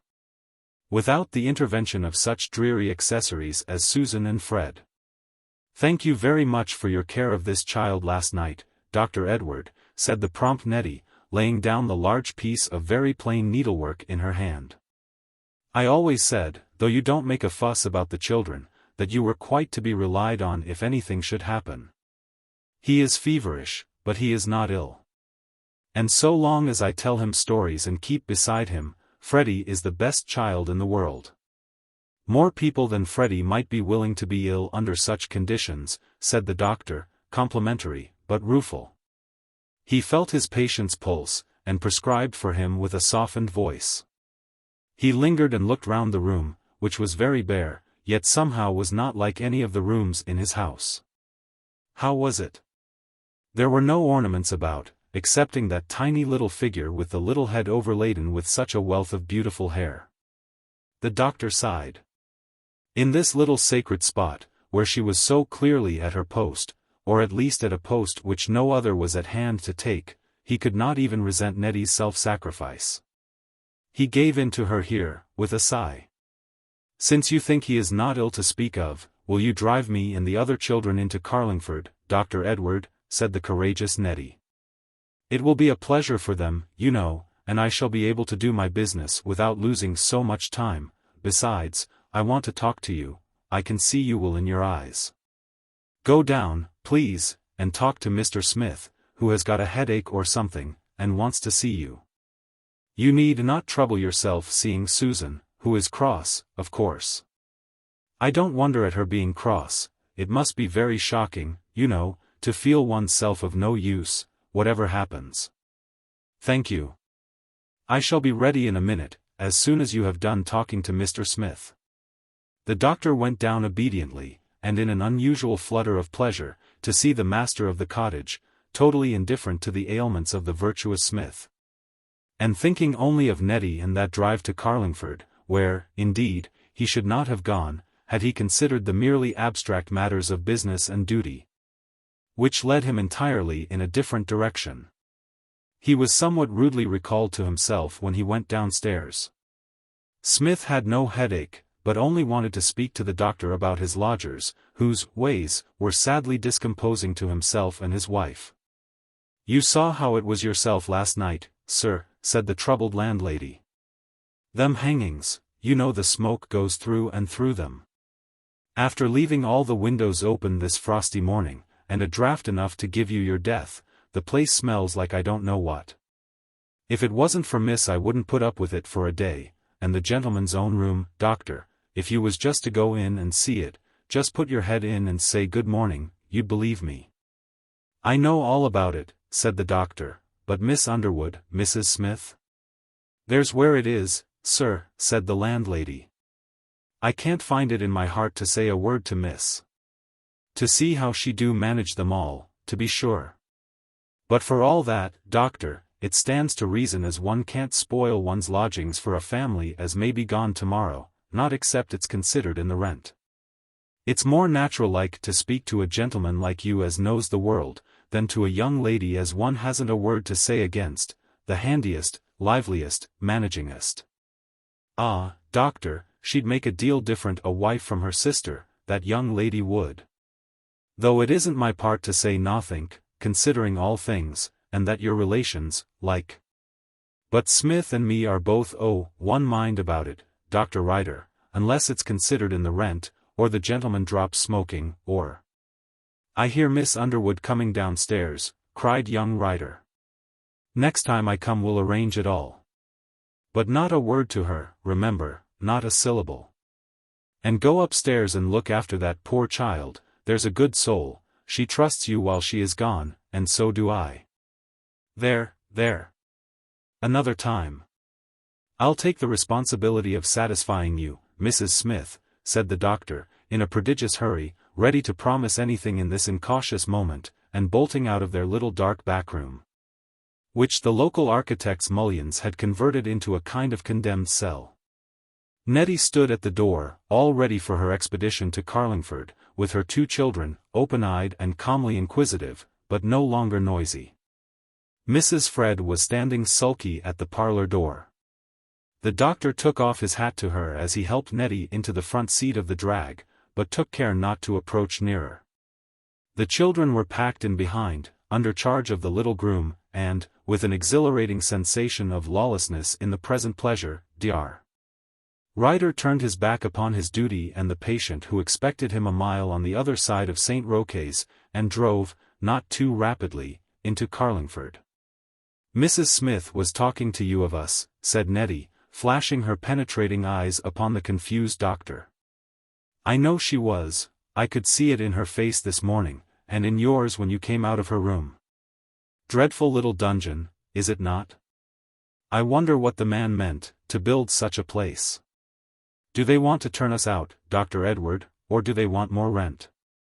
I am not surprised, I am sure, after last night. Was it not odious of Fred to go and smoke in the parlor, the only place we can have tidy? But it is no use speaking to him, you know, nor to Susan either, for that matter.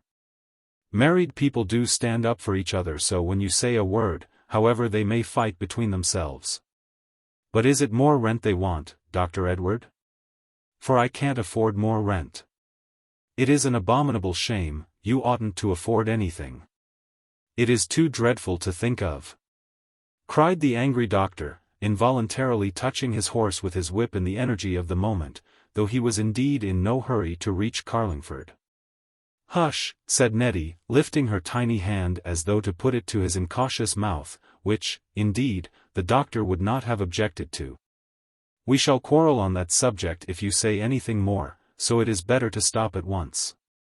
Nobody has a right to interfere with me, this is my business, and no one else has anything to do with it." "You mistake," cried the doctor, startled out of all his prudences, "it ought to be my business quite as much as it is yours." Nettie looked at him with a certain careless scorn of the inferior creature. "Ah, yes, I dare say, but then you are only a man," said Nettie. And the girl elevated that pretty drooping head, and flashed a whole torrent of brilliant reflections over the somber figure beside her. He felt himself glow under the sudden radiance of the look. To fancy this willful imperious creature a meek self-sacrificing heroine, was equally absurd and impossible. Was there any virtue at all in that dauntless enterprise of hers? Or was it simple determination to have her own way? "But not to quarrel," said Nettie. "For indeed you are the only person in the world I can say a word to about the way things are going on," she added with a certain momentary softening of voice and twinkling of her eyelid, as if some moisture had gathered there. "I think Fred is in a bad way. I think he is muddling his brains with that dreadful life he leads. To think of a man that could do hundreds of things living like that. A woman, you know, can only do a thing or two here and there. If it were not wicked to say so, one would think almost that Providence forgot sometimes, and put the wrong spirit into a body that did not belong to it. Don't you think so? When I look at Fred I declare sometimes I could take hold of him and give him a good shake, and ask him what he means. And then it all seems so useless, the very idea of expecting him to feel anything. I want to know what you said to him last night." "Not much, not half so much as I meant to have said." "To see him polluting your room," cried the doctor, with a flush growing on his face, and breaking off abruptly, not quite able to conclude the sentence. Nettie gave him a shy upward glance, and grew suddenly crimson too. "Did you mind?" said Nettie, with a momentary timidity, against the unexpected charm of which the unhappy doctor fell defenseless. Then holding out her tiny hand to him with shy frankness, "Thank you for caring so much for me," said the dauntless little girl, resolute not to perceive anything which could not be fully spoken out. "Caring so much. I must speak to you, we can't go on like this, Nettie," cried the doctor, holding fast the little unfaltering hand. "Oh, here is the place I am going to. Please don't. People might not understand, though we are brother and sister in a kind of a way," said the little Australian. "Please, Dr. Edward, we must get out here." For a moment Edward Ryder hesitated with a wild intention of urging his horse forward and carrying her off anywhere, out of Carlingford, out of duty and practice and responsibility. And all those galling restraints of life which the noonday light and everyday sounds about brought in with so entire a discord to break up this momentary hallucination.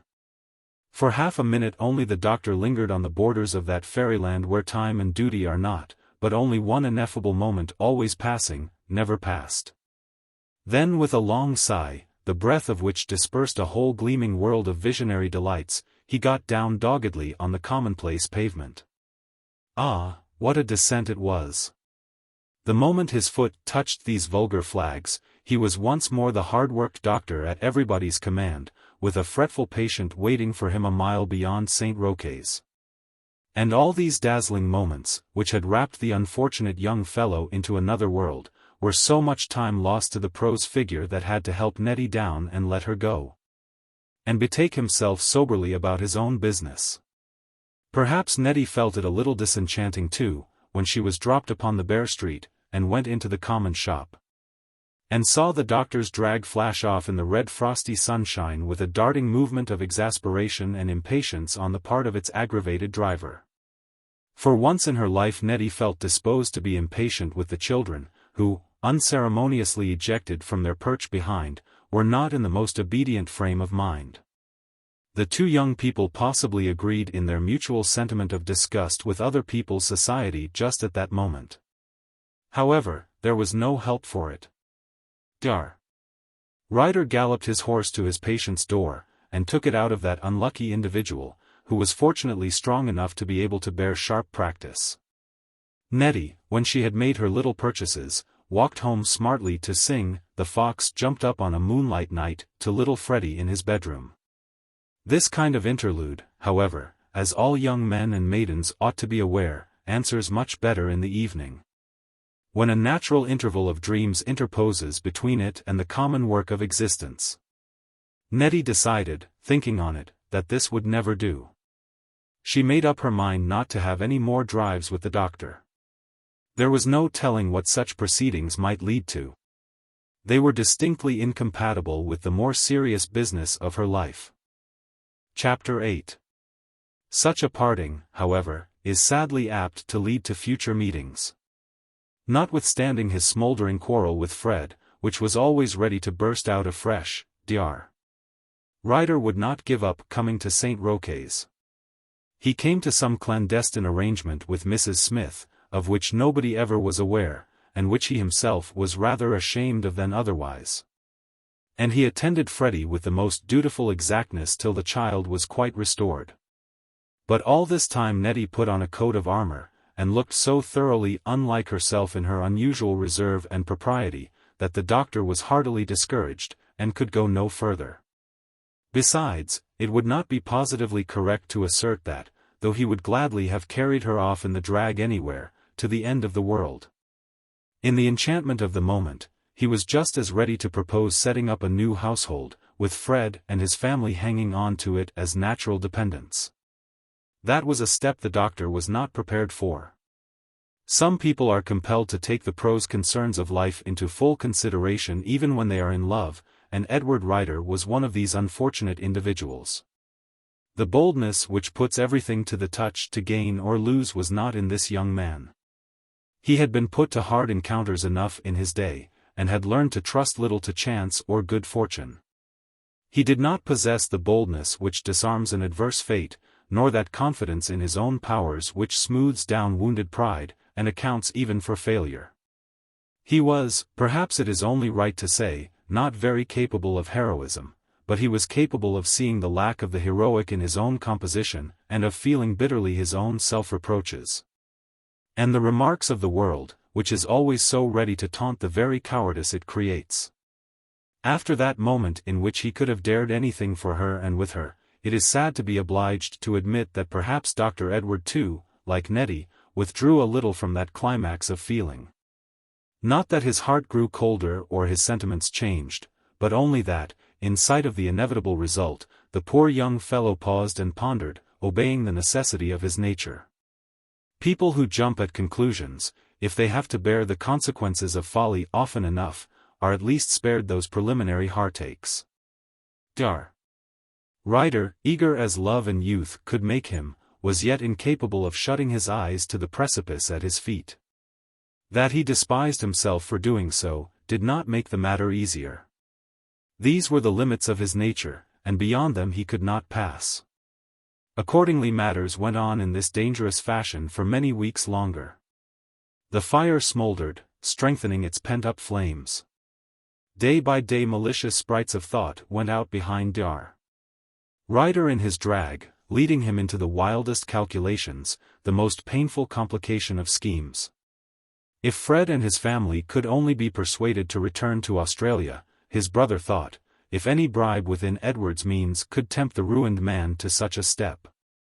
And when he was there, why there was Providence to take care of the helpless unlovely household, and necessity might compel the wretched father to work for his children.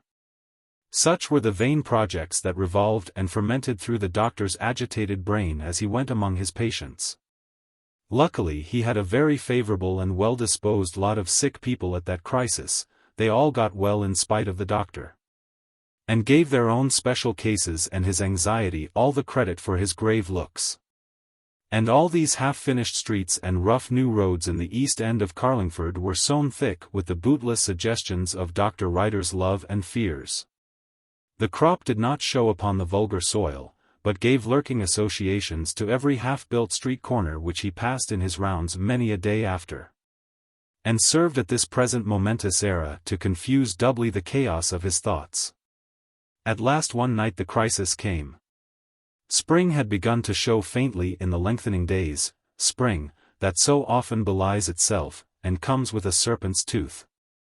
Dr. Ryder on that particular day had met Dr. Marjoribanks at some meeting convened in the interests of Carlingford. The old physician had been very gracious and cordial to the young one, had spoken of his own declining health, of his possible retirement, of the excellent prospects which a rising young man in their profession had in Carlingford, and, finally, had asked Dr. Ryder to go with him next day to see an interesting patient, and advise as to the treatment of the case. The young doctor was more pleased than he could or would have told anyone, and, with a natural impulse, seized the earliest moment to direct his steps toward St. Roque's. It was twilight when Dr. Edward went down the long and rather tiresome line of Grange Lane. These garden walls, so delicious in their bowery retirements within, were not interesting outside to the pedestrian. But the doctor's attention was so speedily riveted on two figures eagerly talking near Mr. Wodehouse's garden door, that the long sweep of wall seemed but a single step to him as he hurried along. Those two figures were unquestionably Nettie for one, and Mr. Wentworth for another. Handsome young coxcomb, with all his Puseitical pretences. Was Lucy Wodehouse not enough for him, that he must have Nettie too? Dr. Ryder hurried forward to interrupt that meeting. He was actually turning with her, walking slowly back again the very way he had just come. Edward's blood boiled in his impatient veins. He swept along in a whirlwind of sudden wrath. When he came up to them Nettie was talking low, and the curate's lofty head was bent to hear her in a manner which, it is probable, Lucy Wodehouse would no more have admired than Edward Ryder. They came to a sudden pause when he joined them, in that particular conversation. The doctor's dread civility did not improve matters. Without asking himself what cause he had, this amiable young man plunged into the wildest jealousy without pause or interval. He bestowed upon Nettie the most cutting looks, the most overwhelming politeness. When the three had marched solemnly abreast down the road for some few minutes, the curate, perhaps with an intuition of fellow feeling, perceiving how the matter was, stopped short and said goodbye. "I will make inquiries, and let you know next time I pass the cottage," said Mr. Wentworth, and he and the doctor took off their hats, not without deadly thoughts on one side at least. When the young clergyman left them, Nettie and her sulky cavalier went on in silence. That intrepid little woman was not in her usual spirits, it appeared. She had no talk for Dr. Edward any more than he had for her. She carried a multiplicity of little parcels in her hands, and walked with a certain air of fatigue. The doctor walked on, stealing silent looks at her, till his heart melted. But the melting of his heart displayed itself characteristically. He would not come down from his elevation without suffering her to see how angry he was. I fear I interrupted an interesting conversation, I that have so little hope of equaling Mr. Wentworth. Priests are always infallible with women, said the doctor, betraying his ill temper in vulgar sneers. I was asking him for someone to teach the boys, said Nettie. Johnny ought to have his education attended to now. Mr. Wentworth is very good-tempered, Dr. Edward. Though he was just going to knock at Miss Wodehouse's door when I met him, he offered, and would have done it if you had not come up, to walk home with me. Not that I wanted anybody to walk home with me, but it was very kind, said Nettie, with rising spirit. I am afraid I am a very poor substitute for Mr. Wentworth, said the jealous doctor, and I don't pretend to be kind. But I am surprised to find Miss Underwood walking so late. This is not a road for a lady by herself. You know I don't mind in the least for the road, said Nettie, with a little indignation. How wonderfully cross you are sometimes. If you are going as far as the cottage, she added, with a little sigh of fatigue, will you please carry some of these things for me? I could not get out sooner, I have been so busy today. It is wonderful how much needlework it takes to keep 3 children going, and how many little jobs there are to do. If you take this parcel, carry it carefully, please, it is something for my bonnet. There. Don't be absurd. I am quite able to walk by myself, thank you, I'd rather, please. This remonstrance was called forth by the fact that the relenting doctor, much moved by having the parcels confided to his care, had drawn the little hand which gave them within his arm. A proceeding which Nettie distinctly disapproved of. She withdrew her hand quickly, and walked on with much dignity by his side. I can carry your parcels, said Edward, after a little pause, but you will not let me help yourself. You take the heaviest burdens upon your shoulders, and then will have no assistance in bearing them. How long are these children of Fred's, detestable little imps, to work you to death? You are speaking of my children, sir, cried Nettie, with a little blaze of resentment. But you don't mean it, Dr. Edward, she said, a moment after, in a slightly coaxing tone. You are tired and cross after your day's work. Perhaps it will be best, if you are very cross, not to come down all the way to the cottage, thank you. I don't want you to quarrel with Fred. Cross. Nettie, you are enough to drive 20 men distracted, cried the poor doctor. You know as well as I do what I have been dying to say to you these 3 months past. And to see you go on with these confounded children without so much as a glance for a fellow who— Don't speak like that, cried Nettie, with brilliant female instinct. You'll be sorry for it after, for you know, Dr. Edward, you have not said anything particular to me these 3 months past. This touch gave the last exasperation to the agitated mind of the doctor. He burst forth into a passionate outbreak of love and anger, curiously mingled, but too warm and real to leave Nettie much coolness of observation under the circumstances. She took the advantage over him which a woman naturally does in such a case. She went on softly, trembling sufficiently to her own consciousness, but not to his, suffering him to pour out that torrent without interruption. She made no answer till the whole agitated self-disclosure was complete. In the interval she got a little command of herself, and was able to speak when it came to her turn. Dar. Edward, said Nettie, solemnly, you know it is impossible. If we cared for each other ever so much, what could we do? I am not free to make any change. And I know very well, and so do you, that you never could put up with Fred and Susan and the children, were things as you say 10 times over. I don't mean I don't believe you. I don't mean I might not have been pleased had things been different. But you know it is just plainly impossible. You know your own temper and your own spirit, and perhaps you know mine as well. No, no, we cannot manage it anyhow, Dr. Edward, said Nettie, with a little sigh. Is this all you have to say to me? Cried the astonished lover.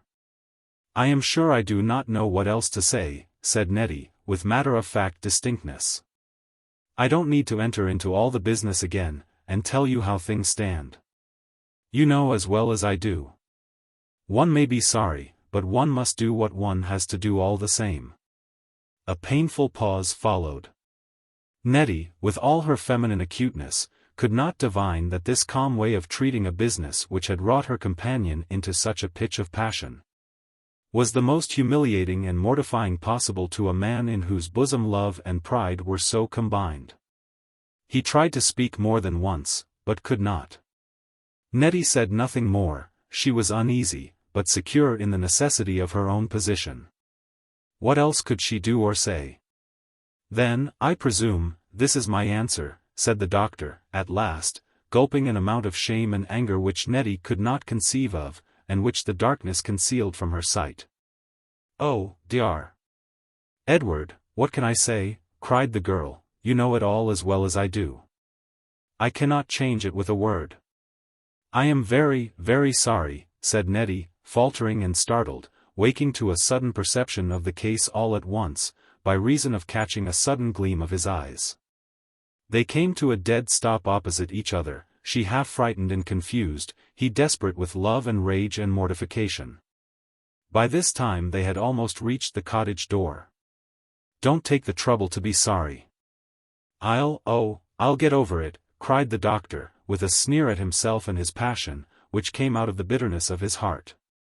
Then, after a pause, "Nettie," cried the young man, "Nettie. Do you see what you are doing? Do you choose Fred and those wretched imps instead of your own life and mine? You are not so indifferent as you think you are. We shall never get over it, neither you nor me. Nettie, once for all, is this all you have to say?" "If I were to say all the words in the language," said Nettie, after a pause, with a breathless indistinctness and haste, "words will not change things if we should break our hearts." The open door, with the light shining out from it, shone upon them at that moment, and Mrs. Smith waiting to let the young lady in.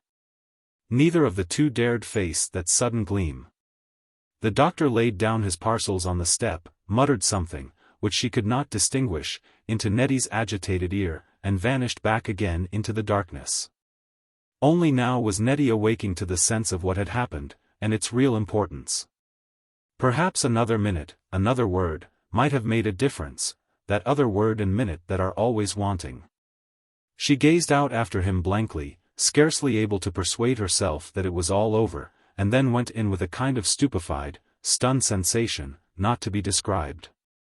Edward Ryder heard the door shut in the calm silence, and swore fierce oaths in his heart over her composure and cold-heartedness. As usual, it was the woman who had to face the light and observation, and to veil her trouble. The man rushed back into the darkness, smarting with wounds which fell as severely upon his pride as upon his heart. Nettie went in, suddenly conscious that the world was changed, and that she had entered upon another life. Chapter IX. Another life and a changed world. What small matters sometimes bring about that sudden disenchantment. 2 or 3 words exchanged without much thought, one figure disappearing out of the landscape, and, lo! all the prismatic colors have faded from the horizon, and blank daylight glares upon startled eyes. Nettie had not, up to this time, entertained a suspicion of how distinct a place the doctor held in her limited firmament. She was totally unaware how much exhilaration and support there was in his troubled, exasperated, impatient admiration. Now, all at once, she found it out. It was the same life, yet it was different. Her occupations were unchanged, her surroundings just what they used to be. She had still to tolerate Fred, to manage Susan, to superintend with steady economy all the expenditure of the strange little household. The very rooms and aspect of everything was the same. Yet had she been suddenly transported back again to the antipodes, life could not have been more completely changed to Nettie. She recognized it at once with some surprise, but without any struggle. The fact was too clearly apparent to leave her in any doubt. Nobody but herself had the slightest insight into the great event which had happened, nobody could know of it, or offer Nettie any sympathy in that unforeseen personal trial. In her youth and buoyant freshness, half contemptuous of the outside troubles which were no match for her indomitable heart, Nettie had been fighting against hard external circumstances for a great part of her valorous little life, and had not hesitated to take upon herself the heaviest burdens of outside existence. Such struggles are not hard when one's heart is light and sound. With a certain splendid youthful scorn of all these labors and drudgeries, Nettie had gone on her triumphant way, wearing her bonds as if they were ornaments. Suddenly, without any premonition, the heart had died out of her existence. A personal blow, striking with subtle force into that unseen center of courage and hope, had suddenly disabled Nettie. She said not a word on the subject to any living creature. If she shed any tears over it, they were dropped in the darkness, and left no witness behind. But she silently recognized and understood what had happened to her. It was not that she had lost her lover, it was not that the romance of youth had glimmered and disappeared from before her eyes. It was not that she had ever entered, even in thought, as Edward Rider had done, into that life, glorified out of common existence, which the two could have lived together. Such was not the form which this extraordinary loss took to Nettie. It was her personal happiness, wonderful wine of life, which had suddenly failed to the brave little girl. Ah, the difference it made! Labors, disgusts, endurances of all kinds, what cannot one undertake so long as one has that cordial at one's heart? When the endurance and the labor remain, and the cordial is gone, it is a changed world into which the surprised soul enters.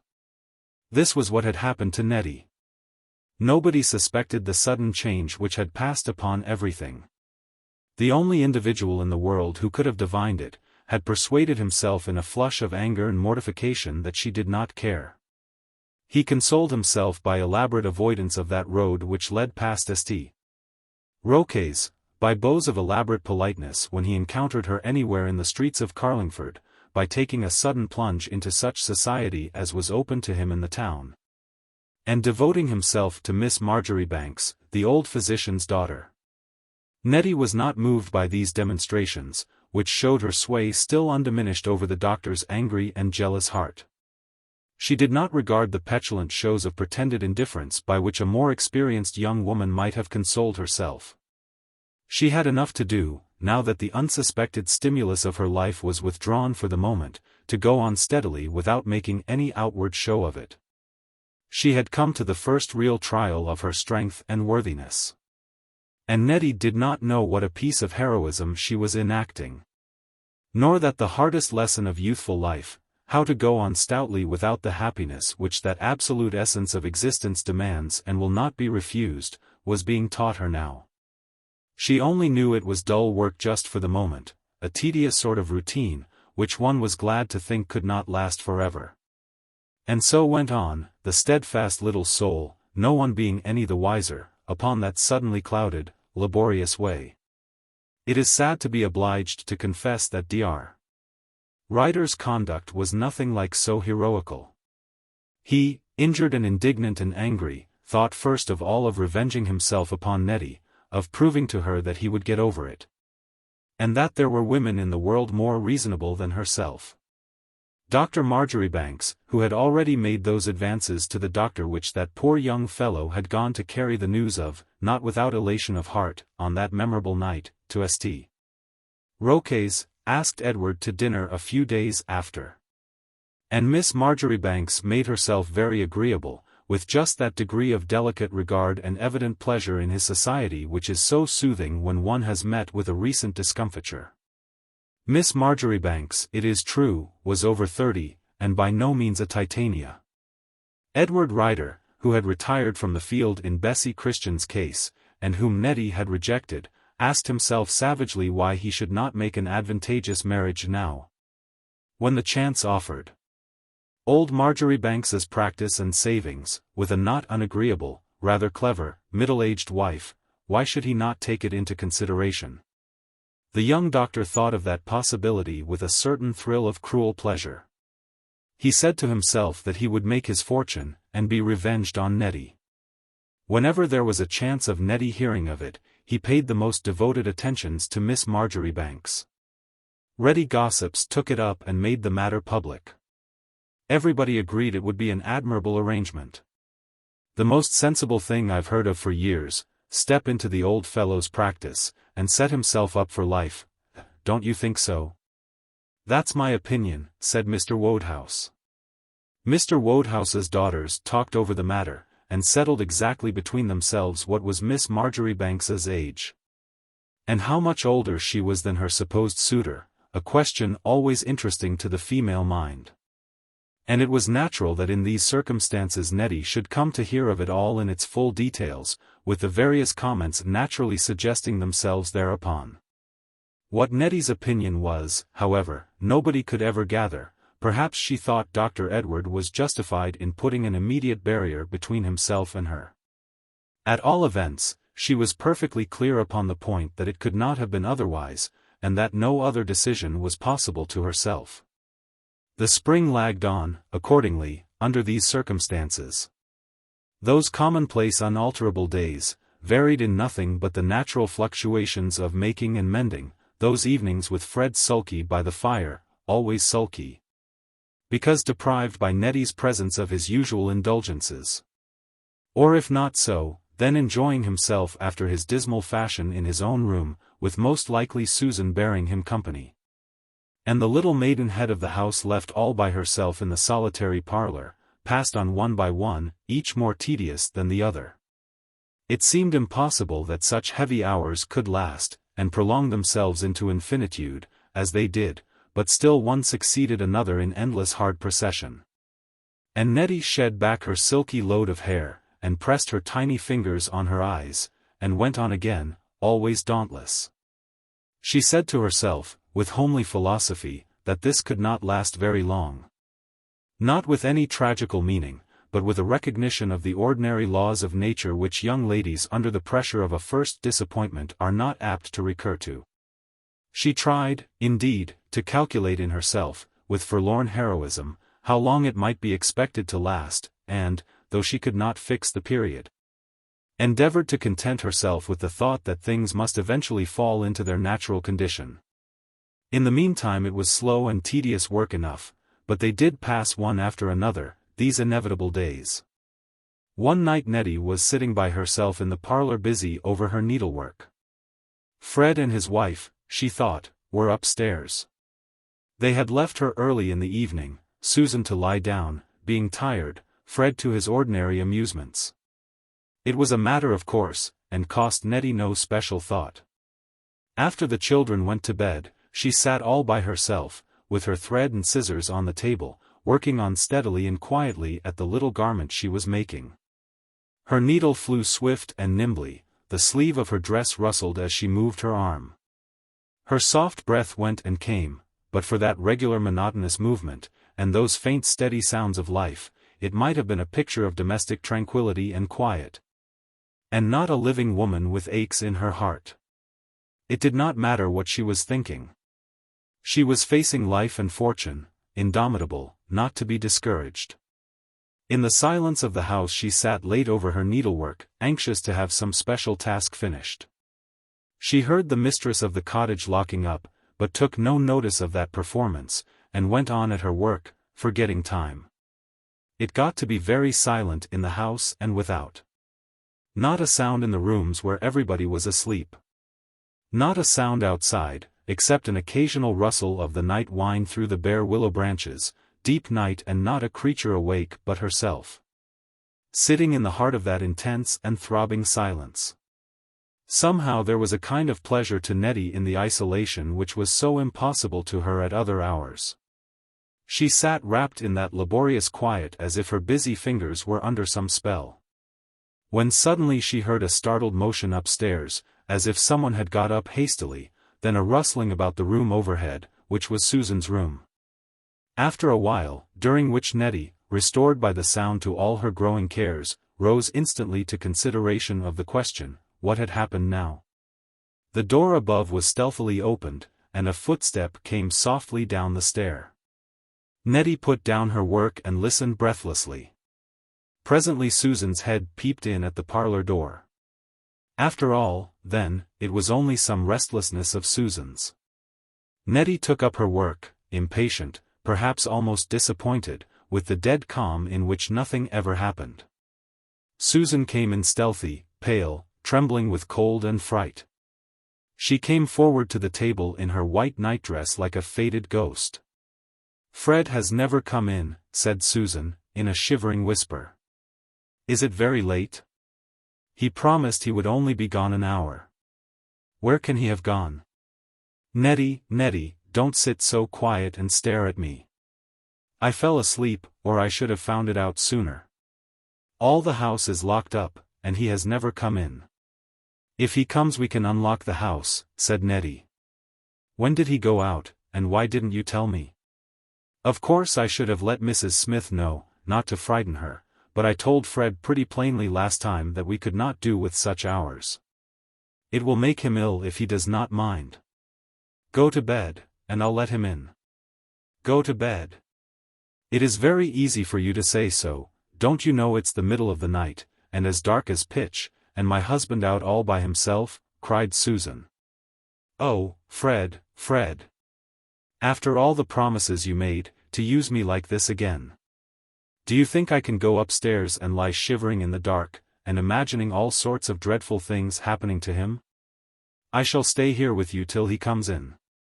Nettie entered into no controversy. She got up quietly and fetched a shawl and put it round her shivering sister. Then sat down again and took up her needlework. But Susan's excited nerves could not bear the sight of that occupation. The rustle of Nettie's softly moving hand distracted her. "It sounds always like Fred's step on the way," said the fretful, anxious woman. "Oh, Nettie, Nettie. Do open the end window and look out. Perhaps he is looking for the light in the windows to guide him straight. It is so dark. Open the shutters, Nettie, and, oh, do look out and see. Where do you suppose he can have gone to? I feel such a pang at my heart, I believe I shall die." "Oh, no, you will not die," said Nettie. "Take a book and read, or do something. We know what is about the worst that will happen to Fred. He will come home like that, you know, as he did before. We can't mend it, but we need not break our hearts over it. Lie down on the sofa, and put up your feet and wrap the shawl round you if you won't go to bed. I can fancy all very well how it will be. It is nothing new, Susan, that you should break your heart. It's you that have no feeling. Oh, Nettie, how hard you are. I don't believe you know what it is to love anybody," said Susan. "Hark! Is that someone coming now?" They thought someone was coming 50 times in the course of that dreadful lingering night. Nobody came. The silence closed in deeper and deeper around the two silent women. All the world, everything round about them, to the veriest atom, seemed asleep. The cricket had stopped his chirrup in the kitchen, and no mouse stirred in the slumbering house. By time Susan dozed on the sofa, shivering, notwithstanding her shawl, and Nettie took up her needlework for the moment to distract her thoughts. When Susan started from these snatches of slumber, she importuned her sister with ceaseless questions and entreaties. Where had he gone? Where did Nettie imagine he could have gone? And oh! Would she go to the window and look out to see if anyone was coming, or put the candle to the window to guide him, if perhaps he might have lost the way? At last the terrible pale dawn came in and took the light out of Nettie's candle. The two looked at each other, and acknowledged with a mutual start that the night was over. They had watched these long hours through with sentiments very different. Now a certain thrill of sympathy drew Nettie nearer to her sister. It was daylight again, remorseless and uncompromising, and where was Fred, who loved the darkness? He had little money and less credit in the limited place where himself and his story were known. What could have become of him? Nettie acknowledged that there was ground for anxiety. She folded up her work and put out her candle, and promptly took into consideration what she could do. "If you will go to bed, Susan, I shall go out and look for him," said Nettie. "He might have stumbled in the field and fallen asleep. Men have done such things before now, and been none the worse for it. If you will go and lie down, I'll see after it, Susan. Now it's daylight, you know, no great harm can happen to him. Come and lie down, and leave me to look for Fred. But you don't know where to go, and he won't like to have you going after him." "Nettie," send to Edward," said Susan. "He ought to come and look after his brother, he ought to have done it all through, and not to have left us to manage everything, and he hasn't even been to see us for ever so long. But send to Edward, Nettie, it's his business.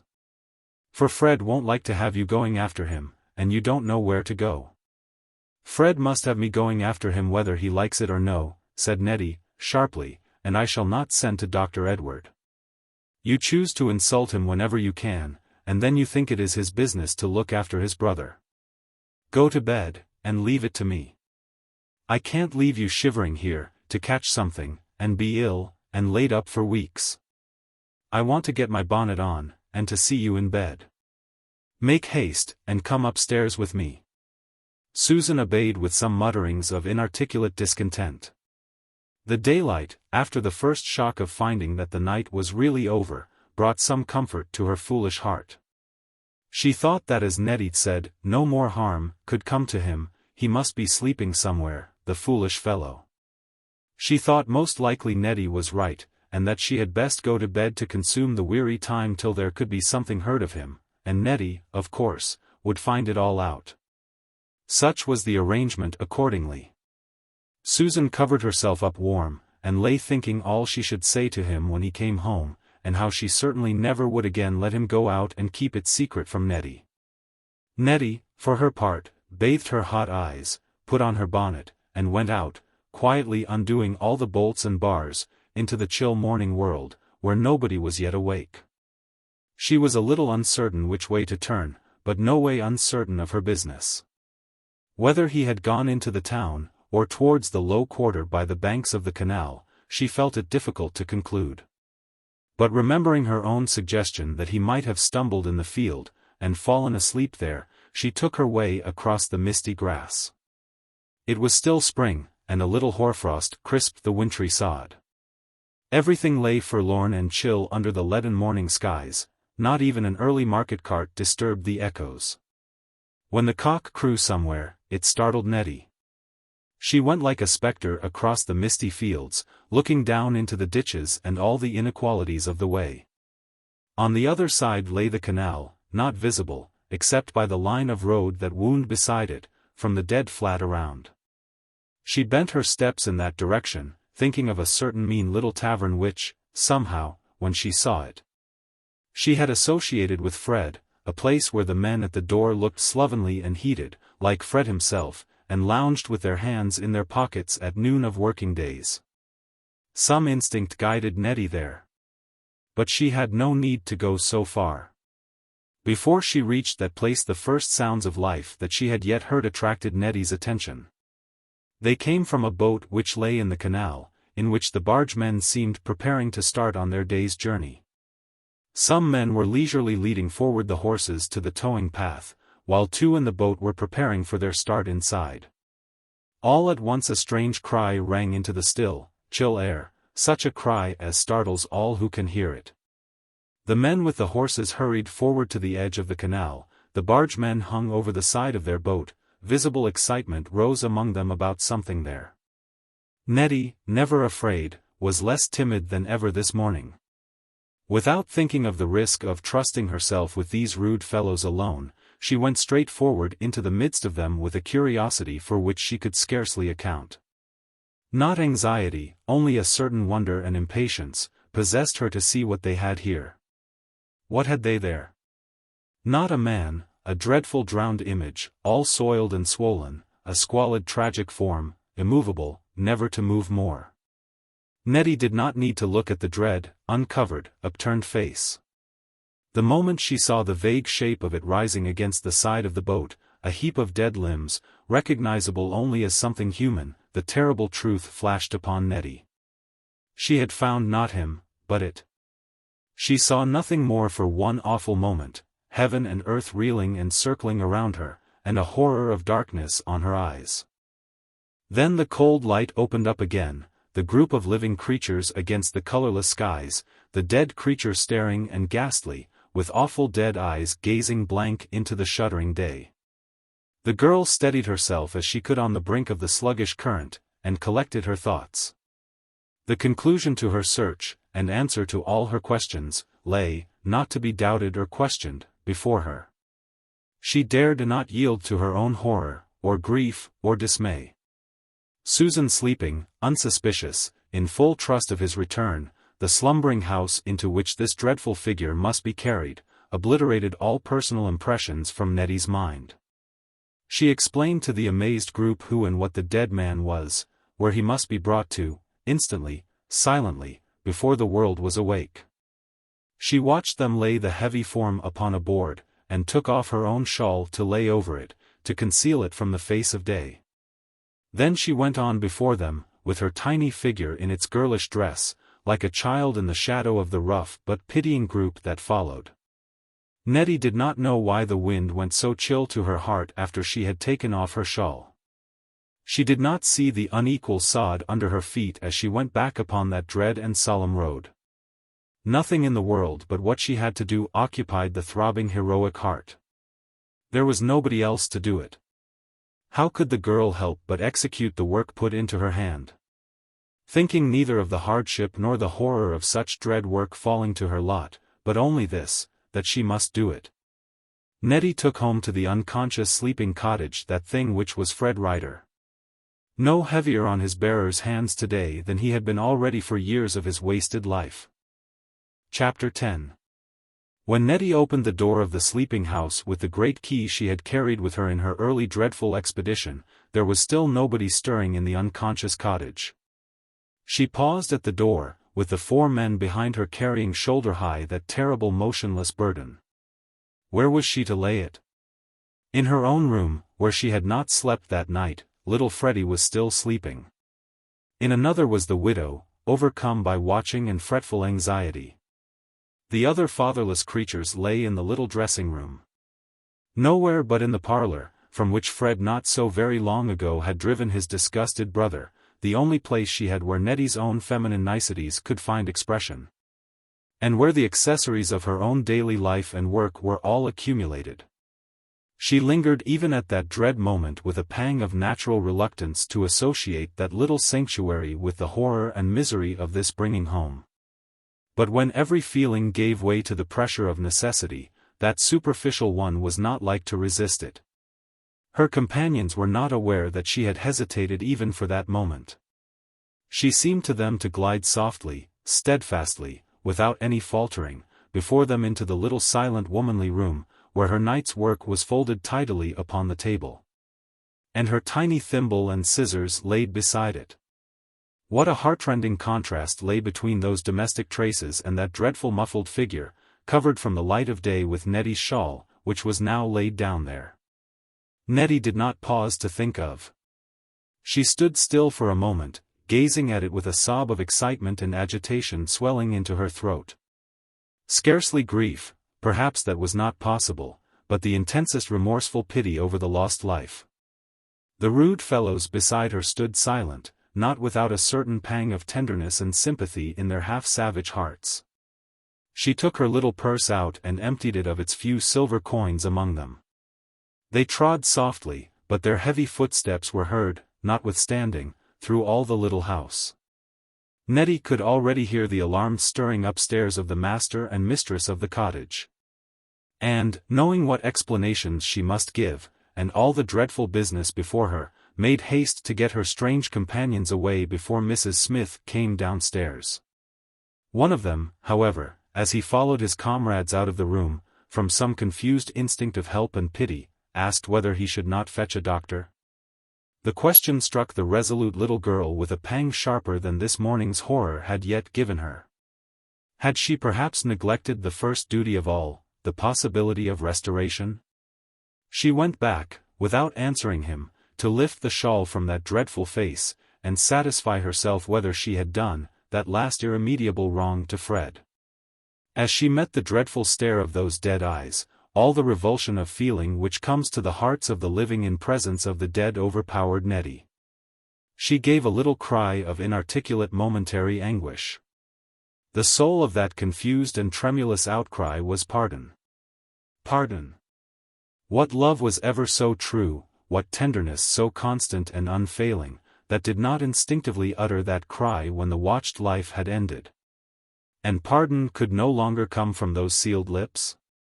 Nettie had not loved that shamed and ruined man, she had done him the offices of affection, and endured and sometimes scorned him. She stood remorseful by his side in that first dread hour, which had changed Fred's shabby presence into something awful. And her generous soul burst forth in that cry of penitence which every human creature owes its brother. The tender-hearted bargeman who had asked leave to fetch a doctor, drew near her with a kindred instinct. "Don't take on, miss, there's the crowner yet, and a deal to look to," said the kind rough fellow, who knew Nettie. The words recalled her to herself, but with the softened feelings of the moment a certain longing for somebody to stand by her in this unlooked-for extremity came over the forlorn courageous creature, who never yet, amid all her labors, had encountered an emergency like this. She laid the shawl reverently back over that dead face, and sent a message to the doctor with lips that trembled in spite of herself. "Tell him what has happened, and say he is to come as soon as he can," said Nettie, "for I do not understand all that has to be done. Tell him I sent you. And now go, please go before they all come downstairs." But when Nettie turned in again, after closing the door, into that house so entirely changed in character by the solemn inmate who had entered it, she was confronted by the amazed and troubled apparition of Mrs. Smith, half-dressed, and full of wonder and indignation. A gasping exclamation of "Miss" was all that good woman could utter. She had with her own eyes perceived some of the roughs of Carlingford emerging from her respectable door under Nettie's grave supervision, and yet could not in her heart, notwithstanding appearances, think any harm of Nettie. While, at the same time, 100 alarms for the safety of her household gods shook her soul. Nettie turned towards her steadily, with her face pallid and her brilliant eyes heavy. "Hush," she said. "Susan knows nothing yet. Let her have her rest while she can. We have been watching for him all night, and poor Susan is sleeping, and does not know." "Know what? What has happened?" "He's been and killed himself." "Oh, miss, don't you go for to say so," cried Mrs. Smith, in natural dismay and terror. "No," cried Nettie, with a long sigh that relieved her breast, "not so bad as that, thank heaven, but hush, hush. I cannot go and tell Susan just yet, not just yet. Oh, give me a moment to get breath. For he is dead.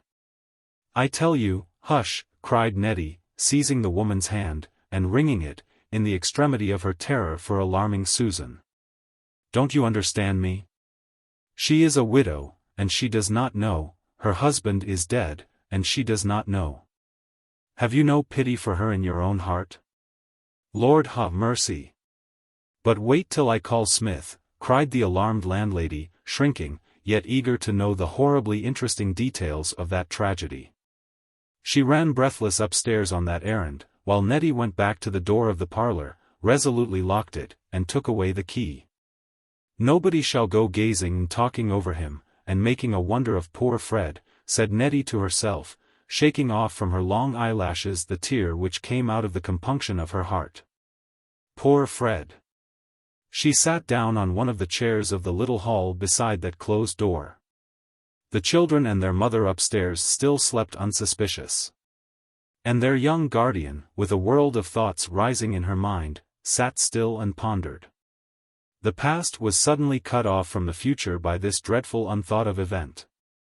She had come to a dead pause in that life, which to every spectator was so strangely out of accordance with her youth, but which was to herself such simple and plain necessity as to permit no questioning. She was brought suddenly to a standstill at this terrible moment, and sat turning her dauntless little face to the new trial before her, pale, but undismayed. Nettie did not deceive herself even in her thoughts. She saw, with the intuitive foresight of a keen observer, her sister's violent momentary grief, her indolent acceptance of the position after a while, the selfish reserve of repining and discontent which Susan would establish in the memory of poor Fred. She saw how, with fuller certainty than ever, because now more naturally, she herself, her mind, her laborious hands, her little fortune, would belong to the fatherless family. She did not sigh over the prospect, or falter, but she exercised no self-delusion on the subject. There was nobody but she to do it, nobody but she, in her tender maidenhood, to manage all the vulgar tragical business which must, this very day, confirm to the knowledge of the little surrounding world the event which had happened, nobody but herself to tell the tale to the widow, to bear all the burdens of the time. Nettie did not think over these particulars with self-pity, or wonder over her hard lot. She did not imagine herself to have chosen this lot at all. There was nobody else to do it, that was the simple secret of her strength. But this interval of forlorn repose was a very brief one. Smith came down putting on his coat, and looking scared and bewildered, his wife, eager, curious, and excited, closely following. Nettie rose when they approached her to forestall their questions. "My brother-in-law is dead," she said. "He fell into the canal last night and was drowned. I went out to look for him, and found him, poor fellow. Oh, don't cry out or make a noise, remember Susan does not know. Now, dear Mrs. Smith, I know you are kind, I know you will not vex me just at this moment. I have had him laid there till his brother comes. Oh, don't say it's dreadful. Do you think I cannot see how dreadful it is? But we must not think about that, only what has to be done. When Dr. Edward comes, I will wake my sister, but just for this moment, oh have patience. I had no place to put him except there. But, Lord bless us, he mightn't be clean gone, he might be recovered, poor gentleman. Smith can run for Dr. Marjoribanks, he is nearer nor Dr. Ryder, cried the curious excited landlady, with her hand upon the locked door. Nettie made no answer. She took them into the room in solemn silence, and showed them the stark and ghastly figure, for which all possibilities had been over in the dark midnight waters hours ago. The earliest gleam of sunshine came shining in at that moment through the window which last night Nettie had opened that Fred might see the light in it and be guided home.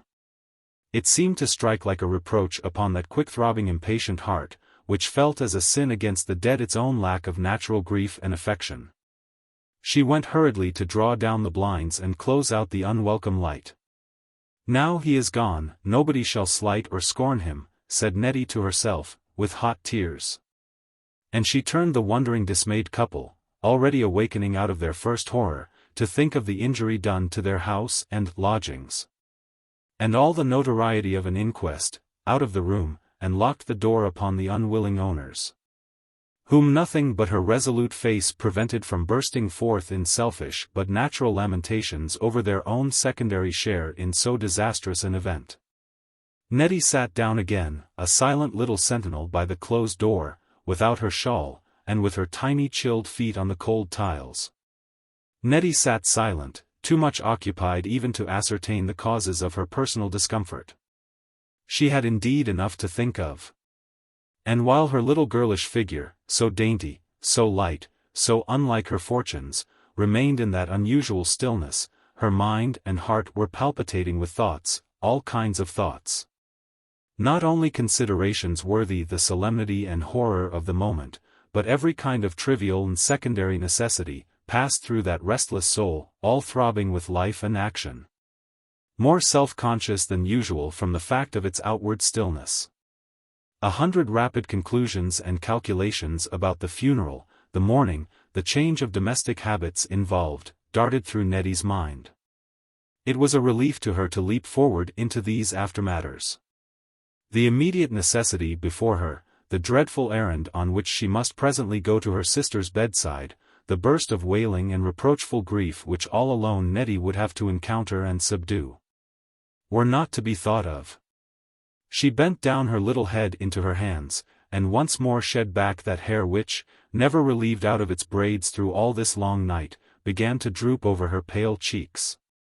And a quick sigh of impatience, of energy restrained, of such powerlessness as her courageous capable soul, in the very excess of its courage and capacity, felt in its approaching conflict with the feeble foolish creature, who never could be stimulated out of her own narrow possibilities, burst from Nettie's breast. But the sigh was as much physical as mental, the long-drawn breath of mingled weariness and restlessness, the instinct to be doing, and the exhaustion of long labor and emotion, blended together. Thus she waited while the cold spring morning brightened, and Mrs. Smith went about her early domestic business, returning often into the little back parlor with the mullioned window, of which domestic Gothic treatment had made a condemned cell, to re-express her anxieties and horrors. Nettie had an instinctive consciousness even of Mrs. Smith's grievance. She knew this dismal association would ruin the lodgings, and felt that here was another bond upon her to remain at St. Roque's, however much she might long to escape and flee away. All these crowding and breathless thoughts were a few minutes after reduced to absolute momentary stillness. It was by a step outside coming hastily with rapid purpose along the silent way. Nettie rose up to meet Edward Ryder. Not as the angry lover still fiercely resentful of that rejection, which was no rejection, but only a bare and simple statement of necessity, not as the suitor of Miss Marjoribanks. Simply as the only creature in the world who could help her, or to whom she would delegate any portion of her own hard but inevitable work.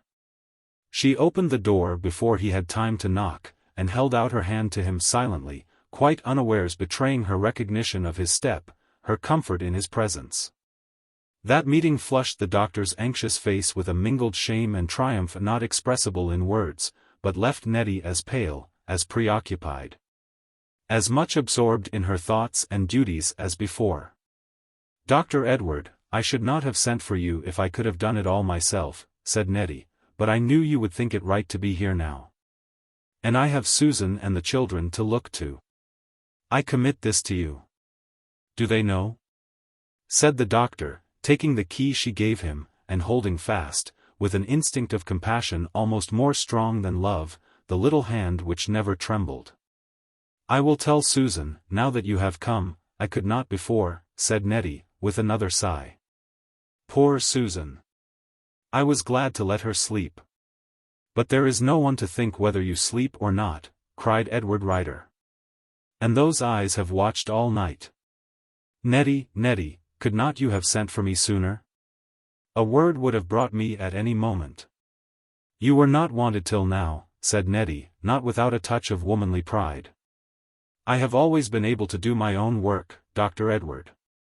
But, now, don't let us quarrel any more," she said, after a pause. "You were angry once, and I don't wonder. Never mind all that, but let us be friends.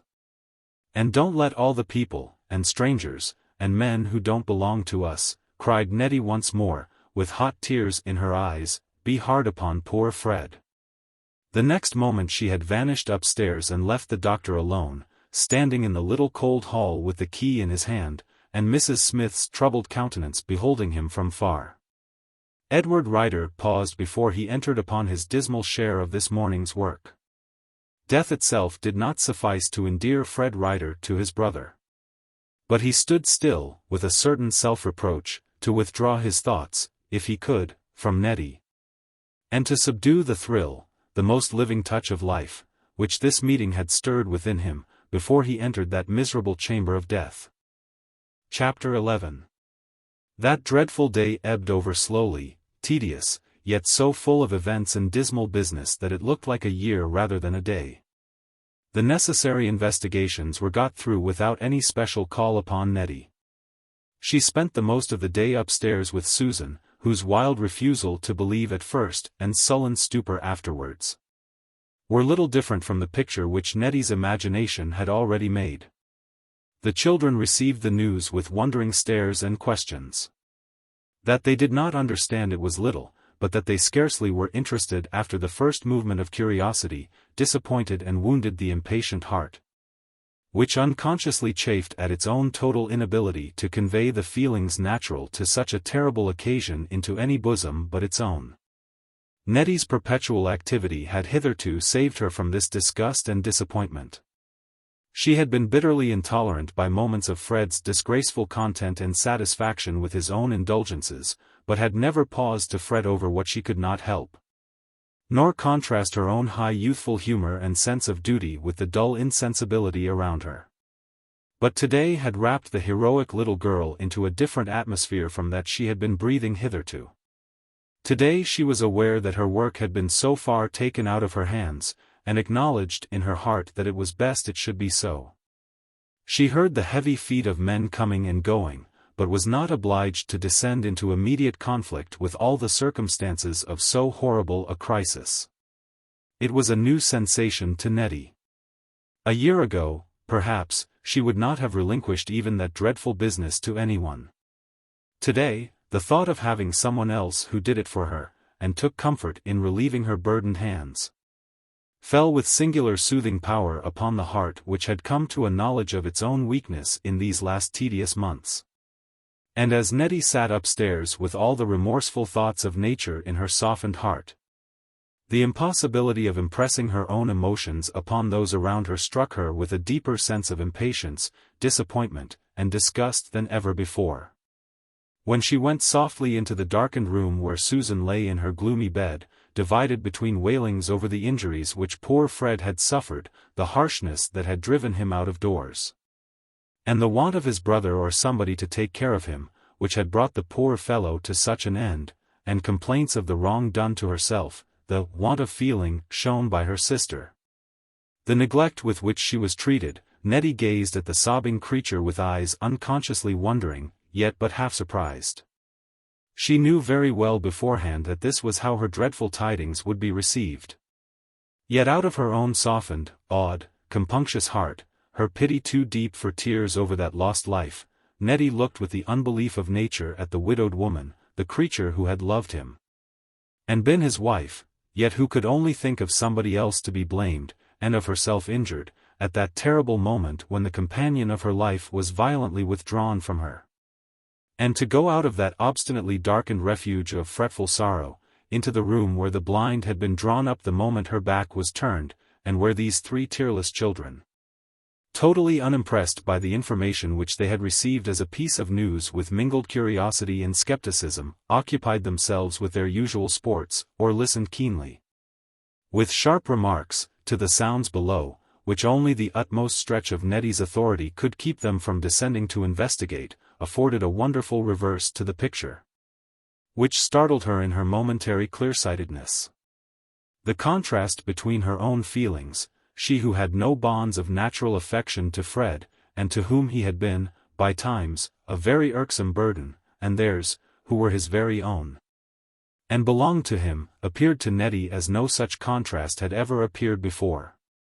Her heart alone was heavy with regret over the ruined man, the now forever unredeemable life, she only, to whom his death was no loss, but even if she could have permitted that cruel thought to intervene, a gain and relief, recognized with a pang of compassion almost as sharp as grief, that grievous, miserable fate.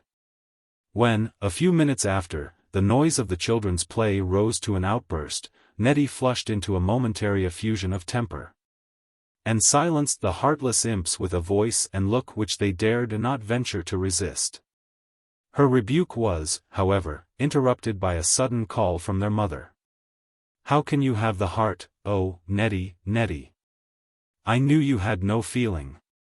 You never had any feeling since you were a baby, but how can you speak so to his poor children, now that he has left them on the cold world?" cried Susan, sobbing, from her bed. If Nettie sprang to her feet in sudden heat and disgust, and peremptorily closed the doors intervening between the children and their mother, nobody will much wonder at that movement of impatience. Perhaps Nettie's eyes had never been so entirely open to the hopeless character of the charge she had taken upon her, as in the temporary seclusion of that day. And meanwhile, downstairs, Edward Ryder was superintending all the arrangements of the time for Nettie's sake.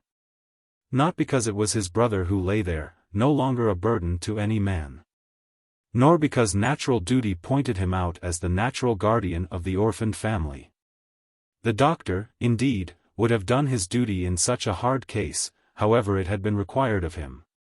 But the circumstances were different now, the melancholy bustle, the shame, the consciousness that everybody knew what manner of existence this lost life had been, the exposure, the publicity, all that would have wrung with 100 sharp wounds a spirit so susceptible to public comments, came with dulled force upon the doctor's mind today. When the people about saw the grave and seemly composure with which he went about this dismal business, Without those starts and flushes of grievous irritation and shame which the very mention of his brother had once brought upon him, they believed, and honored him in the belief. That death had awakened the ancient fraternal kindness in Edward Ryder's heart. But it was not fraternal kindness that smoothed off the rude edges of that burden. It was the consciousness of doing Nettie's work for her, taking her place, sparing that creature, over whom his heart yearned, the hardest and painfulest business she had yet been involved in. We cannot take credit for the doctor which he did not deserve. He forgave Fred when he saw his motionless figure, never more to do evil or offend in this world, laid in pitiful solitude in that room, which still was Nettie's room, and which even in death he grudged to his brother.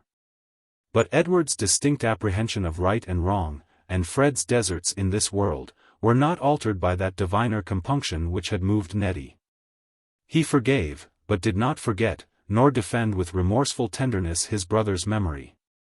Not for Fred's sake, but Nettie's, he held his place in the troubled cottage, and assumed the position of head of the family.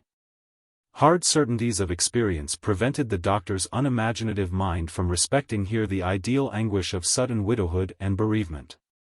This was a conclusion no ways unnatural or surprising for such a life as Fred's, and Edward knew, with that contemptuous hardness into which incessant personal contact with the world drives most men, that neither the wife nor the children were capable of deep or permanent feeling. They will only hang upon her all the heavier, he said to himself, bitterly, and for her, with repentant love, Edward Ryder exerted himself. In all the house no heart, but Nettie's alone, acknowledged an ache of pity for Fred and his ruined life. Mrs. Ryder, to be sure, will feel at first, it's only natural, said Mrs. Smith. But there wasn't nothing else to be looked for, and if it were not hard-hearted to say it, and him lying in his coffin, they'll be a deal better off without him nor with him. But Smith and me, we have ourselves to look to, and it's a terrible blow, is this, to a house as was always as respectable as e'er a one in Carlingford. The lodgings is ruined. The very marks of the feet, if it was nothing else, cried the afflicted landlady, contemplating the scratched tiles in the hall with actual tears of vexation and regret. But this was the true state of the case to every unconcerned spectator. Only Nettie, on whom the burden had fallen, and was yet to fall heaviest, felt the eyes, which were hot and heavy with watching, grow dim with tears of unspeakable compassion. From the fullness of her youth and strength so burdened, youth so dauntless and dutiful, Nettie gazed with a pity too deep for words at the awful spectacle of that existence lost.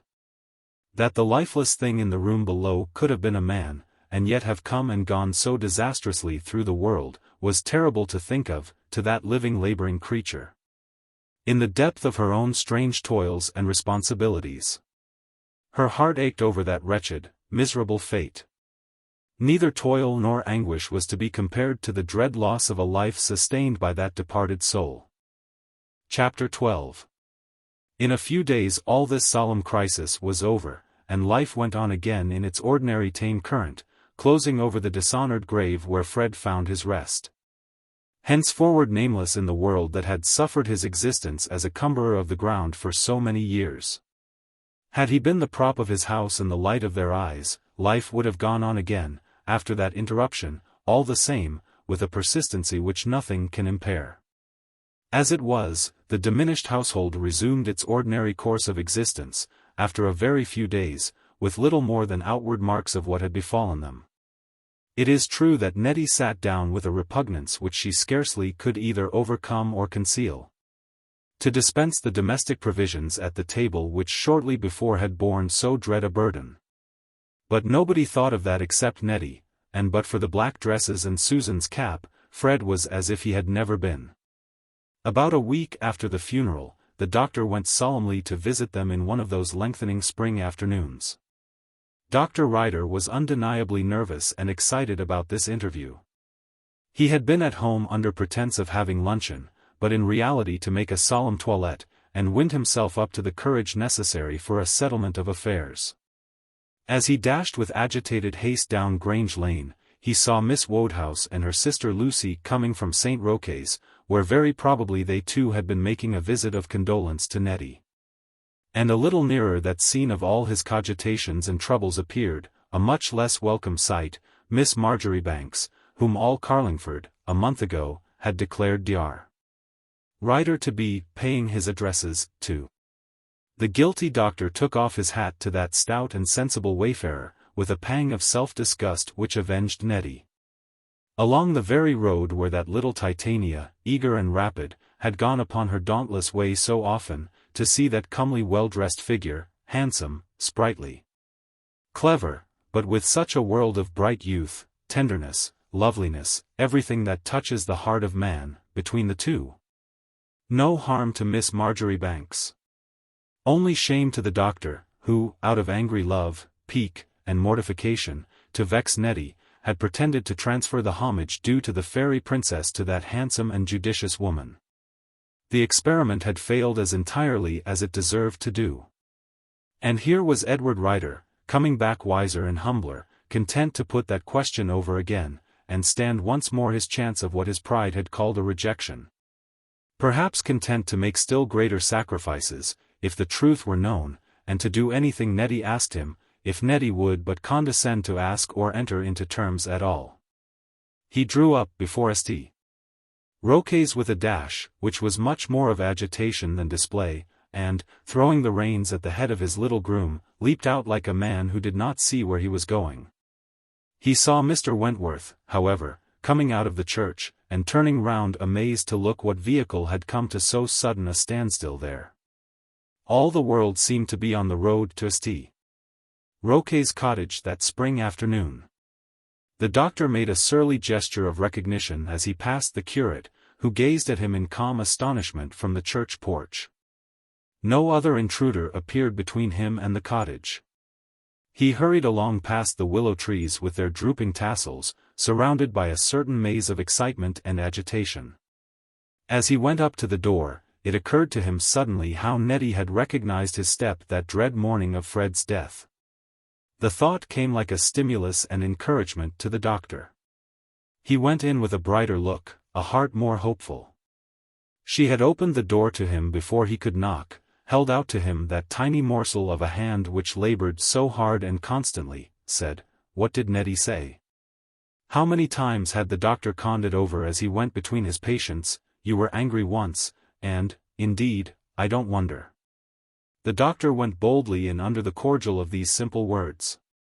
If she did not wonder that he was angry once, could she think of saying over again that same conclusion which had cast him into such wrathful despair? He went in to try his fortune a second time, secure of his temper at least. That could never fail, nor sin against Nettie again. Edward Ryder went in, expectant somehow, even against his reason, to find an altered world in that house from which Fred had gone. He knew better, to be sure, but nature beguiled the young man out of his wisdom. When he went into the parlor his eyes were opened.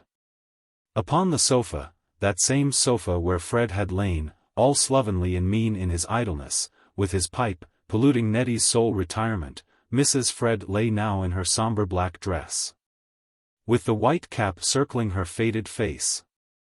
She had her white handkerchief in her hand, and was carefully arranged upon the sofa, with a chair placed near for sympathizers. At the table, working rapidly as usual, sat Nettie. Sometimes she turned a momentary glance of mingled curiosity and wonder upon her sister. Evidently she did not interfere with this development of sorrow.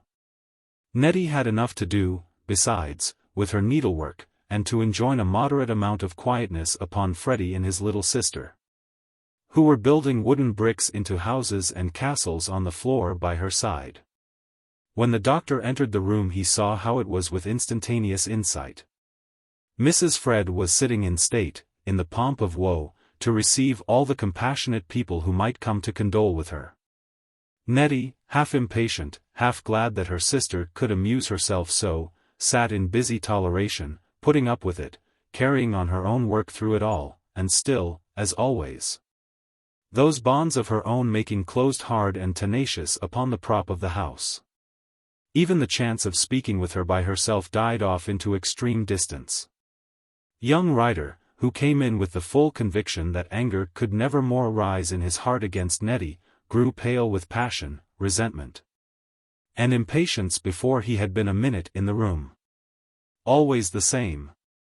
Not relieved out of her bondage, closer bound and prisoned than ever. He took, with an impatient involuntary commotion, the chair placed beside the sofa, and sat down in it abruptly with the briefest salutations. His hopes and anticipations all went bitterly back upon his heart.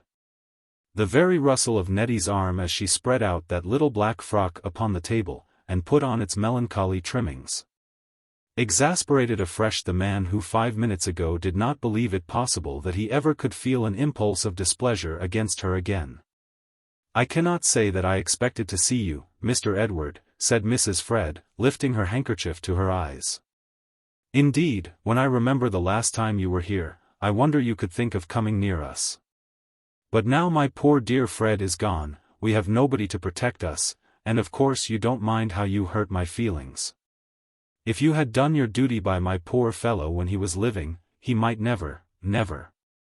Here Mrs. Fred paused, choked by spiteful tears. "Dr. Edward, don't mind what Susan says," said Nettie. "It is very kind of you to come after everything, if you would only tell the people not to take any notice, but just to let us go on as usual. They all want to be kind, you know, they keep coming, and asking what they can do, and you understand very well there is nothing to do," said Nettie, with a little pride. "We are just as we were before, nothing is changed, one does not like to be unkind, but nobody needs to do anything. We shall get along all the same." "So it seems, indeed," said Dr. Ryder, with irrepressible bitterness, "all the same. But, indeed, I came specially to ask what my sister-in-law meant to do," continued the doctor, bent on one last appeal. "Now that you are left to yourself, Mrs. Ryder, what do you think of doing? Of course you must have some plans about the children and your future life?" Mrs. Fred looked up at him with momentary alarm and dismay. She did not know what the question meant, but a certain vague terror seized her. It seemed to imply somehow that she was now to be left to her own resources. She gave a certain gasp of appeal to Nettie, and took refuge once more in her handkerchief. The doctor was desperate, he had no mercy in him. "Nettie! Always Nettie!" cried the young man. "And is it true, Nettie, is it all the same? Are you always to go on toiling for the miserable comforts of other people? What is to become of us? Have you sold yourself to this fate?" Nettie laid down the little black frock out of her laborious hands. "You have been up all night, Dr. Edward," she said, with a certain tenderness, looking at his agitated face. "You are tired out and sick at the heart. I know it makes you say things you would not say, but after all, you know, except poor Fred, whom none of you think of, everything is the very same. I cannot make it different, nothing can make it different. There is Susan plain enough to be seen, and there are the children. Sometimes it has come into my mind," said Nettie, "that as I shall never be able to afford a very good education for the children, it would be better to take them out to the colony again, where they might get on better than here. But it is a dreadful long voyage. And we have no near friends there, or anywhere else, and," concluded the steadfast creature, who had dropped these last words from her lips sentence by sentence, as if eager to impress upon her own mind the arguments against that proceeding, "and," said Nettie, with wistful pathetic honesty, not able to deny the real cause of the reluctance altogether, "I don't seem to have the heart for it now." Dr. Ryder started up from his chair. He went to Nettie's side with a sudden thrill of agitation and passion. He clasped the hand with which Nettie was smoothing out that little frock, and crushed the delicate fingers in his inconsiderate grasp. "Nettie! If you must carry them always upon your shoulders, cannot we do it together, at least?" cried the doctor, carried away beyond every boundary of sense or prudence.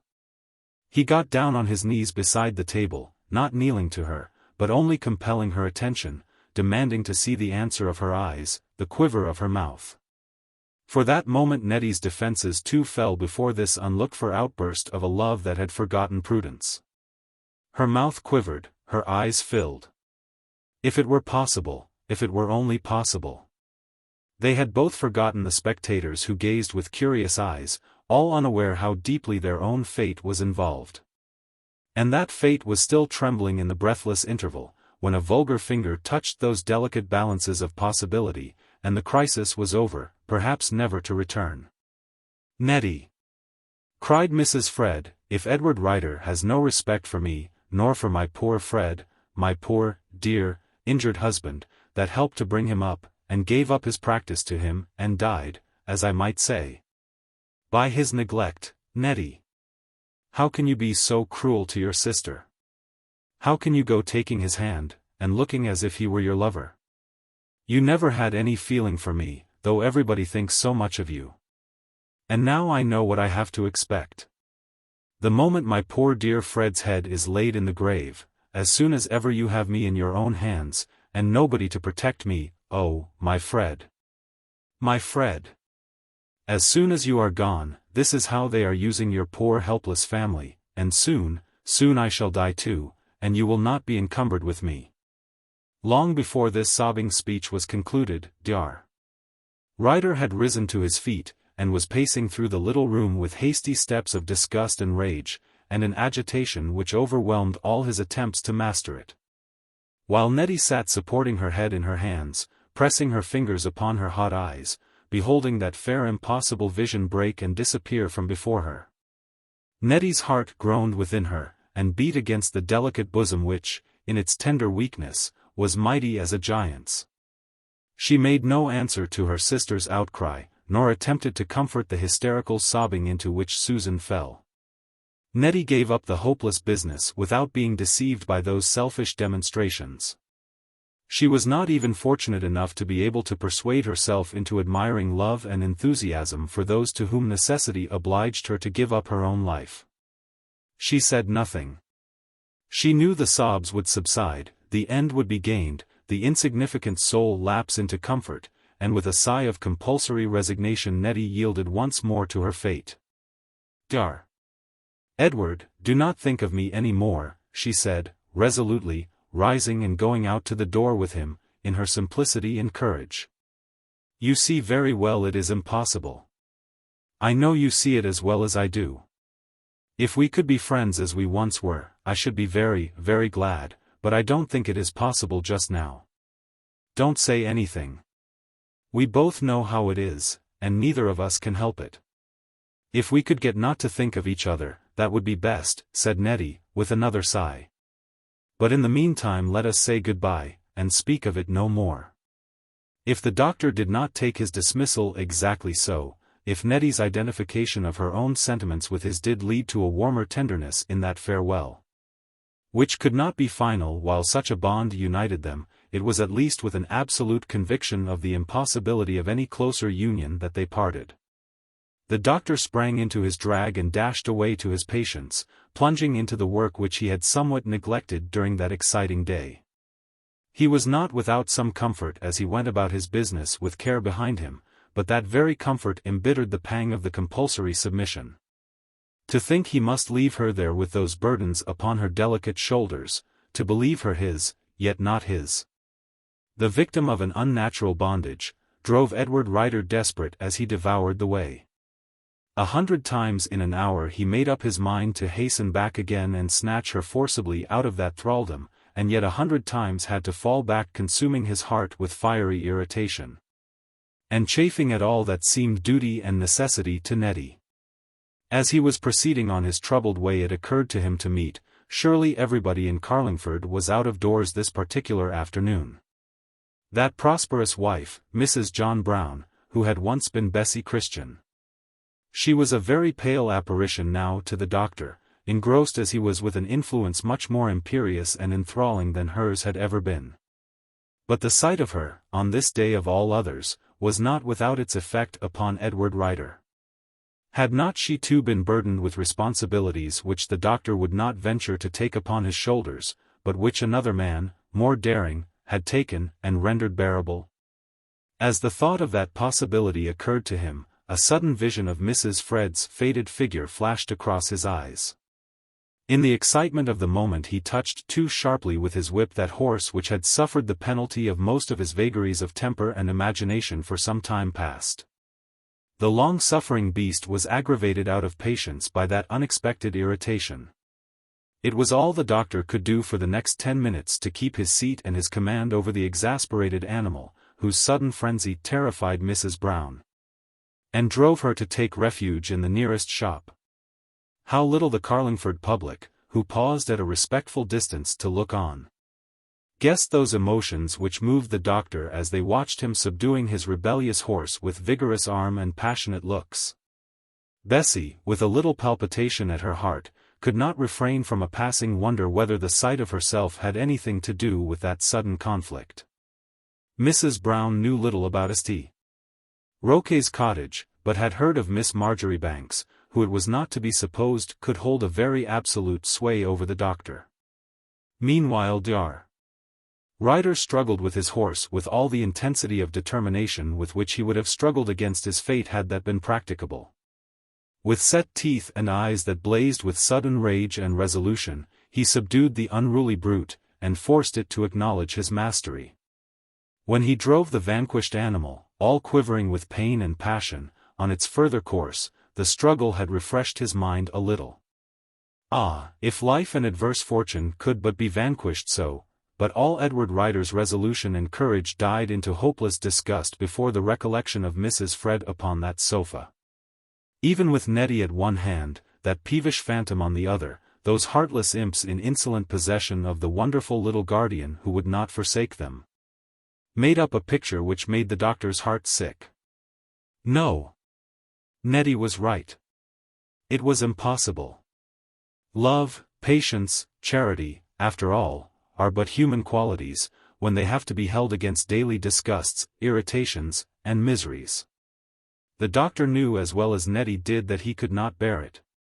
He knew even, as perhaps Nettie did not know, that her own image would suffer from the association, and that a man so faulty and imperfect as himself could not long refrain from resenting upon his wife the dismal restraints of such a burden. With a self-disgust which was most cutting of all, Edward Ryder felt that he should descend to that injustice, and that not even Nettie herself would be safe against the effusions of his impatience and indignation. All through the course of this exciting episode in his life, his own foresight and knowledge of himself had been torture to the doctor, and had brought him, in addition to all other trials, silent agonies of self-contempt which nobody could guess. But he could not alter his nature.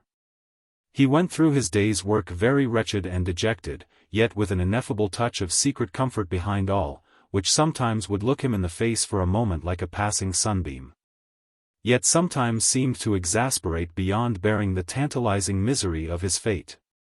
A more agitated, disturbed, passionate, and self-consuming man than the doctor was not in Carlingford, nor within 100 miles, yet it was not perfect wretchedness after all.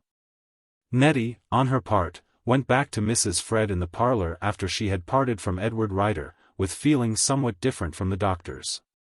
Perhaps she too had indulged a certain pang of expectation as to what might follow after Fred was gone, in the new world that should be after that change. For Nettie, with all her wisdom of experience, was still too young not to believe that circumstances did change everything now and then, even dispositions and hearts. But before Dr. Ryder knew it, before he had even wound up his courage to the pitch of asking what was now to happen to them, the little Australian had made up her mind to that which was inevitable.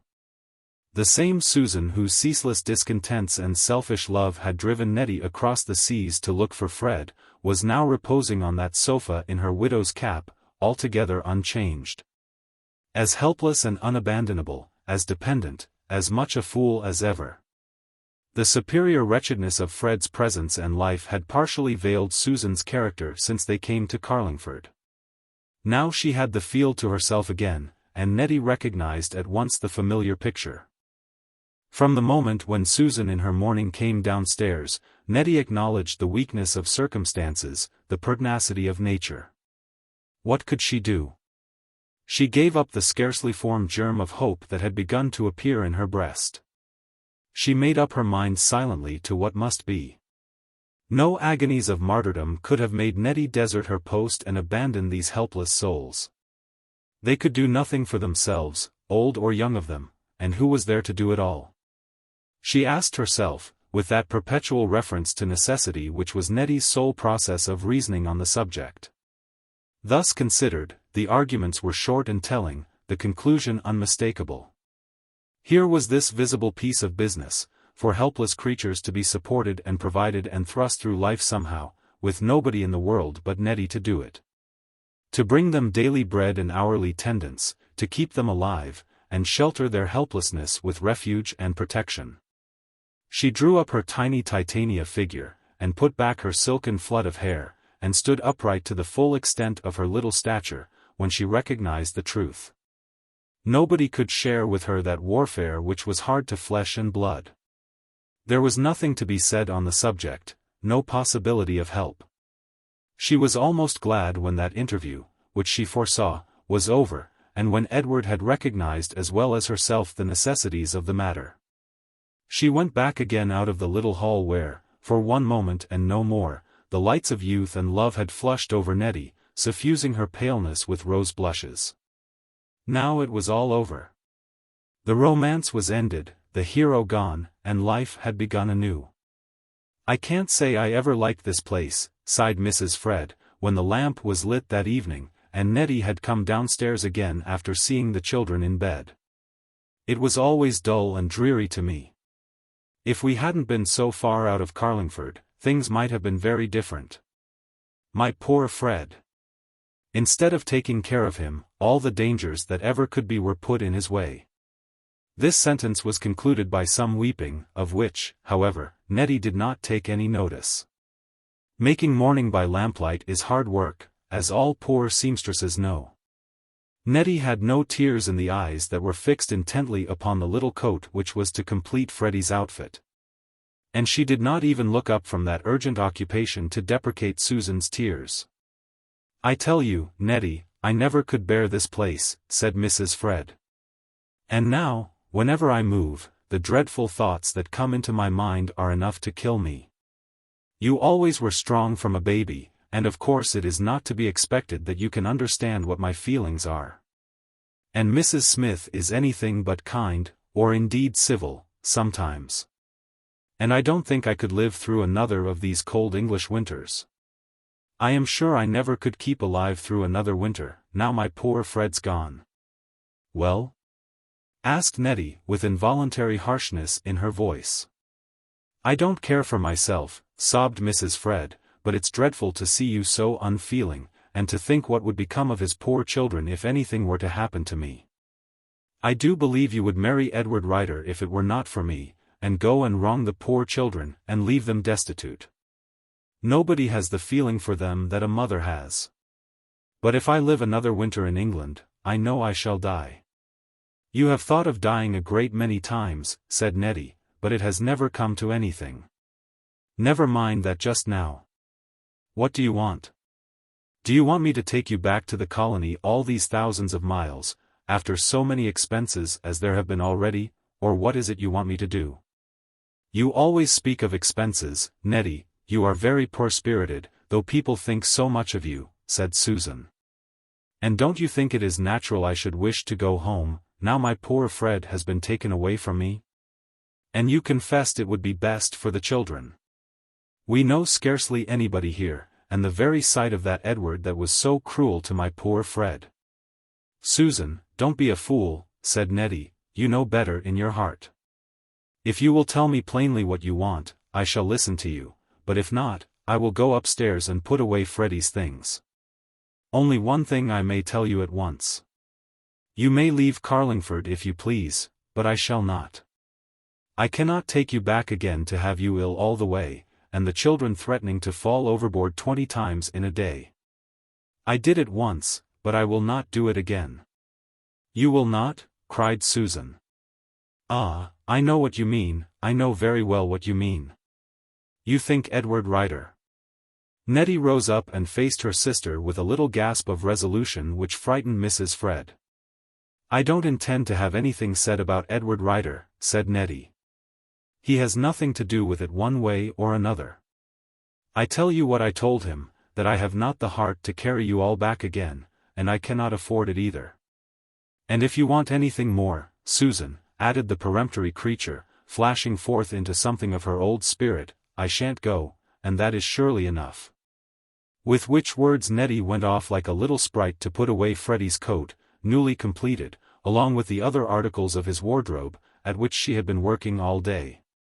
In that momentary impulse of decision and self-will a few notes of a song came unawares from Nettie's lip, as she glanced, light and rapid as a fairy, upstairs.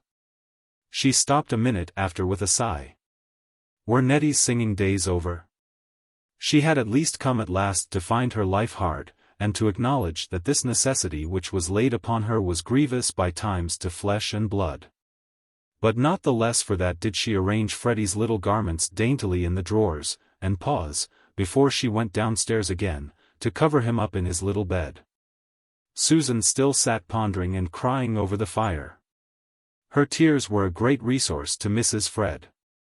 They occupied her when she had nothing else to occupy herself with.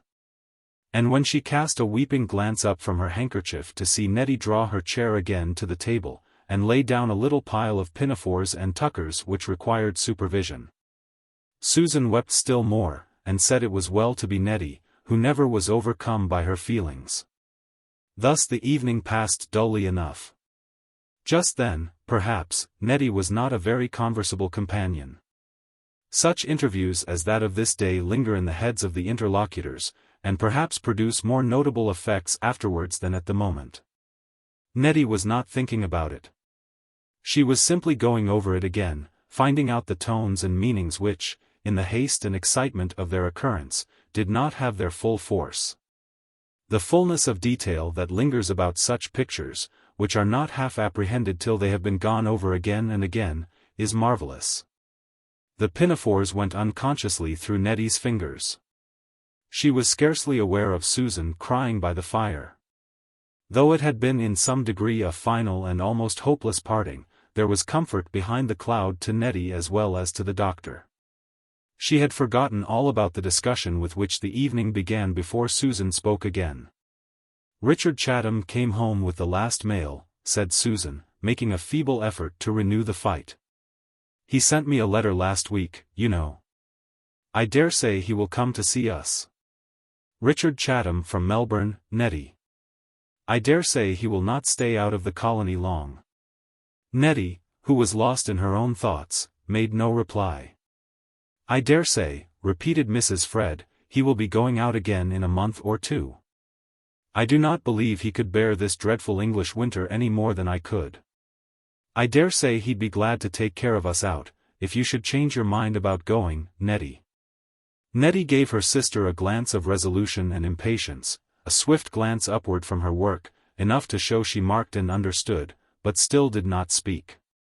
Richard Chatham was always very good-natured. It would be such a good thing for us to go in the same ship, if you should happen to change your mind about going, Nettie, said Mrs. Fred, rising to retire to her room.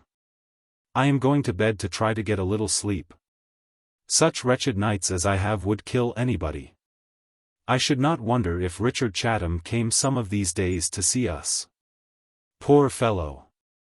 He had always a great fancy for our family, and it would be such a thing for us, Nettie, if you should change your mind about going, to go in the same ship.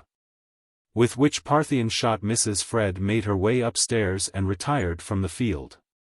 Nettie woke with a startled consciousness out of her dreams, to perceive that here was the process of iteration begun which drives the wisest to do the will of fools.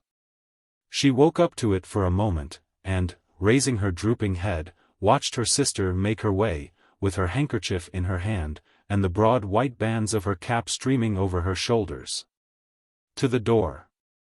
Susan stole a glance round before she disappeared, to catch the startled glance of that resolute little face, only half woke up, but wholly determined. Though Mrs. Fred dared not say another word at that moment, she disappeared full of the conviction that her arrow had told, and that the endless persistence with which she herself, a woman and a fool, was gifted, need only be duly exercised to win the day. When Susan was gone, that parting arrow did quiver for a moment in Nettie's heart, but the brave little girl had, for that one night, a protection which her sister wist not of. After the door closed, Nettie fell back once more into that hour of existence which expanded and opened out the more for every new approach which memory made to it. Sweet nature, gentle youth, and the magician greater than either, came round her in a potent circle and defended Nettie. The woman was better off than the man in this hour of their separation, yet union. He chafed at the consolation which was but visionary. She, perhaps, in that visionary, ineffable solacement found a happiness greater than any reality could ever give. Chapter 13. It was some months after the time of this conversation when a man, unlike the usual aspect of man in Carlingford, appeared at the inn with a carpet-bag, and asked his way to St. Roque's cottage. Beards were not common in those days. Nobody grew one in Carlingford except Mr. Lake, who, in his joint capacity of portrait painter and drawing master, represented the erratic and lawless followers of art to the imagination of the respectable town. But the stranger who made his sudden appearance at the Blue Boar wore such a forest of hair on the lower part of his burly countenance as obliterated all ordinary landmarks in that region, and by comparison made Mr. Lake's dainty little mustache and etc. sink into utter propriety and respectableness. The rest of the figure corresponded with this luxuriant feature. The man was large and burly, a trifle too stout for a perfect athlete, but powerful and vigorous almost beyond anything then known in Carlingford. It was now summer, and warm weather, and the dress of the newcomer was as unusual as the other particulars of his appearance. In his broad straw hat and linen coat he stood cool and large in the shady hall of the Blue Boar, with glimpses of white English linen appearing under his forest of beard, and round his brown sun-scorched wrists.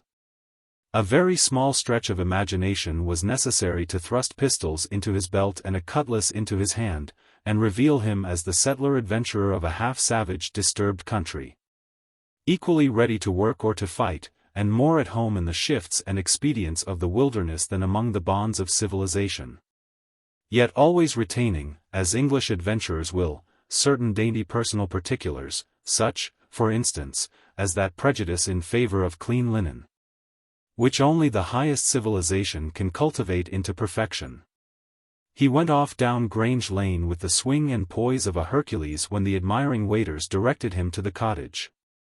Miss Wodehouse, who was standing at the door with Lucy, in the long grey cloak and close bonnet lately adopted by the Sisterhood of Mercy, which had timidly, under the auspices of the perpetual curate, set itself a-going at St.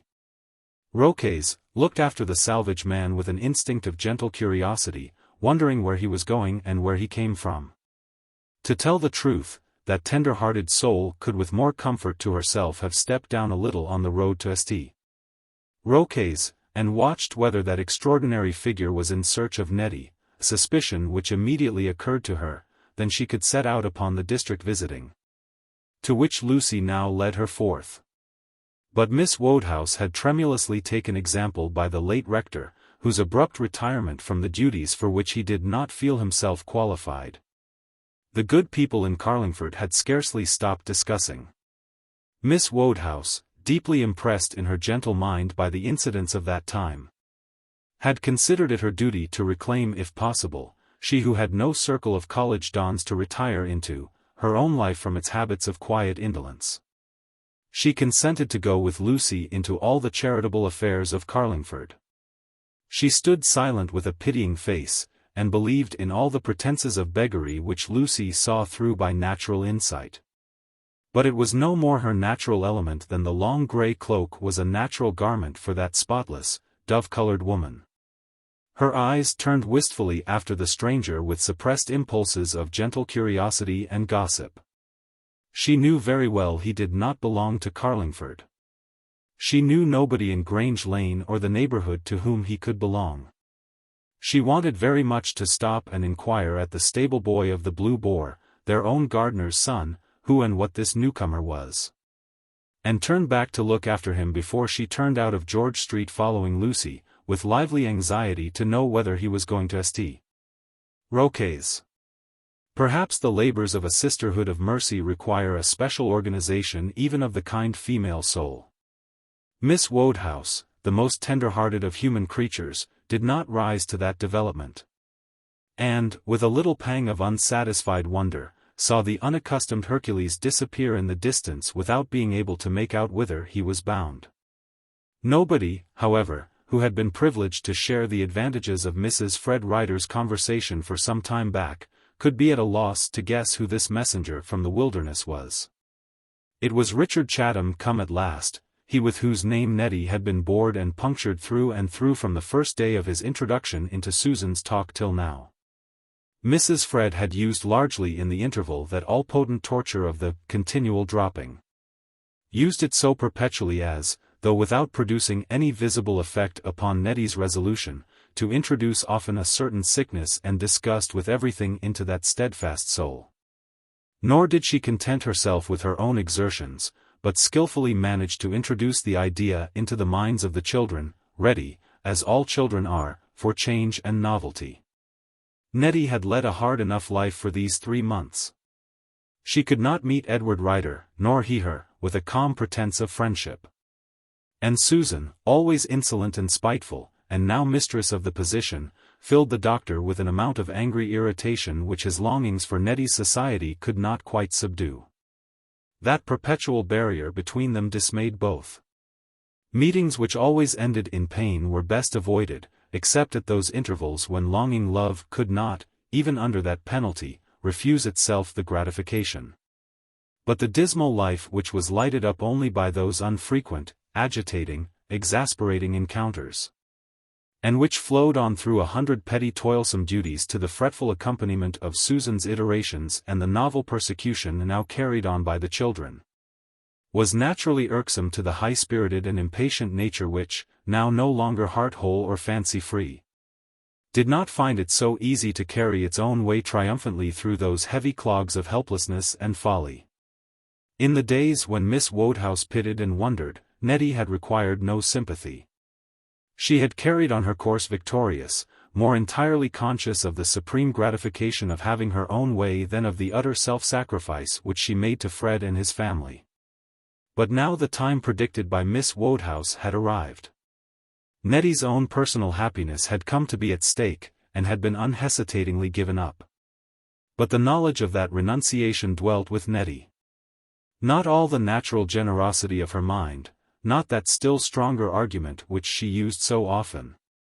The mere necessity and inevitableness of the case, could blind her eyes to the fact that she had given up her own happiness.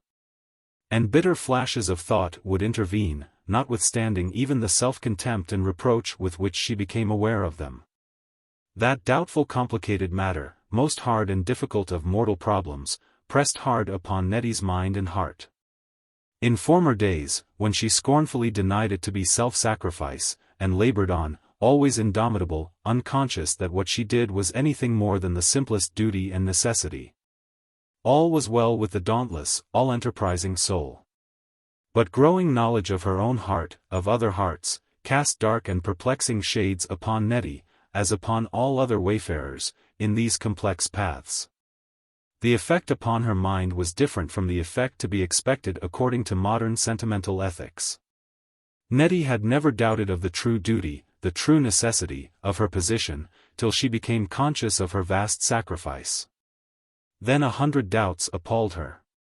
Was she so entirely right as she had supposed? Was it best to relieve the helpless hands of Fred and Susan of their natural duties, and bear these burdens for them, and disable herself, when her time came, from the nobler natural yoke in which her full womanly influence might have told to an extent impossible to it now? These questions made Nettie's head, which knew no fanciful pangs, ache with painful thought, and confused her heart and dimmed her lights when she most needed them to burn brightly. While, at the very time when these doubts assailed her, her sister's repetitions and the rising discontent and agitations of the children came in to overcloud the whole business in a mist of sick impatience and disgust. Return to Australia was never out of Susan's mind, never absent from her pugnacious foolish lips. Little Freddie harped upon it all day long, and so did his brother and sister. Nettie said nothing, but retired with exasperated weariness upon her own thoughts, sometimes thinking, tired of the conflict, why not give in to them? Why not complete the offering, and remove once for all into the region of impossibility that contradictory longing for another life that still stirred by times in her heart? She had never given expression to this weary inclination to make an end of it, which sometimes assailed her fatigued soul. But this was the condition in which Richard Chatham's visit found her, when that bushman, breathing of the wilds and the winds, came down the quiet suburban road to St. Roque's, and, filling the whole little parlour with his beard and his presence, came stumbling into the confined room, where Mrs. Fred still lay on the sofa, and Nettie pursued her endless work.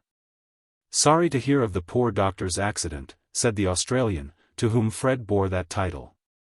"But he always was a bit of a rover, though it's sad when it comes to that.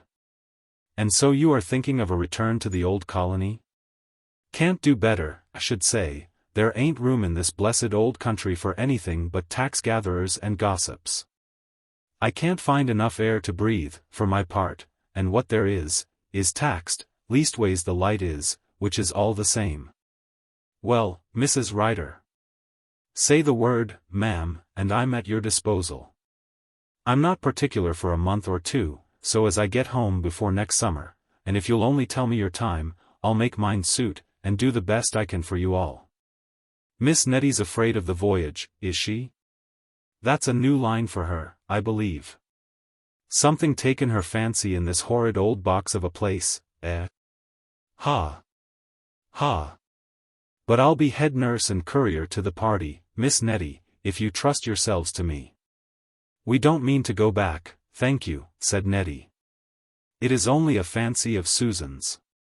Nobody ever dreamt of going back.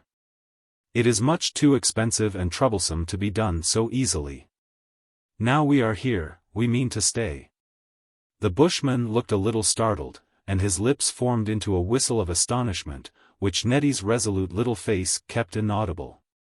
"Taken your fancy very much, Miss Nettie?"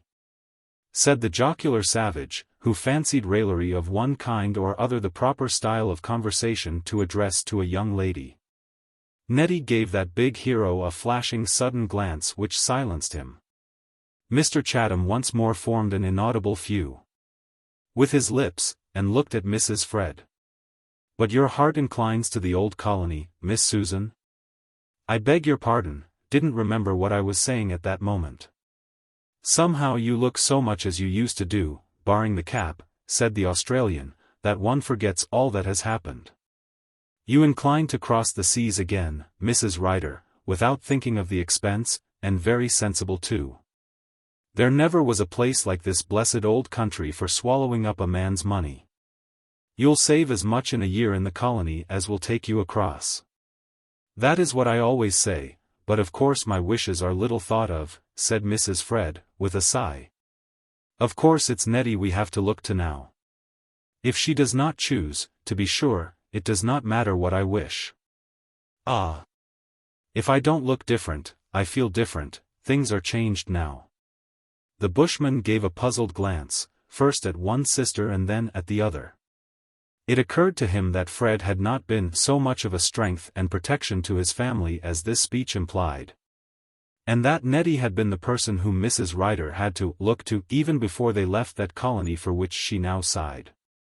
But Mrs. Fred, in her sorrow and her white cap, was an interesting figure to the eyes which were not much accustomed to look upon womankind. He had no doubt hers was a hard case.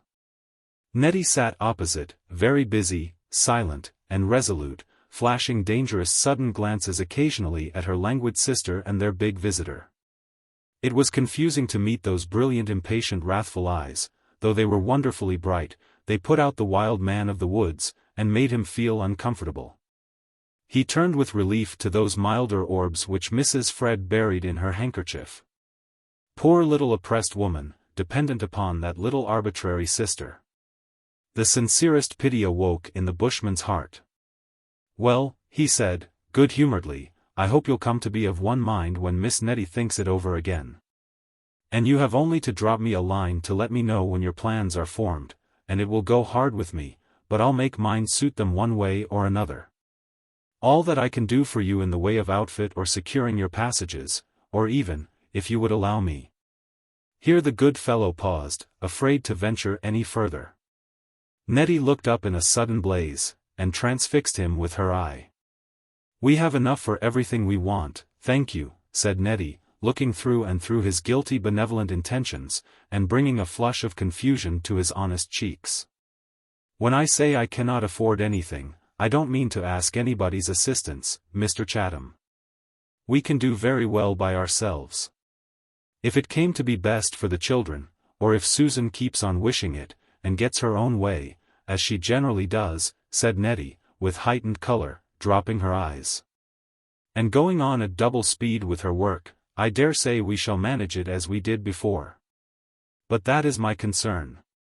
Nobody in the world has anything to do with it but me." "Oh, Nettie, dear, you're giving in at last, do say you'll go.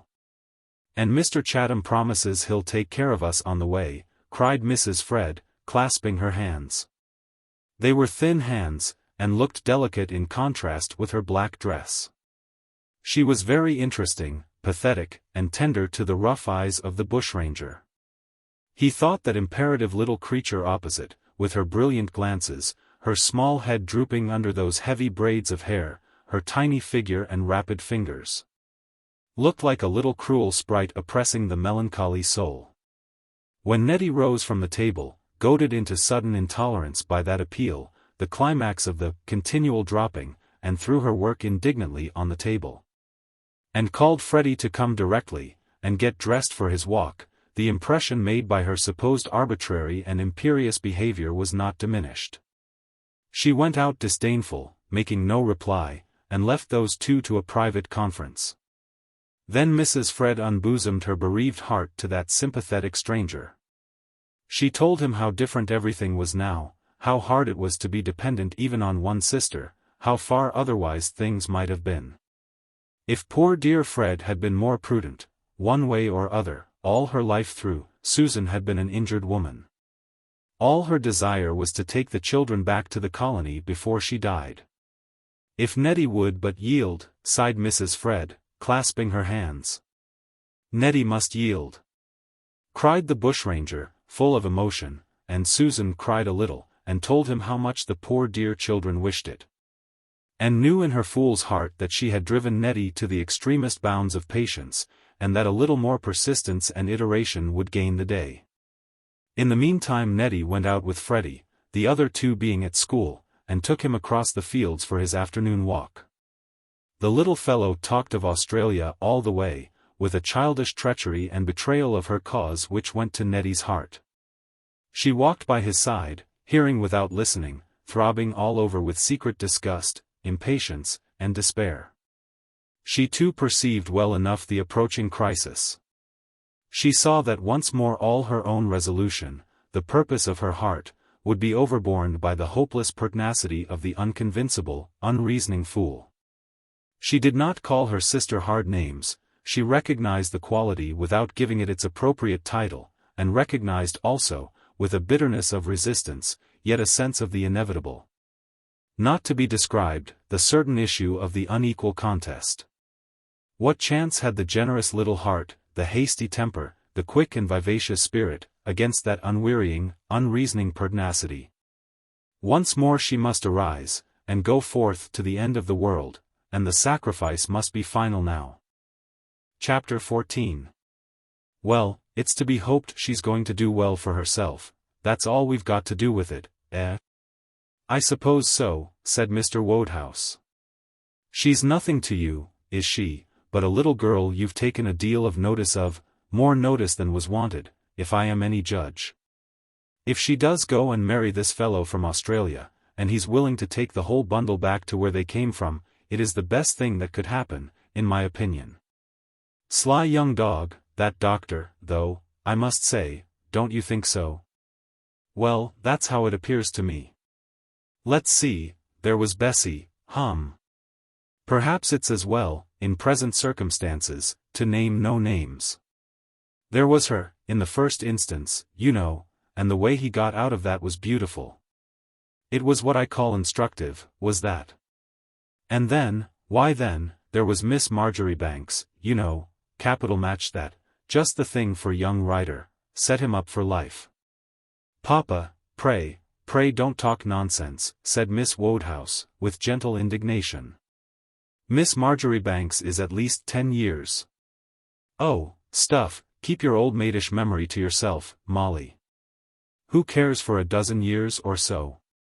Hasn't she all the old Scotchman's practice and his savings, and a fine woman yet, a fine woman, eh?" "Well, yes, I think so. And then here's this little wretch of a sister-in-law.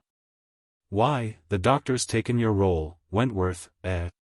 "Well, I suppose what ought to be your role, you know, though I have seen you casting glances at the strange little creature yourself." "Indeed, I assure you, you are entirely mistaken," said Mr. Wentworth, hastily, with a sudden flush of either indignation or guilt. The curate glanced at Lucy Wodehouse, who was walking demurely by his side, but who certainly did prick up her ears at this little bit of news. She saw very well that he had looked at her, but would take no notice of his glance. But Lucy's curiosity was notably quickened, notwithstanding. St. Roque's cottage was wonderfully handy, if the perpetual curate of the pretty suburban church saw anything worth visiting there. Lucy drew up her pretty shoulders in her grey Sister of Mercy cloak, and opened her blue eyes a little wider. She was still in circumstances to defy her reverend lover, if his eyes had declined upon lower attractions than her own. She looked very straight before her with unpitying precision down the road, on which St. Roque's church and cottage were becoming already visible. The whole party were walking briskly over a path hard with frost, which made their footsteps ring. The air was still with a winterly touch, benumbed with cold, yet every sound rang sharply through that clear cloudless atmosphere, reddened without being warmed by the sun as it approached the west. It was Christmas again, and they were wending their way toward St. Roque's to assist at the holiday decorations, for which cartloads of laurel and holly had been already deposited within the church. Lucy Wodehouse was chief directress of these important operations. Her sister had accompanied her, partly to admire Lucy's work, and partly to call at the cottage and see how Nettie was going on. Mr. Wodehouse himself had come merely for the pride and pleasure of seeing how much they were indebted to his little girl, and the attendance of the curate was most easily explainable. It was, indeed, astonishing how many extremely necessary and natural calls of duty should bring Mr. Wentworth's path parallel to that of the Wodehouses. This is why they were all proceeding together on this particular afternoon in the week before Christmas toward St. Roque's. In the church, when the party arrived, a little group of workers were busy. The chancel arch was already bristling with glossy holly leaves. At a little distance from the active group occupied with this pleasant work, and full of chatter and consultation, as was natural, stood one little figure pointing out to two children the wonders of that decorative art. Every one of the newcomers, except Mr. Wodehouse, recognized Nettie before she was aware of their presence. She stood with her bonnet fallen a little back, as it generally was, either by encounter of the wind, or by the quantity and luxuriance of her beautiful hair, looking upwards to the point where she had directed the children's eyes.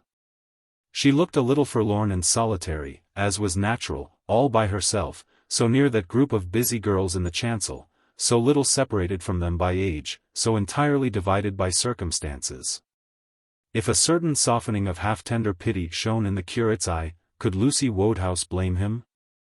But the fact was, Lucy swept past the little Australian with a very brief salutation, and burst into sudden criticism of the work that had been done in her absence, which startled her collaborateurs. While Mr. Wentworth followed her into the chancel with a meekness quite unusual to that young priest.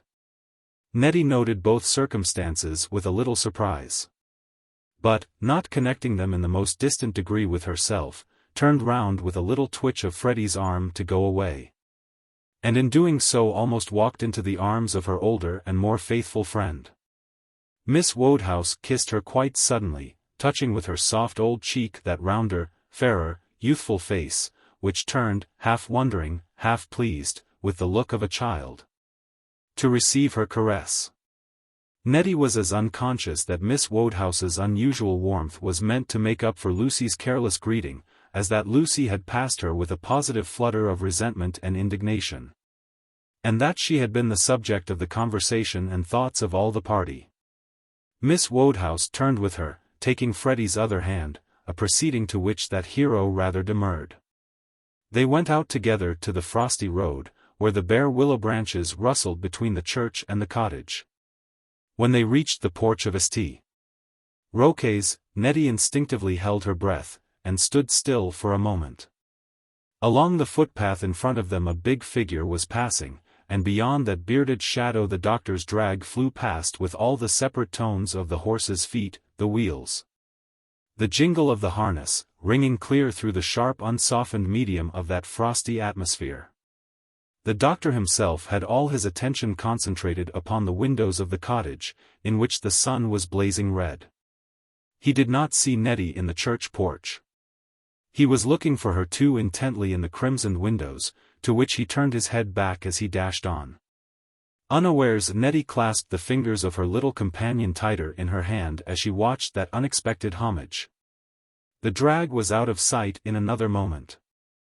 And in a few seconds more the bell of the cottage pealed audibly, and the door was heard to open, admitting the bushman, who had come upon one of his frequent visits. That last sound disturbed Nettie's composure, and at the same time brought her back to herself. "I cannot ask you to go in, for Mr. Chatham is there, and Susan of course talking to him," said Nettie, with a quiet breath of restrained impatience, "but I should like to talk to you, please. Let me take the children home, and then I will walk up with you. Mrs. Smith is very kind. She will take off their things for them. They behave better now, when I am out for a few minutes, though, to be sure, I never am out much to try them. Come, children. Be good, and do not make a great noise till I come back." "What do you want to talk to her for?" asked the little girl, gazing coldly in Miss Wodehouse's face. "When Nettie went out to tea, we made as much noise as we liked," said Freddie, "but there was Papa there. Now there's only Mama, and she's so cross. I hate Chatham. Mama is always crossest when Chatham's there. What do you want to talk to people for, Nettie? Come in, and say there's to be toast, and let us have tea." "We never have any tea till Nettie comes back," added his sister, looking full once more into Miss Wodehouse's face. The calm childish impertinence disconcerted that gentle woman. She gazed at the wonderful creatures with dumb amazement. Her eyes fell before their steady stare. "I should be sorry to bring you out again, dear, if it's a trouble," began Miss Wodehouse, turning her face with a sense of relief from the hard inspection of the children to their little guardian. Nettie made no reply, but carried off her children to the cottage door, turned them peremptorily in, and issued her last orders. "If you make a noise, you shall not go," said Nettie. And then came back alert, with her rapid fairy steps, to Miss Wodehouse's side. "Does not their mother take any charge of them?" faltered the gentle inquisitor. "I never can understand you young people, Nettie. Things were different in my days. Do you think it's quite the best thing to do other people's duties for them, dear? And now I'm so sorry, oh, so sorry, to hear what you are going to do now." "Susan is delicate," said Nettie. "She never had any health to speak of. I mean, she always got better, you know, but never had any pleasure in it." "There must be a great deal in that," continued Nettie, reflectively. "It never comes into my head to think whether I am ill or well, but poor Susan has always had to be thinking of it. Yes, I shall have to take them away," she added again, after a pause. "I am sorry, very sorry too, Miss Wodehouse. I did not think at one time that I had the heart to do it. But on the whole, you know, it seems so much better for them. Susan will be stronger out there, and I have not money enough to give the children a very good education. They will just have to push their way like the others. And in the colony, you know, things are so different. I have no doubt in my own mind now that it will be best for them all. But, Nettie, what of yourself? Will it be best for you?" cried Miss Wodehouse, looking earnestly in her face. "What is best for them will be best for me," said Nettie, with a little impatient movement of her head. She said so with unfaltering spirit and promptitude. She had come to be impatient of the dreary maze in which she was involved. "If one must break one's heart, it is best to do it at once and have done with it," said Nettie, under her breath. "What was that you said about your heart?" said Miss Wodehouse. "Ah, my dear, that is what I wanted to speak of. You are going to be married, Nettie, and I wanted to suggest to you, if you won't be angry.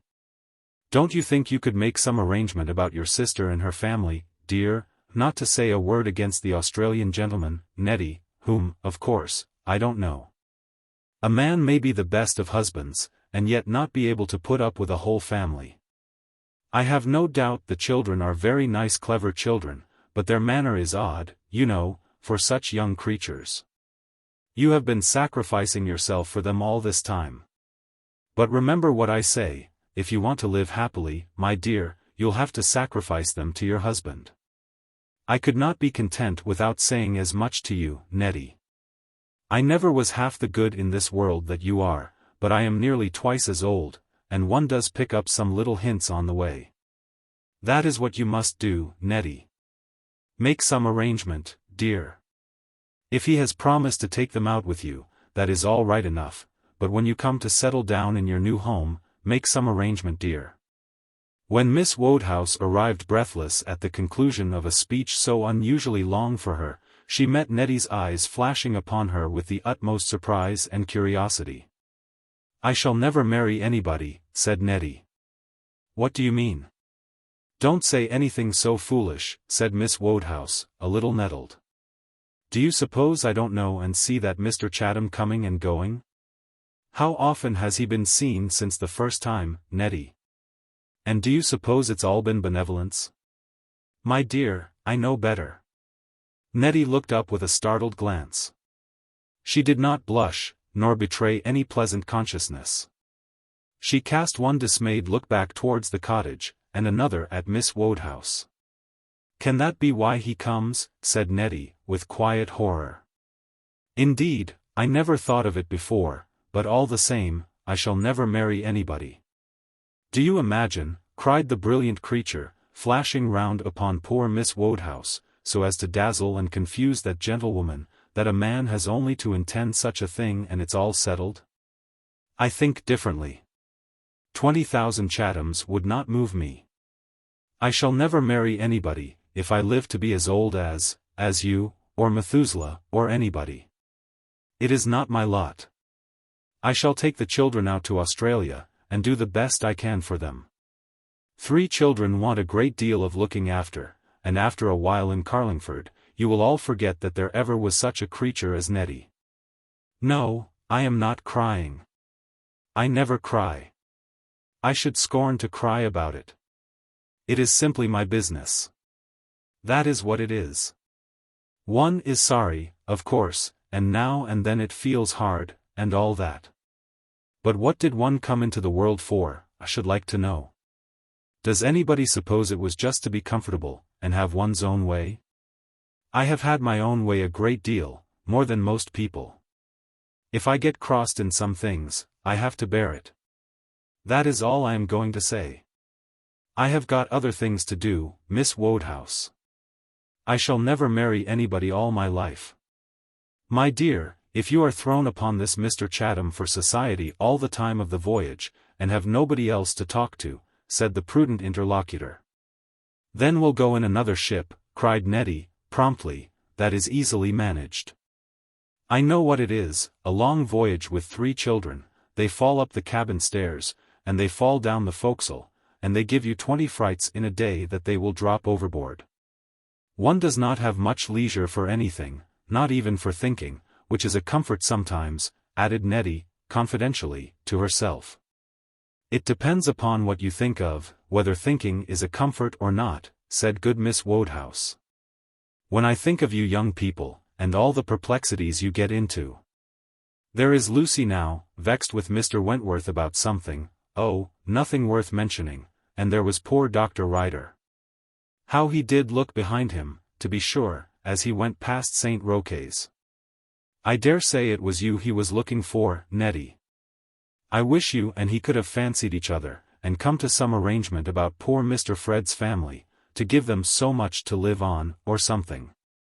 I assure you, when I begin to think over such things, and how perverse both people and circumstances are, thinking is very little comfort to me."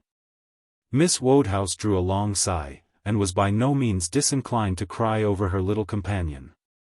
Though she was the taller of the two, she leant upon Nettie's firm little fairy arm as they went up the quiet road. Already the rapid winter twilight had fallen, and before them, in the distance, glimmered the lights of Carlingford, foremost among which shone conspicuous the large placid white lamp, for professional reds and blues were beneath his dignity, which mounted guard at Dr. Marjoribanks's garden gate. Those lights, beginning to shine through the evening darkness, gave a wonderful look of home to the place. Instinctively there occurred to Nettie's mind a vision of how it would be on the sea, with a wide dark ocean heaving around the solitary speck on its breast. It did not matter. If a silent sob arose in her heart, it found no utterance. Might not Edward Rider have made that suggestion which had occurred only to Miss Wodehouse? Why did it never come into his head that Susan and her family might have a provision supplied for them, which would relieve Nettie? He had not thought of it, that was all. Instead of that, he had accepted the impossibility. Nettie's heart had grown impatient in the maze of might-be's. She turned her back upon the lights, and clasped Miss Wodehouse's hand, and said good night hastily. She went on by herself very rapidly along the hard gleaming road. She did not pay any attention to her friend's protestation that she too was coming back again to St. Roque's to join Lucy. On the contrary, Nettie peremptorily left Miss Wodehouse, shaking hands with her in so resolute a manner that her gentle adviser felt somehow a kind of necessity upon her to pursue her way home. And, only when Nettie was nearly out of sight, turned again with hesitation to retrace her steps toward St. Roque's. Nettie, meanwhile, went on at a pace which Miss Wodehouse could not possibly have kept up with, clasping her tiny hands together with a swell of scorn and disdain unusual to it in her heart. Yes. Why did not Edward Rider propose the arrangement which appeared feasible enough to Miss Wodehouse? Supposing even Nettie had refused to consent to it, as she might very probably have done with indignation, still, why did it not occur to Dr. Edward? She asked herself the question with a heat and passion which she found it difficult to account for. She half despised her lover, as woman will, for obeying her, almost scorned him, as woman will, for the mere constancy which took no violent measures, but only suffered and accepted the inevitable. To submit to what cannot be helped is a woman's part. Nettie, hastening along that familiar path, blazed into a sudden burst of rage against Edward because he submitted. What he could do else she was as ignorant of as any unreasonable creature could be. But that mattered little. With indignation she saw herself standing on the verge of that domestic precipice, and the doctor looking on, seeing her glide out of his reach, yet putting forth no violent sudden hand to detain her. All the impatience of her fiery nature boiled in her veins as she hasted to the cottage, where Susan was discussing their journey with her Australian visitor. No remnant of pathos or love-sickening remained about Nettie. As she flashed in upon them in all her old haste and self-reliance, resolute to precipitate the catastrophe which nobody took any measures to prevent. Chapter 15. It was not long before the doctor was made aware of the ghost in his troubled path. Nobody in Carlingford could meet the big bushman in those streets, which always looked too narrow for him, without a certain curiosity about that salvage man. Dr. Rider had observed him with jealous interest on his very first appearance, but had hitherto connected no idea but that of a return to Australia, which he felt sure Nettie would never consent to, with the big stranger. With such a thought he had seen him making his way towards the cottage that very evening when he himself turned back, as long as those crimsoned windows were visible, to look for Nettie, who did not show herself. The doctor was bound to see a distant patient, miles on the other side of Carlingford. As he dashed along over the echoing road he had time to imagine to himself how Nettie might at that very moment be badgered and persecuted. And when he had seen his patient and done his duty, and with the lamps lighted in the drag, and the frosty wind blowing keen on his face, And the lights of Carlingford cheering him on in the distance, was once more returning. An impatience, somewhat akin to Nettie's, suddenly came upon the doctor. Akin, yet different. For in his case it was an impulse of sensation, an inspiration of the exhilarating speed and energy of motion with which he flew through the bracing air, master of himself, his horse, and the long sweep of solitary road before him. Again it occurred to Dr. Ryder to dash forward to St. Roque's and carry off Nettie, oppose it who would. The idea pleased him as he swept along in the darkness, its very impossibility making the vision sweeter. To carry her off at a stroke, in glorious defiance of circumstances, and win happiness and love, whatever might ensue. In the flush of the moment the doctor suddenly asked himself whether this, after all, were not the wisest course? Whether, whatever might come of it, happiness was not worth the encounter of the dark array of troubles behind? And whether to precipitate everything by a sudden conclusion might not be the best way of solving all the intricacies of the matter? He was still in this mood when he arrived at his own house, where dinner, as usual, was not improved by having been ready for an hour.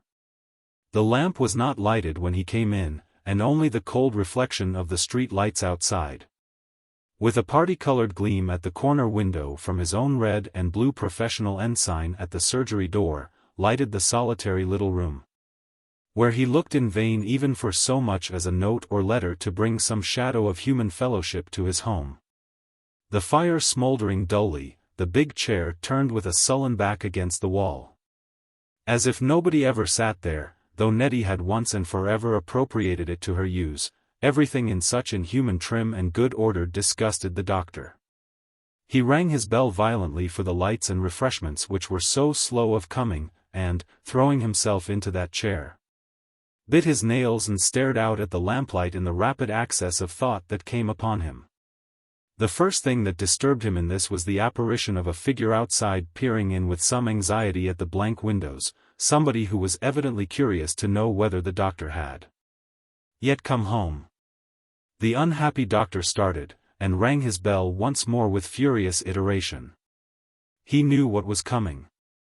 Somebody else, no doubt, had taken ill, without any consideration for young Ryder's dinner, which, however, a man must manage to swallow even when tormented with importunate patience, and in love. But the knock of the untimely visitor sounded at the much-assailed door before Mary, sulky and resistant, had been able to arrange before the hungry doctor the half-warm half-cold viands which his impatience would not permit to be duly heated up.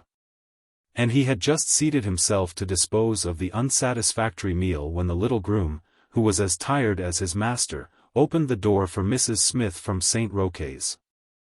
Mrs. Smith was a familiar periodical visitor at Dr. Ryder's.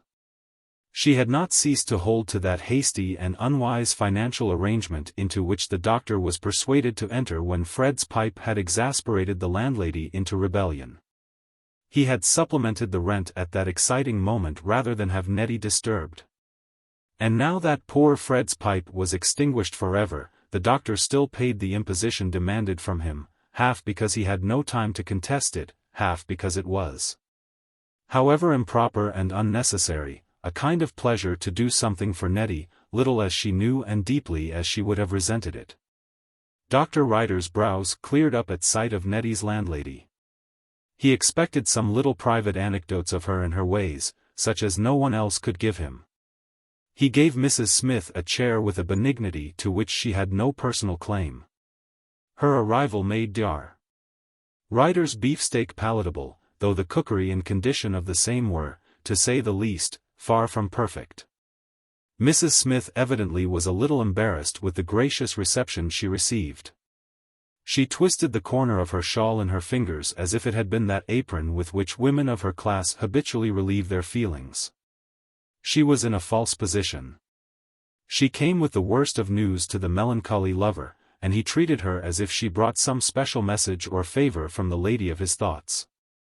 "Well, Mrs. Smith, and how are you all at the cottage?" said the doctor, applying himself leisurely to his beefsteak. "Well, doctor, nothing to brag of," said Mrs. Smith, fixing her eyes upon the fringe of her shawl. "I haven't nothing to say that's pleasant, more the pity.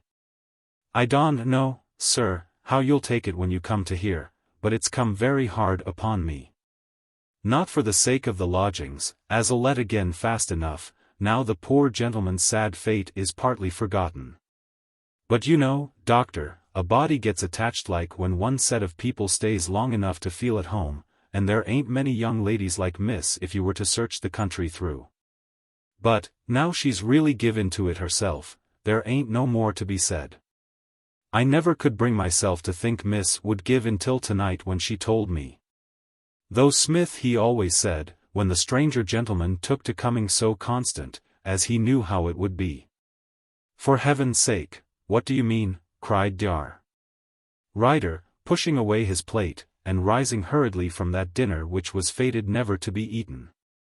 Mrs. Smith shook her head and drew out her handkerchief. I know nothing more, doctor, but just they're going off to Australia, said the landlady, mournfully. And Miss has started packing the big boxes as have been in the hat tick since ever they come, they're going off back where they come from, that's all as I know. Impossible, cried the doctor. I'd have said so myself this morning, said Mrs. Smith, but there ain't nothing impossible, doctor, as Miss takes in her head. Don't you go and rush out after her, Dr. Ryder. I beg of you upon my knees, if it was my last word. I said to Smith I'd come up and tell the doctor, that he mightn't hear from nobody promiscuous as couldn't explain. And mightn't come rushing down to the cottage to know the rights of it and find the gentleman there unexpected. If there's one thing I'm afeard of, it's a quarrel between gentlemen in my house. So, doctor, for the love of peace, don't you go a-near the cottage. I'll tell you everything if you listen to me. The doctor, who had snatched up his hat and made a rapid step towards the door, came back and seized hold of his visitor's shoulder. All his benignity having been put to flight by her unlooked-for revelation. Look here. I want the truth, and no gossip. What do you mean, what gentleman? What is it all about? Cried Dr. Ryder, hoarse with sudden passion. Oh, bless you, doctor, don't blame it upon me, sir, cried Mrs. Smith. It ain't neither my fault nor my business, but that you've always been kind, and my heart warms to Miss. It's the gentleman from Australia as has come and come again, and being an unmarried gentleman, and Miss, you know what she is, sir, and I ask you, candid, Dr. Ryder, what was anybody to suppose? The doctor grew wildly red up to his hair. He bit his lips over some furious words which Carlingford would have been horrified to hear, and grasped Mrs. Smith's shoulder with a closer pressure. What did she tell you? Said the doctor. Let me have it word for word. Did she say she was going away? Did she speak of this fellow? Exclaimed the doctor, with an adjective over which charity drops a tear. Can't you tell me without any supposes, what did she say? I'm not the woman to stand being shook, let me go this minute, sir, cried Mrs. Smith. The Australian gentleman is a very nice-spoken civil man, as was always very respectful to me. She came into my back parlour, doctor, if you will know so particular, all shining and flashing, like as she does when something's happened. I don't make no doubt they had been settling matters, them two, and so I told Smith. Mrs. Smith, said Miss, in her hasty way, enough to catch your breath coming all of a sudden, I can't stand this no longer, shall have to go away, it ain't no good resisting. Them were her very words, Dr. Ryder. Get me out the big boxes, please, said Mississippi, it's best done quietly. You must take your week's notice, Mrs. Smith, from this day. And with that she kept moving about the room all in a flutter like, not able to rest. Do go and get me out those boxes. There's always a ship on the 24th, she says, taking up my knitting and falling to work at it to keep her hands steady. The day afore Christmas, says I. And oh, miss, it's running in the face of Providence to sail at this time of the year.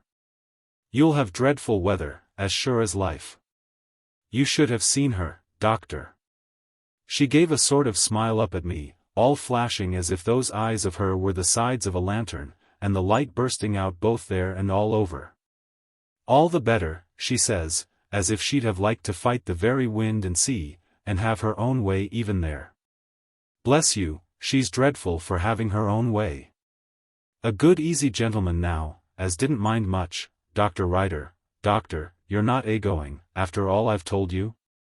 Doctor, I say. But what Mrs. Smith said was inaudible to Edward Ryder. The door rang in her ears as he dashed it after him, leaving her mistress of the field. There, where he had once left Nettie, he now, all forgetful of his usual fastidious dislike of gossip, left Mrs. Smith sole occupant of his most private territories. At this unlooked-for crisis the doctor had neither a word nor a moment to spend on anyone. He rushed out of the house, oblivious of all those professional necessities which limit the comings and goings of a doctor in great practice. He did not even know what he was going to do. Perhaps it was an anxious husband or father whom he all but upset as he came out, with sudden impetuosity, into the unfrequented street, but he did not stop to see. Pale and desperate, he faced the cold wind which rushed up between the blank garden walls of Grange Lane. At Mr. Wodehouse's door he stumbled against young Wentworth coming out, and passed him with a muttered exclamation which startled the curate. All the floating momentary jealousies of the past rushed back upon the doctor's mind as he passed that tall figure in the wintry road, how he had snatched Nettie from the vague kindnesses of the young clergyman, the words he had addressed to her on this very road, the answer she had given him once, which had driven him wild with passion and resentment. Impossible.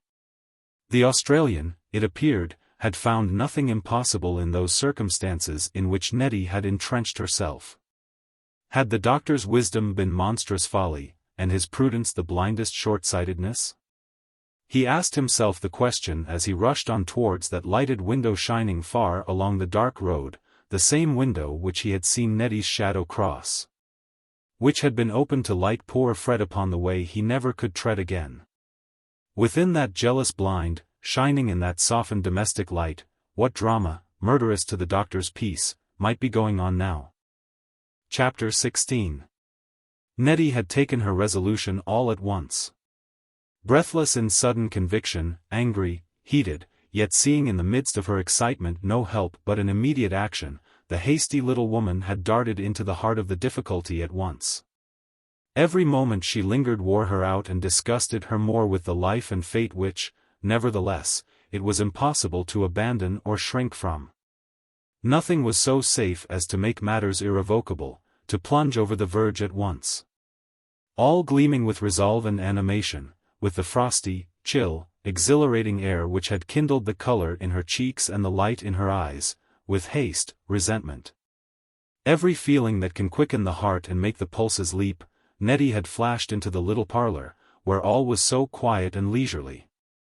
There Susan sat in close confabulation with the bushman. The children had been banished out of the room, because their mother's head was not equal to their noise and restlessness. When they came in with Nettie, as was inevitable, Mrs. Fred sustained the invasion with fretful looks and a certain peevish abstraction. She was evidently interrupted by the rapid entrance, which was as unwelcome as it was hasty. Cold though the night was, Mrs. Fred, leaning back upon her sofa, fanned her pink cheeks with her handkerchief, and looked annoyed as well as disturbed when her children came trooping into the room clamorous for tea behind the little impetuous figure which at once hushed and protected them. Susan became silent all at once, sank back on the sofa, and concealed the faded flush upon her cheeks and the embarrassed conscious air she wore behind the handkerchief which she used so assiduously. Neither she nor her visitor took much share in the conversation that rose round the domestic table. Nettie, too, was sufficiently absorbed in her own concerns to say little. And nobody there was sufficiently observant to remark what a sudden breath of haste and nervous decision inspired the little household ruler as she dispensed the family bread and butter. When tea was over, Nettie sent her children out of the way with peremptory distinctness, and stayed behind them to make her communication. If she noticed vaguely a certain confused impatience and desire to get rid of her in the looks of her sister and the Australian, she attached no distinct meaning to it, but spoke out with all the simplicity of an independent power, knowing all authority and executive force to lie in her own hands alone. "When do you think you can be ready to start?" "My mind is made up. I shall set to work immediately to prepare, said Nettie. Now, look here, Susan, you have been thinking of it for months, so it is not like taking you by surprise. There is a ship that sails on the 24th. If everything is packed and ready, will you consent to go on that day? Mrs. Fred started with unfeigned surprise, and, not without a little consternation, turned her eyes towards her friend before answering her sister. It is just Nettie's way, cried Susan, just how she always does, holds out against you to the very last, and then turns round and darts off before you can draw your breath. The 24th. And this is the 19th. Of course we can't do it, Nettie. I shall want quantities of things, and Mr. Chatham, you know, is not used to your ways, and can't be whisked off in a moment whenever you please. I dare say it's very kind of Mr. Chatham, said Nettie, but I can take you out very well by myself, just as well as I brought you here. And I can't afford to get you quantities of things, Susan. So please to understand I am going off to pack up, and on the 24th we shall go. Once more, under Nettie's impatient eyes, a look and a smile passed between her sister and the Australian. Never very patient at any time, the girl was entirely aggravated out of all toleration now. I can't tell what you may have to smile to each other about, said Nettie. It is no very smiling business to me. But since I am driven to it, I shall go at once or not at all. And so that you understand me, that is all I want to say. With which words she disappeared suddenly to the multitudinous work that lay before her, thinking as little of Susan's opposition as of the clamor raised by the children. When the hard sentence of going half an hour earlier to bed was pronounced upon them, Nettie's haste and peremptoriness were mixed, if it must be told, with a little resentment against the world in general. She had ceased being sad, she was roused and indignant. By the time she had subdued the refractory children, and disposed of them for the night, those vast Australian boxes, which they had brought with them across the seas, were placed in the little hall. Under the pale light of the lamp, ready for the process of packing, into which Nettie plunged without a moment's interval. While Mrs. Smith told Edward Ryder her story, Nettie was flying up and down stairs with armfuls of things to be packed, and pressing Smith himself into her service. Ere long the hall was piled with heaps of personal property, ready to be transferred to those big receptacles. In the excitement of the work her spirit rose. The headlong haste with which she carried on her operations kept her mind in balance. Once or twice Susan peeped out from the parlor door, and something like an echo of laughter rang out into the hall after one of those inspections. Nettie took no notice either of the look or the laugh. She built in those piles of baggage with the repeatest symmetrical arrangement, to the admiration of Smith, who stood wondering by, and did what he could to help her, with troubled good nature. She did not stop to make any sentimental reflections, or to think of the thankless office in which she was about to confirm herself beyond remedy by this sudden and precipitate step. Thinking had done Nettie little good hitherto. She felt herself on her true ground again, when she took to doing instead. The lamp burned dimly overhead, throwing down a light confused with frost upon the hall, all encumbered with the goods of the wandering family.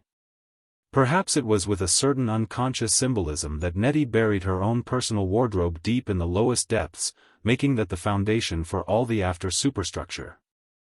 Smith stood by, ready to hand her anything she might want, gazing at her with doubtful amazement.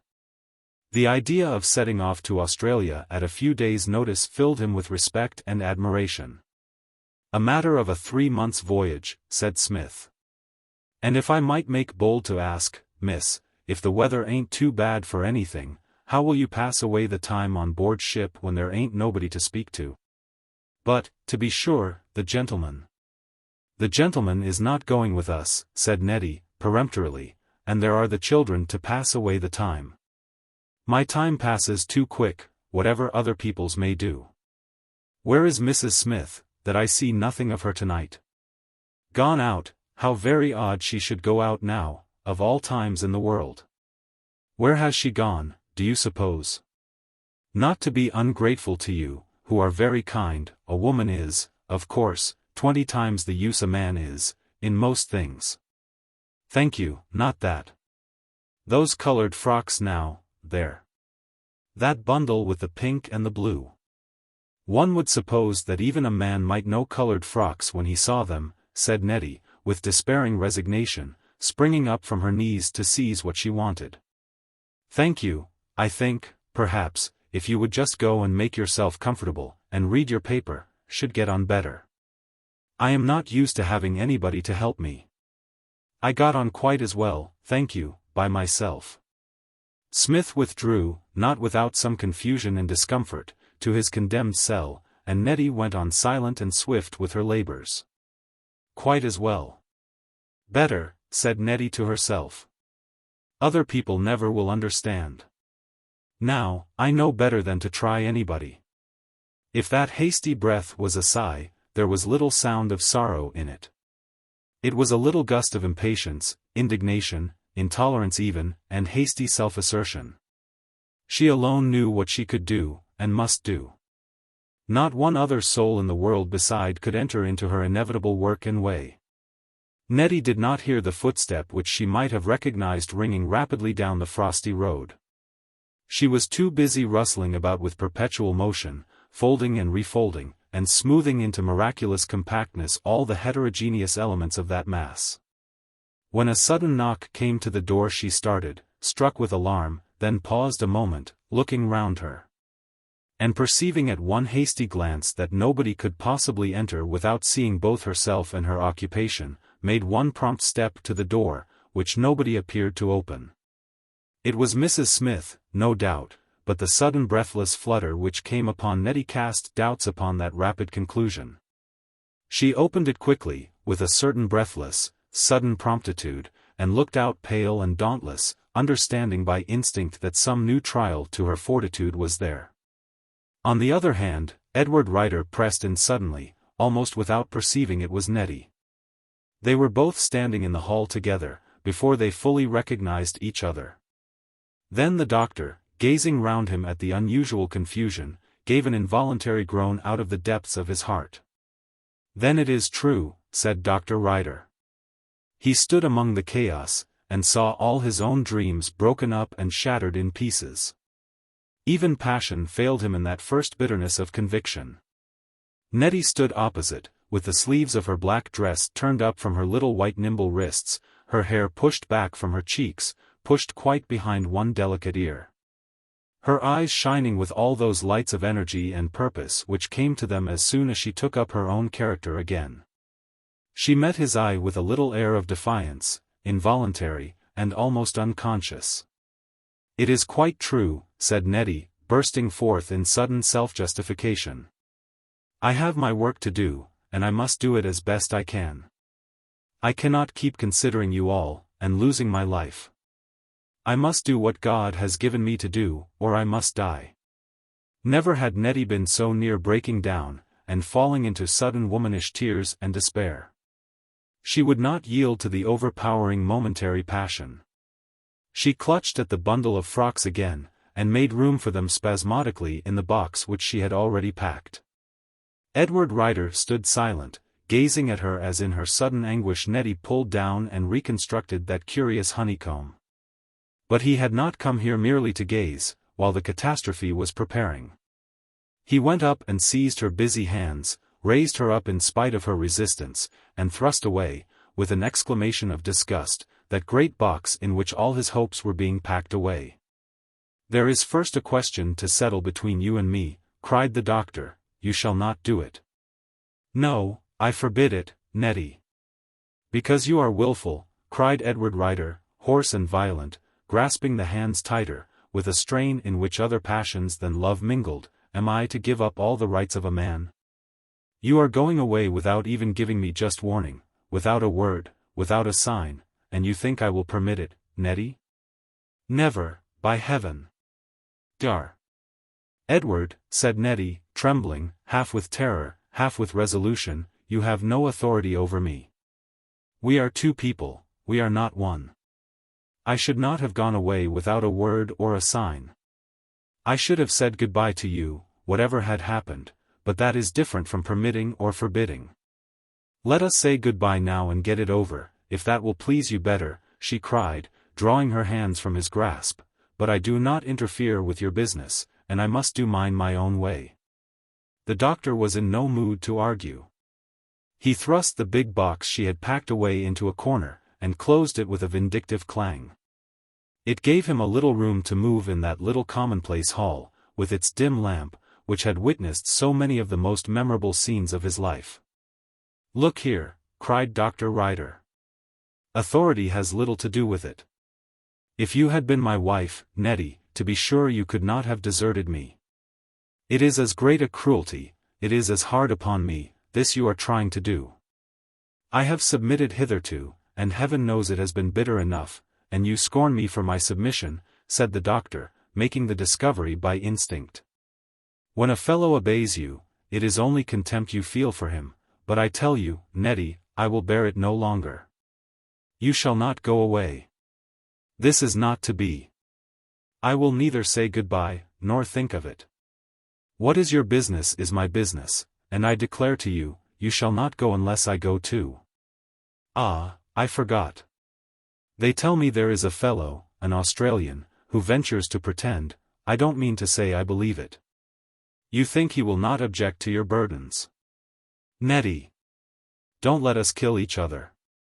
Let us take all the world on our shoulders," cried the doctor, drawing near again, with passionate looks, rather than part. There was a pause, neither of them could speak at that moment. Nettie, who felt her resolution going, her heart melting, yet knew she dared not give way, clasped her hands tight in each other and stood trembling, yet refusing to tremble. Collecting her voice and thoughts. The doctor occupied that moment of suspense in a way which might have looked ludicrous in other circumstances, but was a relief to the passion that possessed him. He dragged the other vast Australian box to the same corner where he had set the first, and piled them one above the other.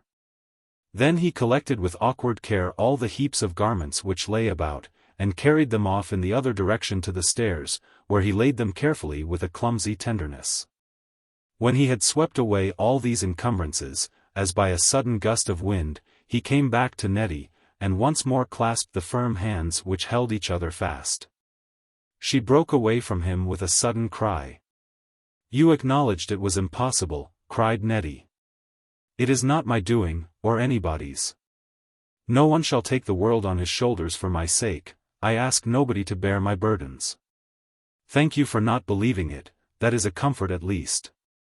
Never, surely, anyone else, and not you, not you. Dr. Edward, let us make an end of it. I will never consent to put my yoke upon your shoulders, but I will never forget you or blame you, any more. It is all hard, but we cannot help it. Goodbye, don't make it harder, you, who are the only one that, goodbye, no more, don't say any more." At this moment the parlor door opened suddenly. Nettie's trembling mouth and frame, and the wild protest and contradiction which were bursting from the lips of the doctor, were lost upon the spectator absorbed in her own affairs, and full of excitement on her own account, who looked out. "Perhaps Mr. Edward will walk in," said Mrs. Fred. "Now he is here to witness what I mean, should like to speak to you, please, Nettie. I did not think I should ever appeal to you, Mr. Edward, against Nettie's willfulness, but, really now, we, none of us, can put up with it any longer. Please to walk in and hear what I've got to say." The big bushman stood before the little fire in the parlor, extinguishing its tiny glow with his vast shadow. The lamp burned dimly upon the table. A certain air of confusion was in the room.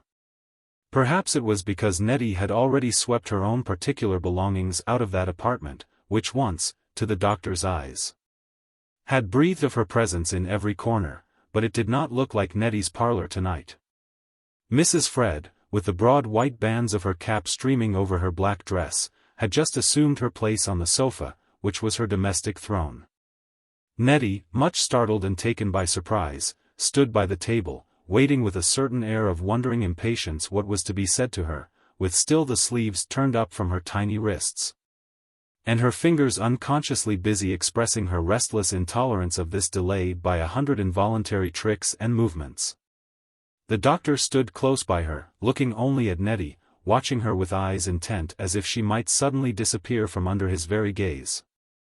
As for the Australian, he stood uneasy under Nettie's rapid investigating glance, and the slower survey which Dr. Ryder made on entering. He plucked at his big beard, and spread out his large person with a confusion and embarrassment rather more than merely belonged to the stranger in a family party. While Mrs. Fred, upon her sofa, took up her handkerchief and once more began to fan her pink cheeks. What was coming? After a moment's pause, upon which Nettie could scarcely keep herself from breaking, Susan spoke. Nettie has always had the upper hand so much that she thinks I am always to do exactly as she pleases, burst forth Mrs. Fred. And I don't doubt poor Fred encouraged her in it, because he felt he was obliged to my family, and always gave in to her.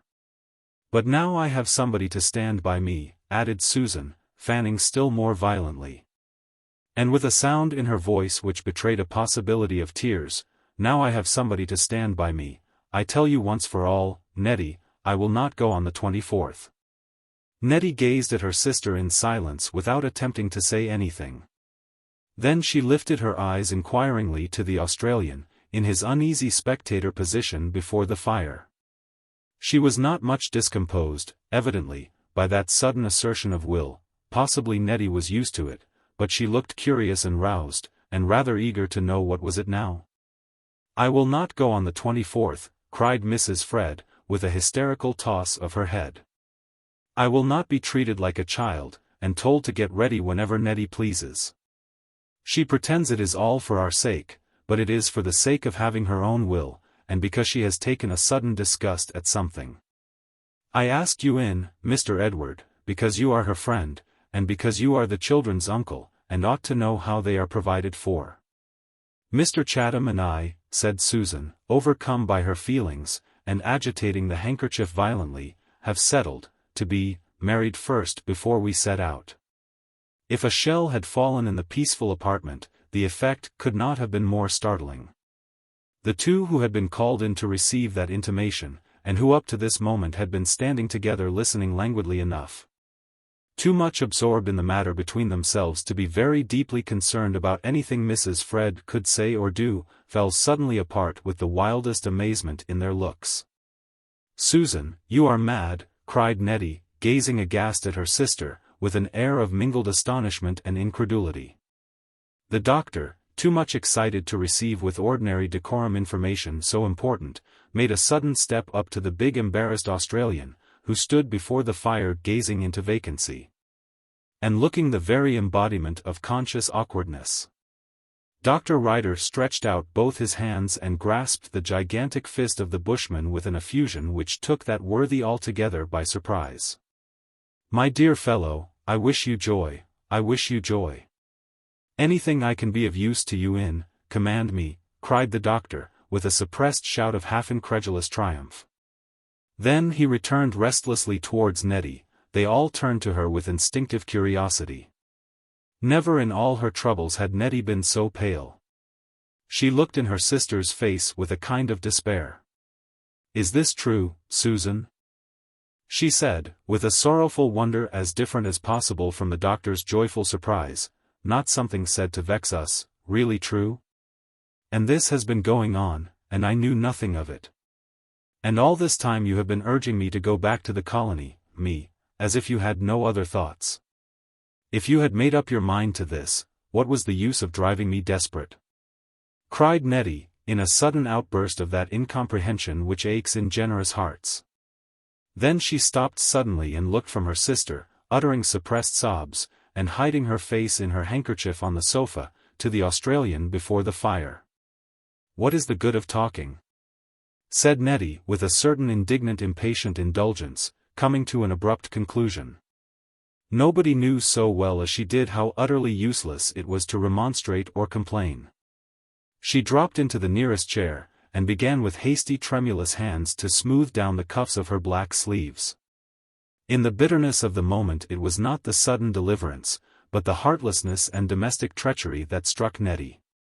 She, the champion and defender of this helpless family for years, who had given them bread, and served it to them with her own cheerful unwearied hands, who had protected as well as provided for them in her dauntless innocence and youth. When she was thus cast off on the brink of the costliest sacrifice of all, it was not the delightful sensation of freedom which occurred to Nettie. She fell back with a silent pang of injury swelling in her heart, and, all tremulous and hasty, gave her agitated attention to the simple act of smoothing down her sleeves, a simple but symbolical act, which conveyed a world of meaning to the mind of the doctor as he stood watching her. The work she had meant to do was over. Nettie's occupation was gone.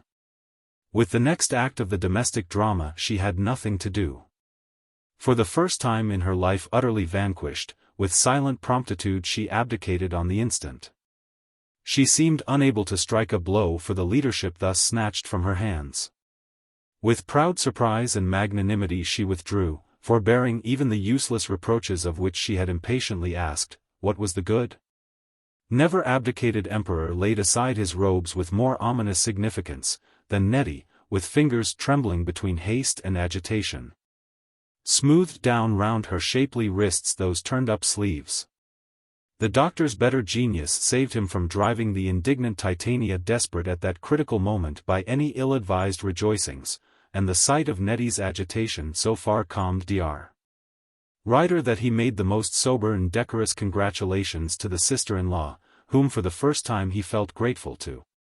Perhaps, had he been less absorbed in his own affairs, he could scarcely have failed to remember how, not yet a year ago, the shabby form of Fred lay on that same sofa from which Susan had announced her new prospects. But in this unexampled revolution of affairs no thought of Fred disturbed his brother, whose mind was thoroughly occupied with the sudden tumult of his own hopes. "Oh yes, I hope I shall be happy at last. After all my troubles, I have to look to myself, Mr. Edward. And your poor brother would have been the last to blame me," sobbed Mrs. Fred, with involuntary self-vindication. Then followed a pause. The change was too sudden and extraordinary, and involved results too deeply important to every individual present, to make words possible.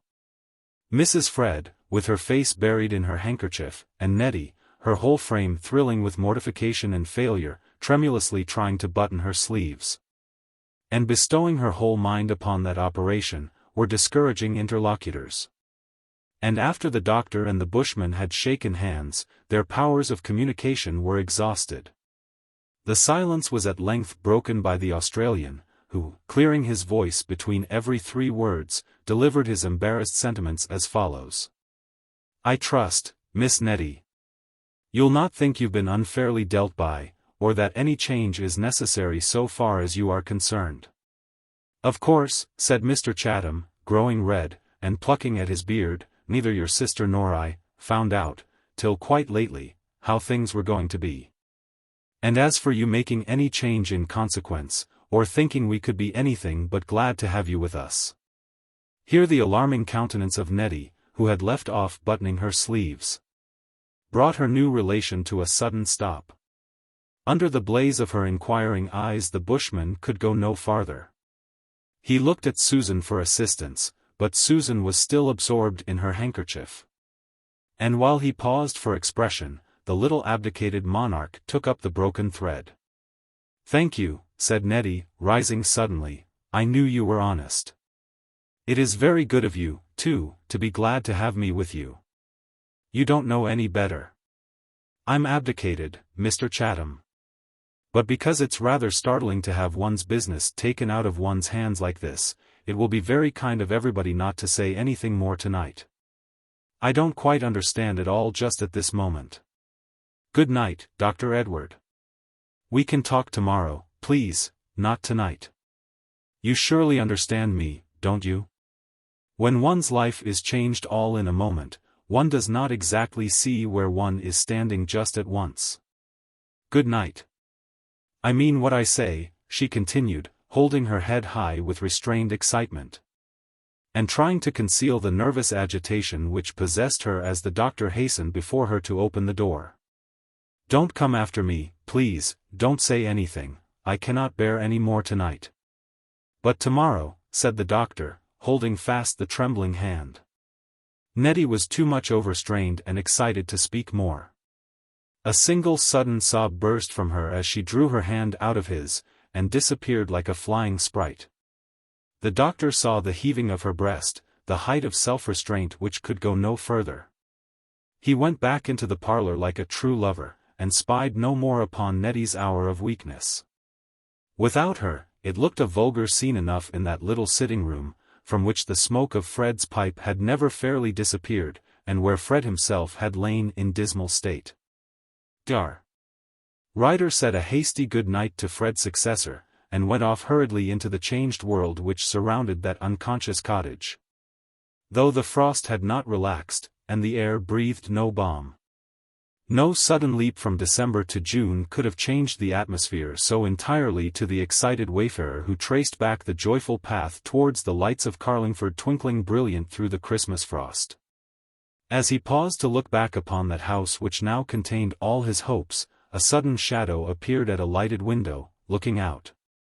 Nettie could not see the owner of the footsteps which moved her to that sudden involuntary expression of what was in her thoughts, but he could see her standing full in the light. And the sight went to the doctor's heart. He took off his hat insanely in the darkness and waved his hand to her, though she could not see him.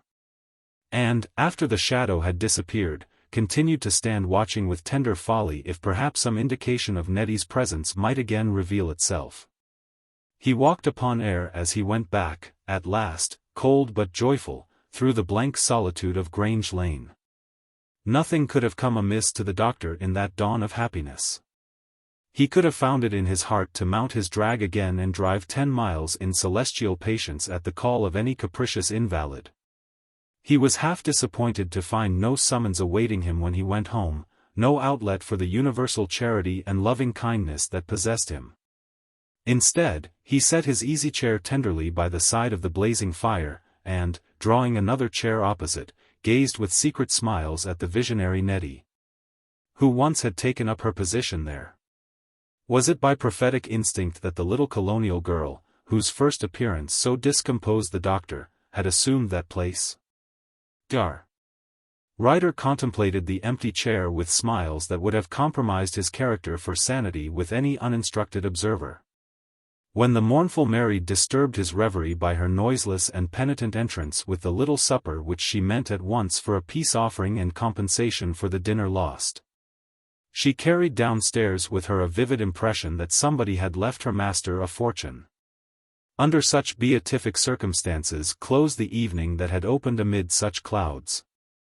Henceforth, so far as the doctor could read the future, no difficulties but those common to all wooers beset the course of his true love. Chapter 17.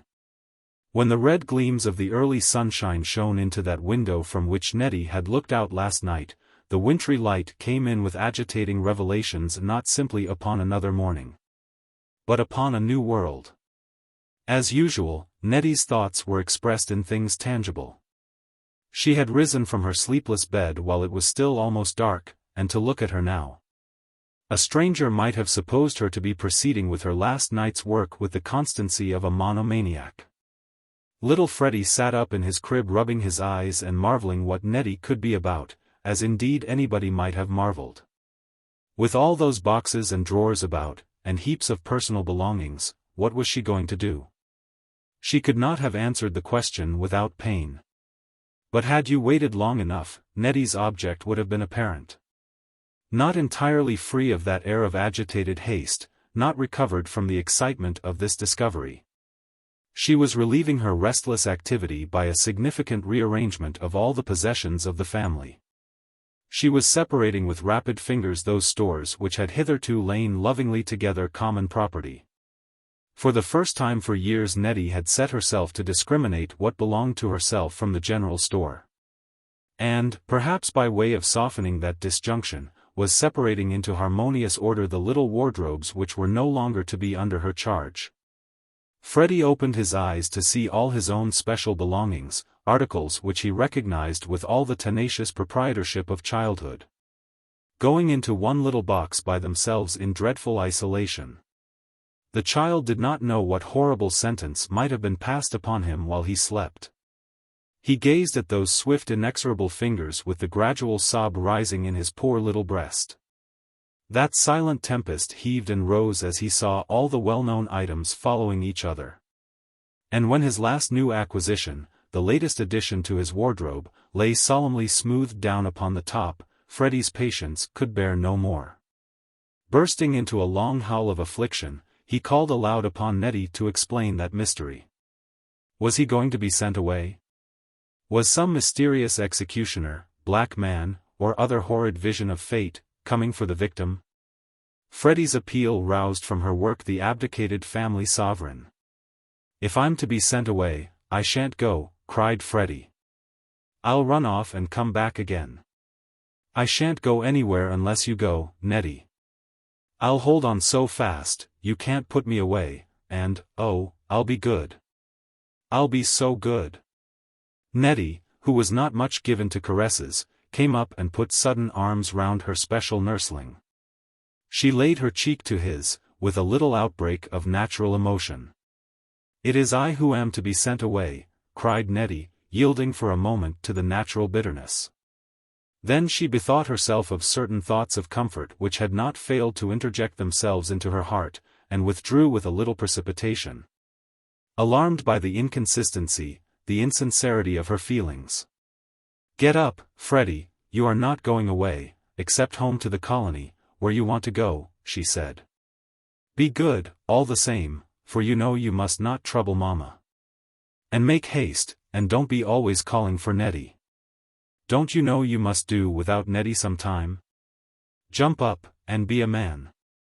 "When I am a man, I shan't want you," said Freddie, getting up with reluctance, "but I can't be a man now. And what am I to do with the buttons if you won't help me? I shall not have buttons like those when I am a man." It was not in human nature to refrain from giving the little savage an admonitory shake. "That is all I am good for, nothing but buttons," said Nettie with whimsical mortification. When they went down to breakfast, she sent the child before her, and came last instead of first, waiting till they were all assembled. Mrs. Fred watched her advent with apprehensive eyes. Thinking it over after her first triumph, it occurred to Mrs. Fred that the loss of Nettie would make a serious difference to her own comfort. Who was to take charge of the children, and conduct those vulgar affairs for which Susan's feelings disqualified her? She did her best to decipher the pale face which appeared over the breakfast cups and saucers opposite. What did Nettie mean to do? Susan revolved the question in considerable panic, seeing but too clearly that the firm little hand no longer trembled. And that Nettie was absorbed by her own thoughts, thoughts with which her present companions had but little to do. Mrs. Fred essayed another stroke. "Perhaps I was hasty, Nettie, last night, but Richard, you know, poor fellow," said Susan, "was not to be put off. It won't make any difference between you and me, Nettie dear. We have always been so united, whatever has happened, and the children are so fond of you. And as for me," said Mrs. Fred, putting back the strings of her cap, and pressing her handkerchief upon her eyes, "with my health, and after all I have gone through. How I could ever exist without you, I can't tell. And Richard will be so pleased." "I don't want to hear anything about Richard, please," said Nettie, "not so far as I am concerned. I should have taken you out, and taken care of you, had you chosen me, but you can't have two people, you know. One is enough for anybody. Never mind what we are talking about, Freddie. It is only your buttons, nothing else." "As long as you were my business, I should have scorned to complain," said Nettie, with a little quiver of her lip. "Nothing would have made me forsake you, or leave you to yourself, but now you are somebody else's business. And to speak of it making no difference, and Richard being pleased, and so forth, as if I had nothing else to do in the world, and wanted to go back to the colony. It is simply not my business any longer," cried Nettie, rising impatiently from her chair, "that is all that can be said. But I shan't desert you till I deliver you over to my successor, Susan, don't fear." "Then you don't feel any love for us, Nettie.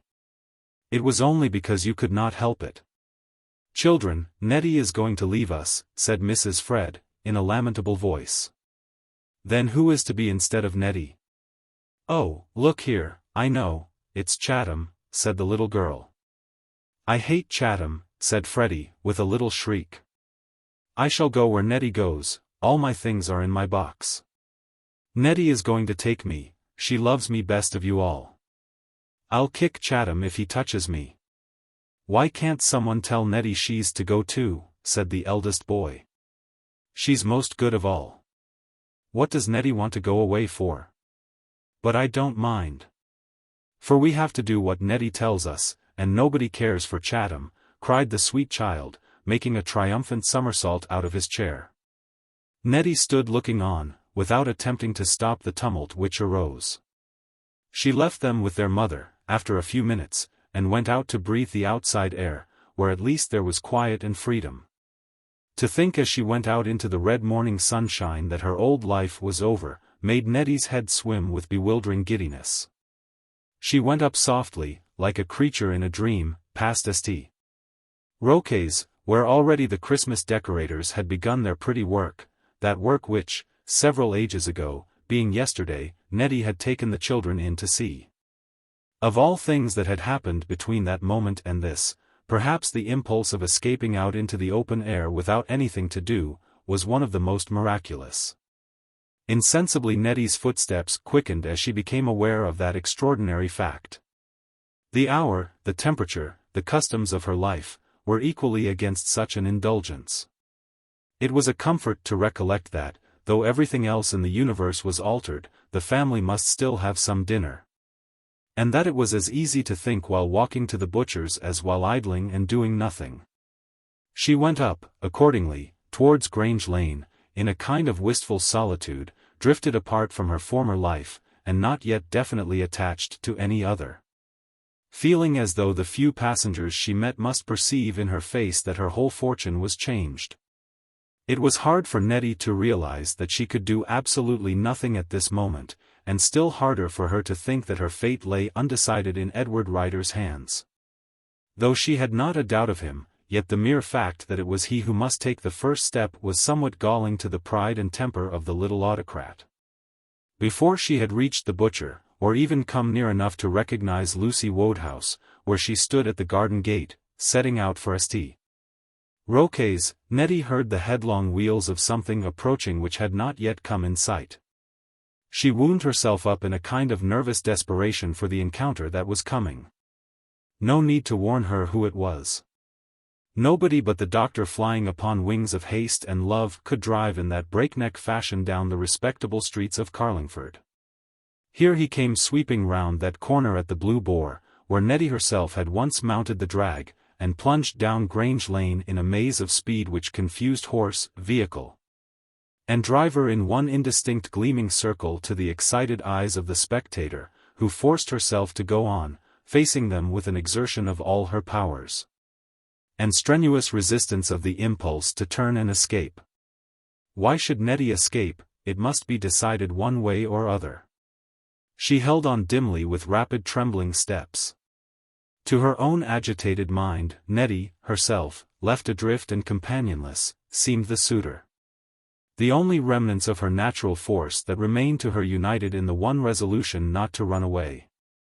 It was well for the doctor that his little groom had the eyes and activity of a monkey, and knew the exact moment at which to dart forward and catch the reins which his master flung at him, almost without pausing in his perilous career. The doctor made a leap out of the drag, which was more like that of a mad adventurer than a man whose business it was to keep other people's limbs in due repair. Before Nettie was aware that he had stopped, he was by her side. "Dr. Edward," she exclaimed, breathlessly, "hear me first. Now I am left unrestrained, but I am not without resources. Don't think you are bound in honor to say anything over again. What may have gone before I forget now. I will not hold you to your word.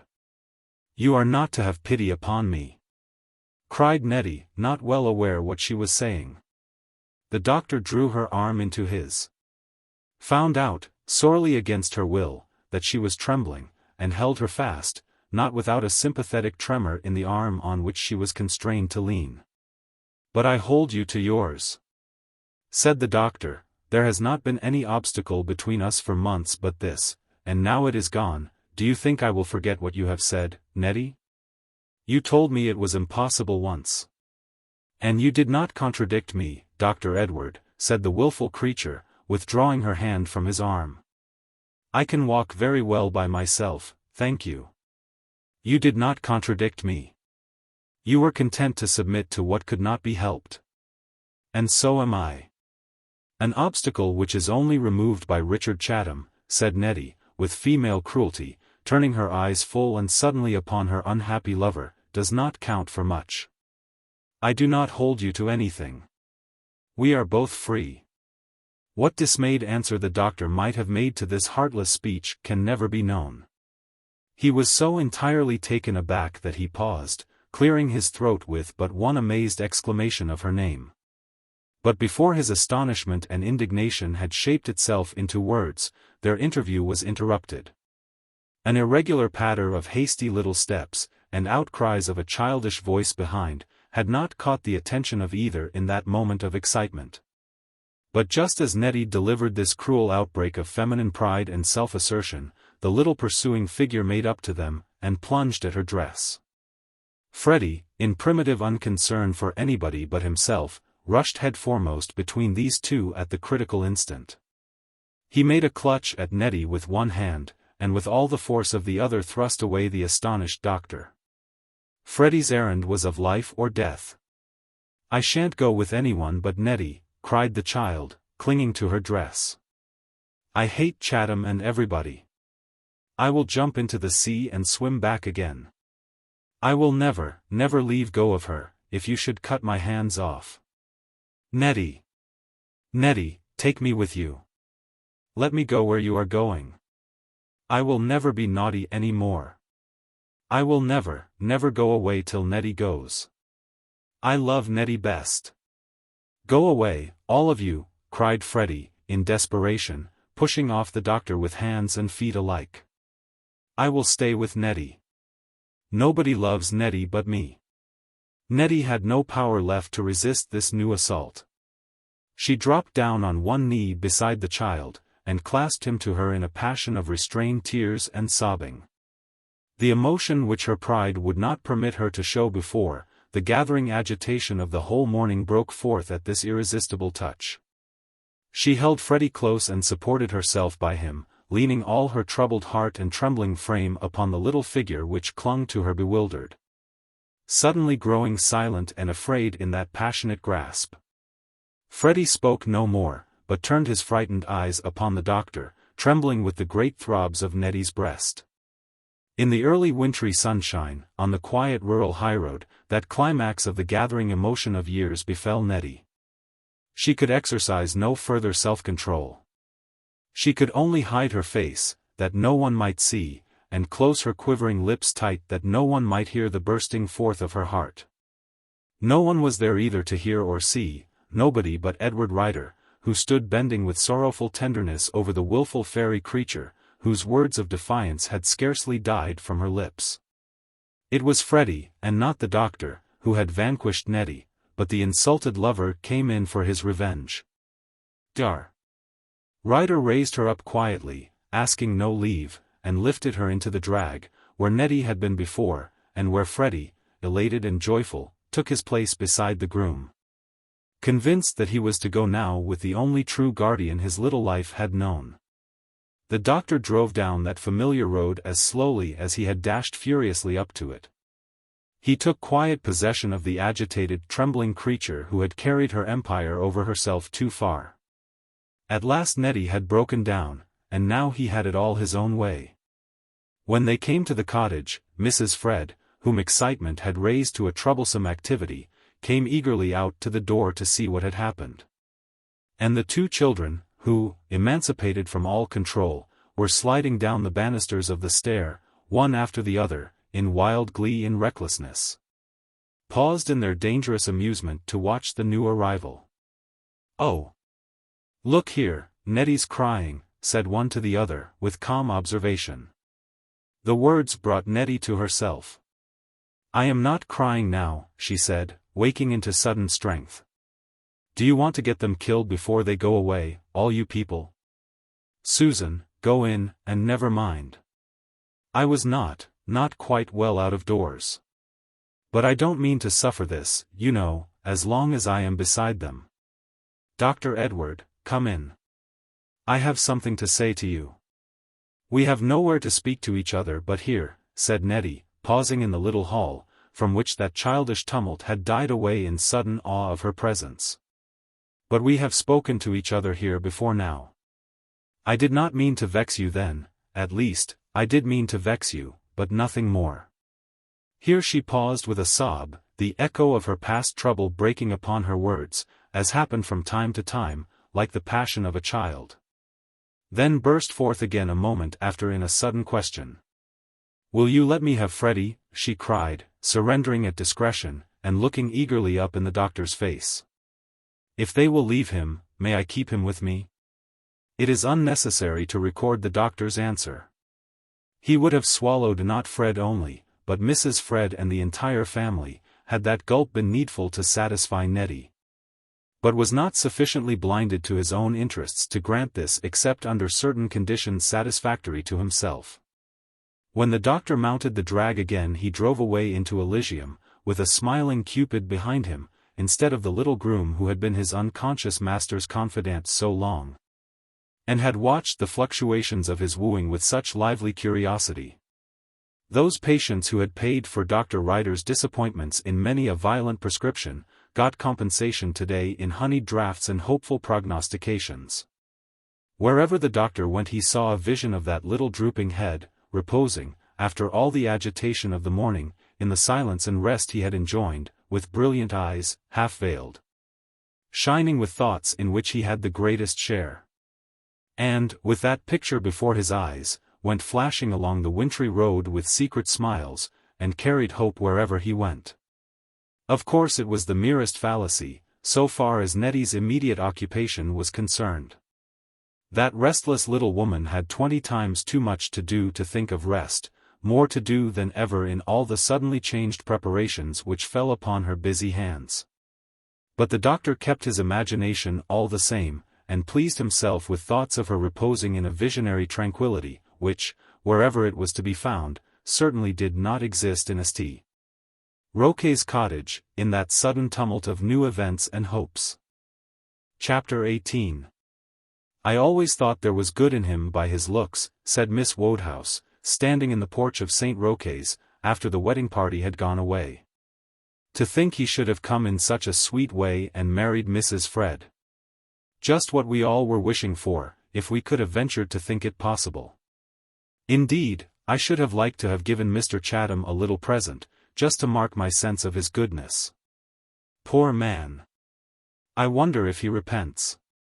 It is to be hoped not yet, said Lucy, hurrying her sister away before Mr. Wentworth could come out and join them.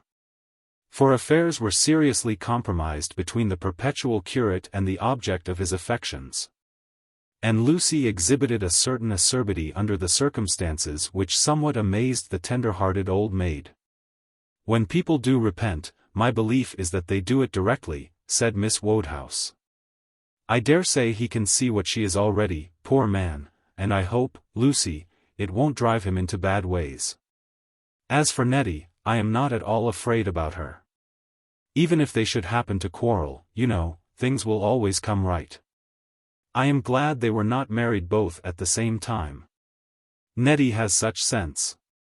And of course, though it was the very best thing that could happen, and a great relief to everybody concerned, to be sure, one could not help being disgusted with that woman. And it is such a comfort their going away. Nettie says. Don't you think you could walk a little quicker? There is somebody in Grove Street that I have to see, said Lucy, not so much interested as her sister, and Papa will be home at 1 to lunch. Then I shall go on, dear, if you have no objection, and ask when the doctor and Nettie are coming home, said Miss Wodehouse, and take poor little Freddie the cakes I promised him. Poor child! To have his mother go off and marry and leave him. Never mind me, Lucy, dear, I do not walk so quickly as you do, and besides I have to go home first for the cakes. So saying the sisters separated. And Miss Wodehouse took her gentle way to the doctor's house, where everything had been brightened up, and where Freddie waited the return of his chosen guardians. It was still the new quarter of Carlingford, a region of half-built streets, vulgar new roads, and heaps of desolate brick and mortar. If the doctor had ever hoped to succeed Dr. Marjoribanks in his Bowery retirement in Grange Lane, that hope nowadays had receded into the darkest distance. The little surgery round the corner still shed twinkles of red and blue light across the desolate triangle of unbuilt ground upon the other corner houses where dwelt people unknown to society in Carlingford. And still Dr. Ryder consented to call himself MRCS, and cultivate the patients who were afraid of a physician. Miss Wodehouse went in at the invitation of Mary to see the little drawing-room which the master of the house had provided for his wife. It had been only an unfurnished room in Dr. Ryder's bachelor days, and looked out upon nothing better than these same new streets, the vulgar suburb which Carlingford disowned. Miss Wodehouse lingered at the window with a little sigh over the perversity of circumstances. If Miss Marjoribanks had only been Nettie, or Nettie Miss Marjoribanks. If not only love and happiness, but the old doctor's practice and savings, could but have been brought to heap up the measure of the young doctor's good fortune. What a pity that one cannot have everything.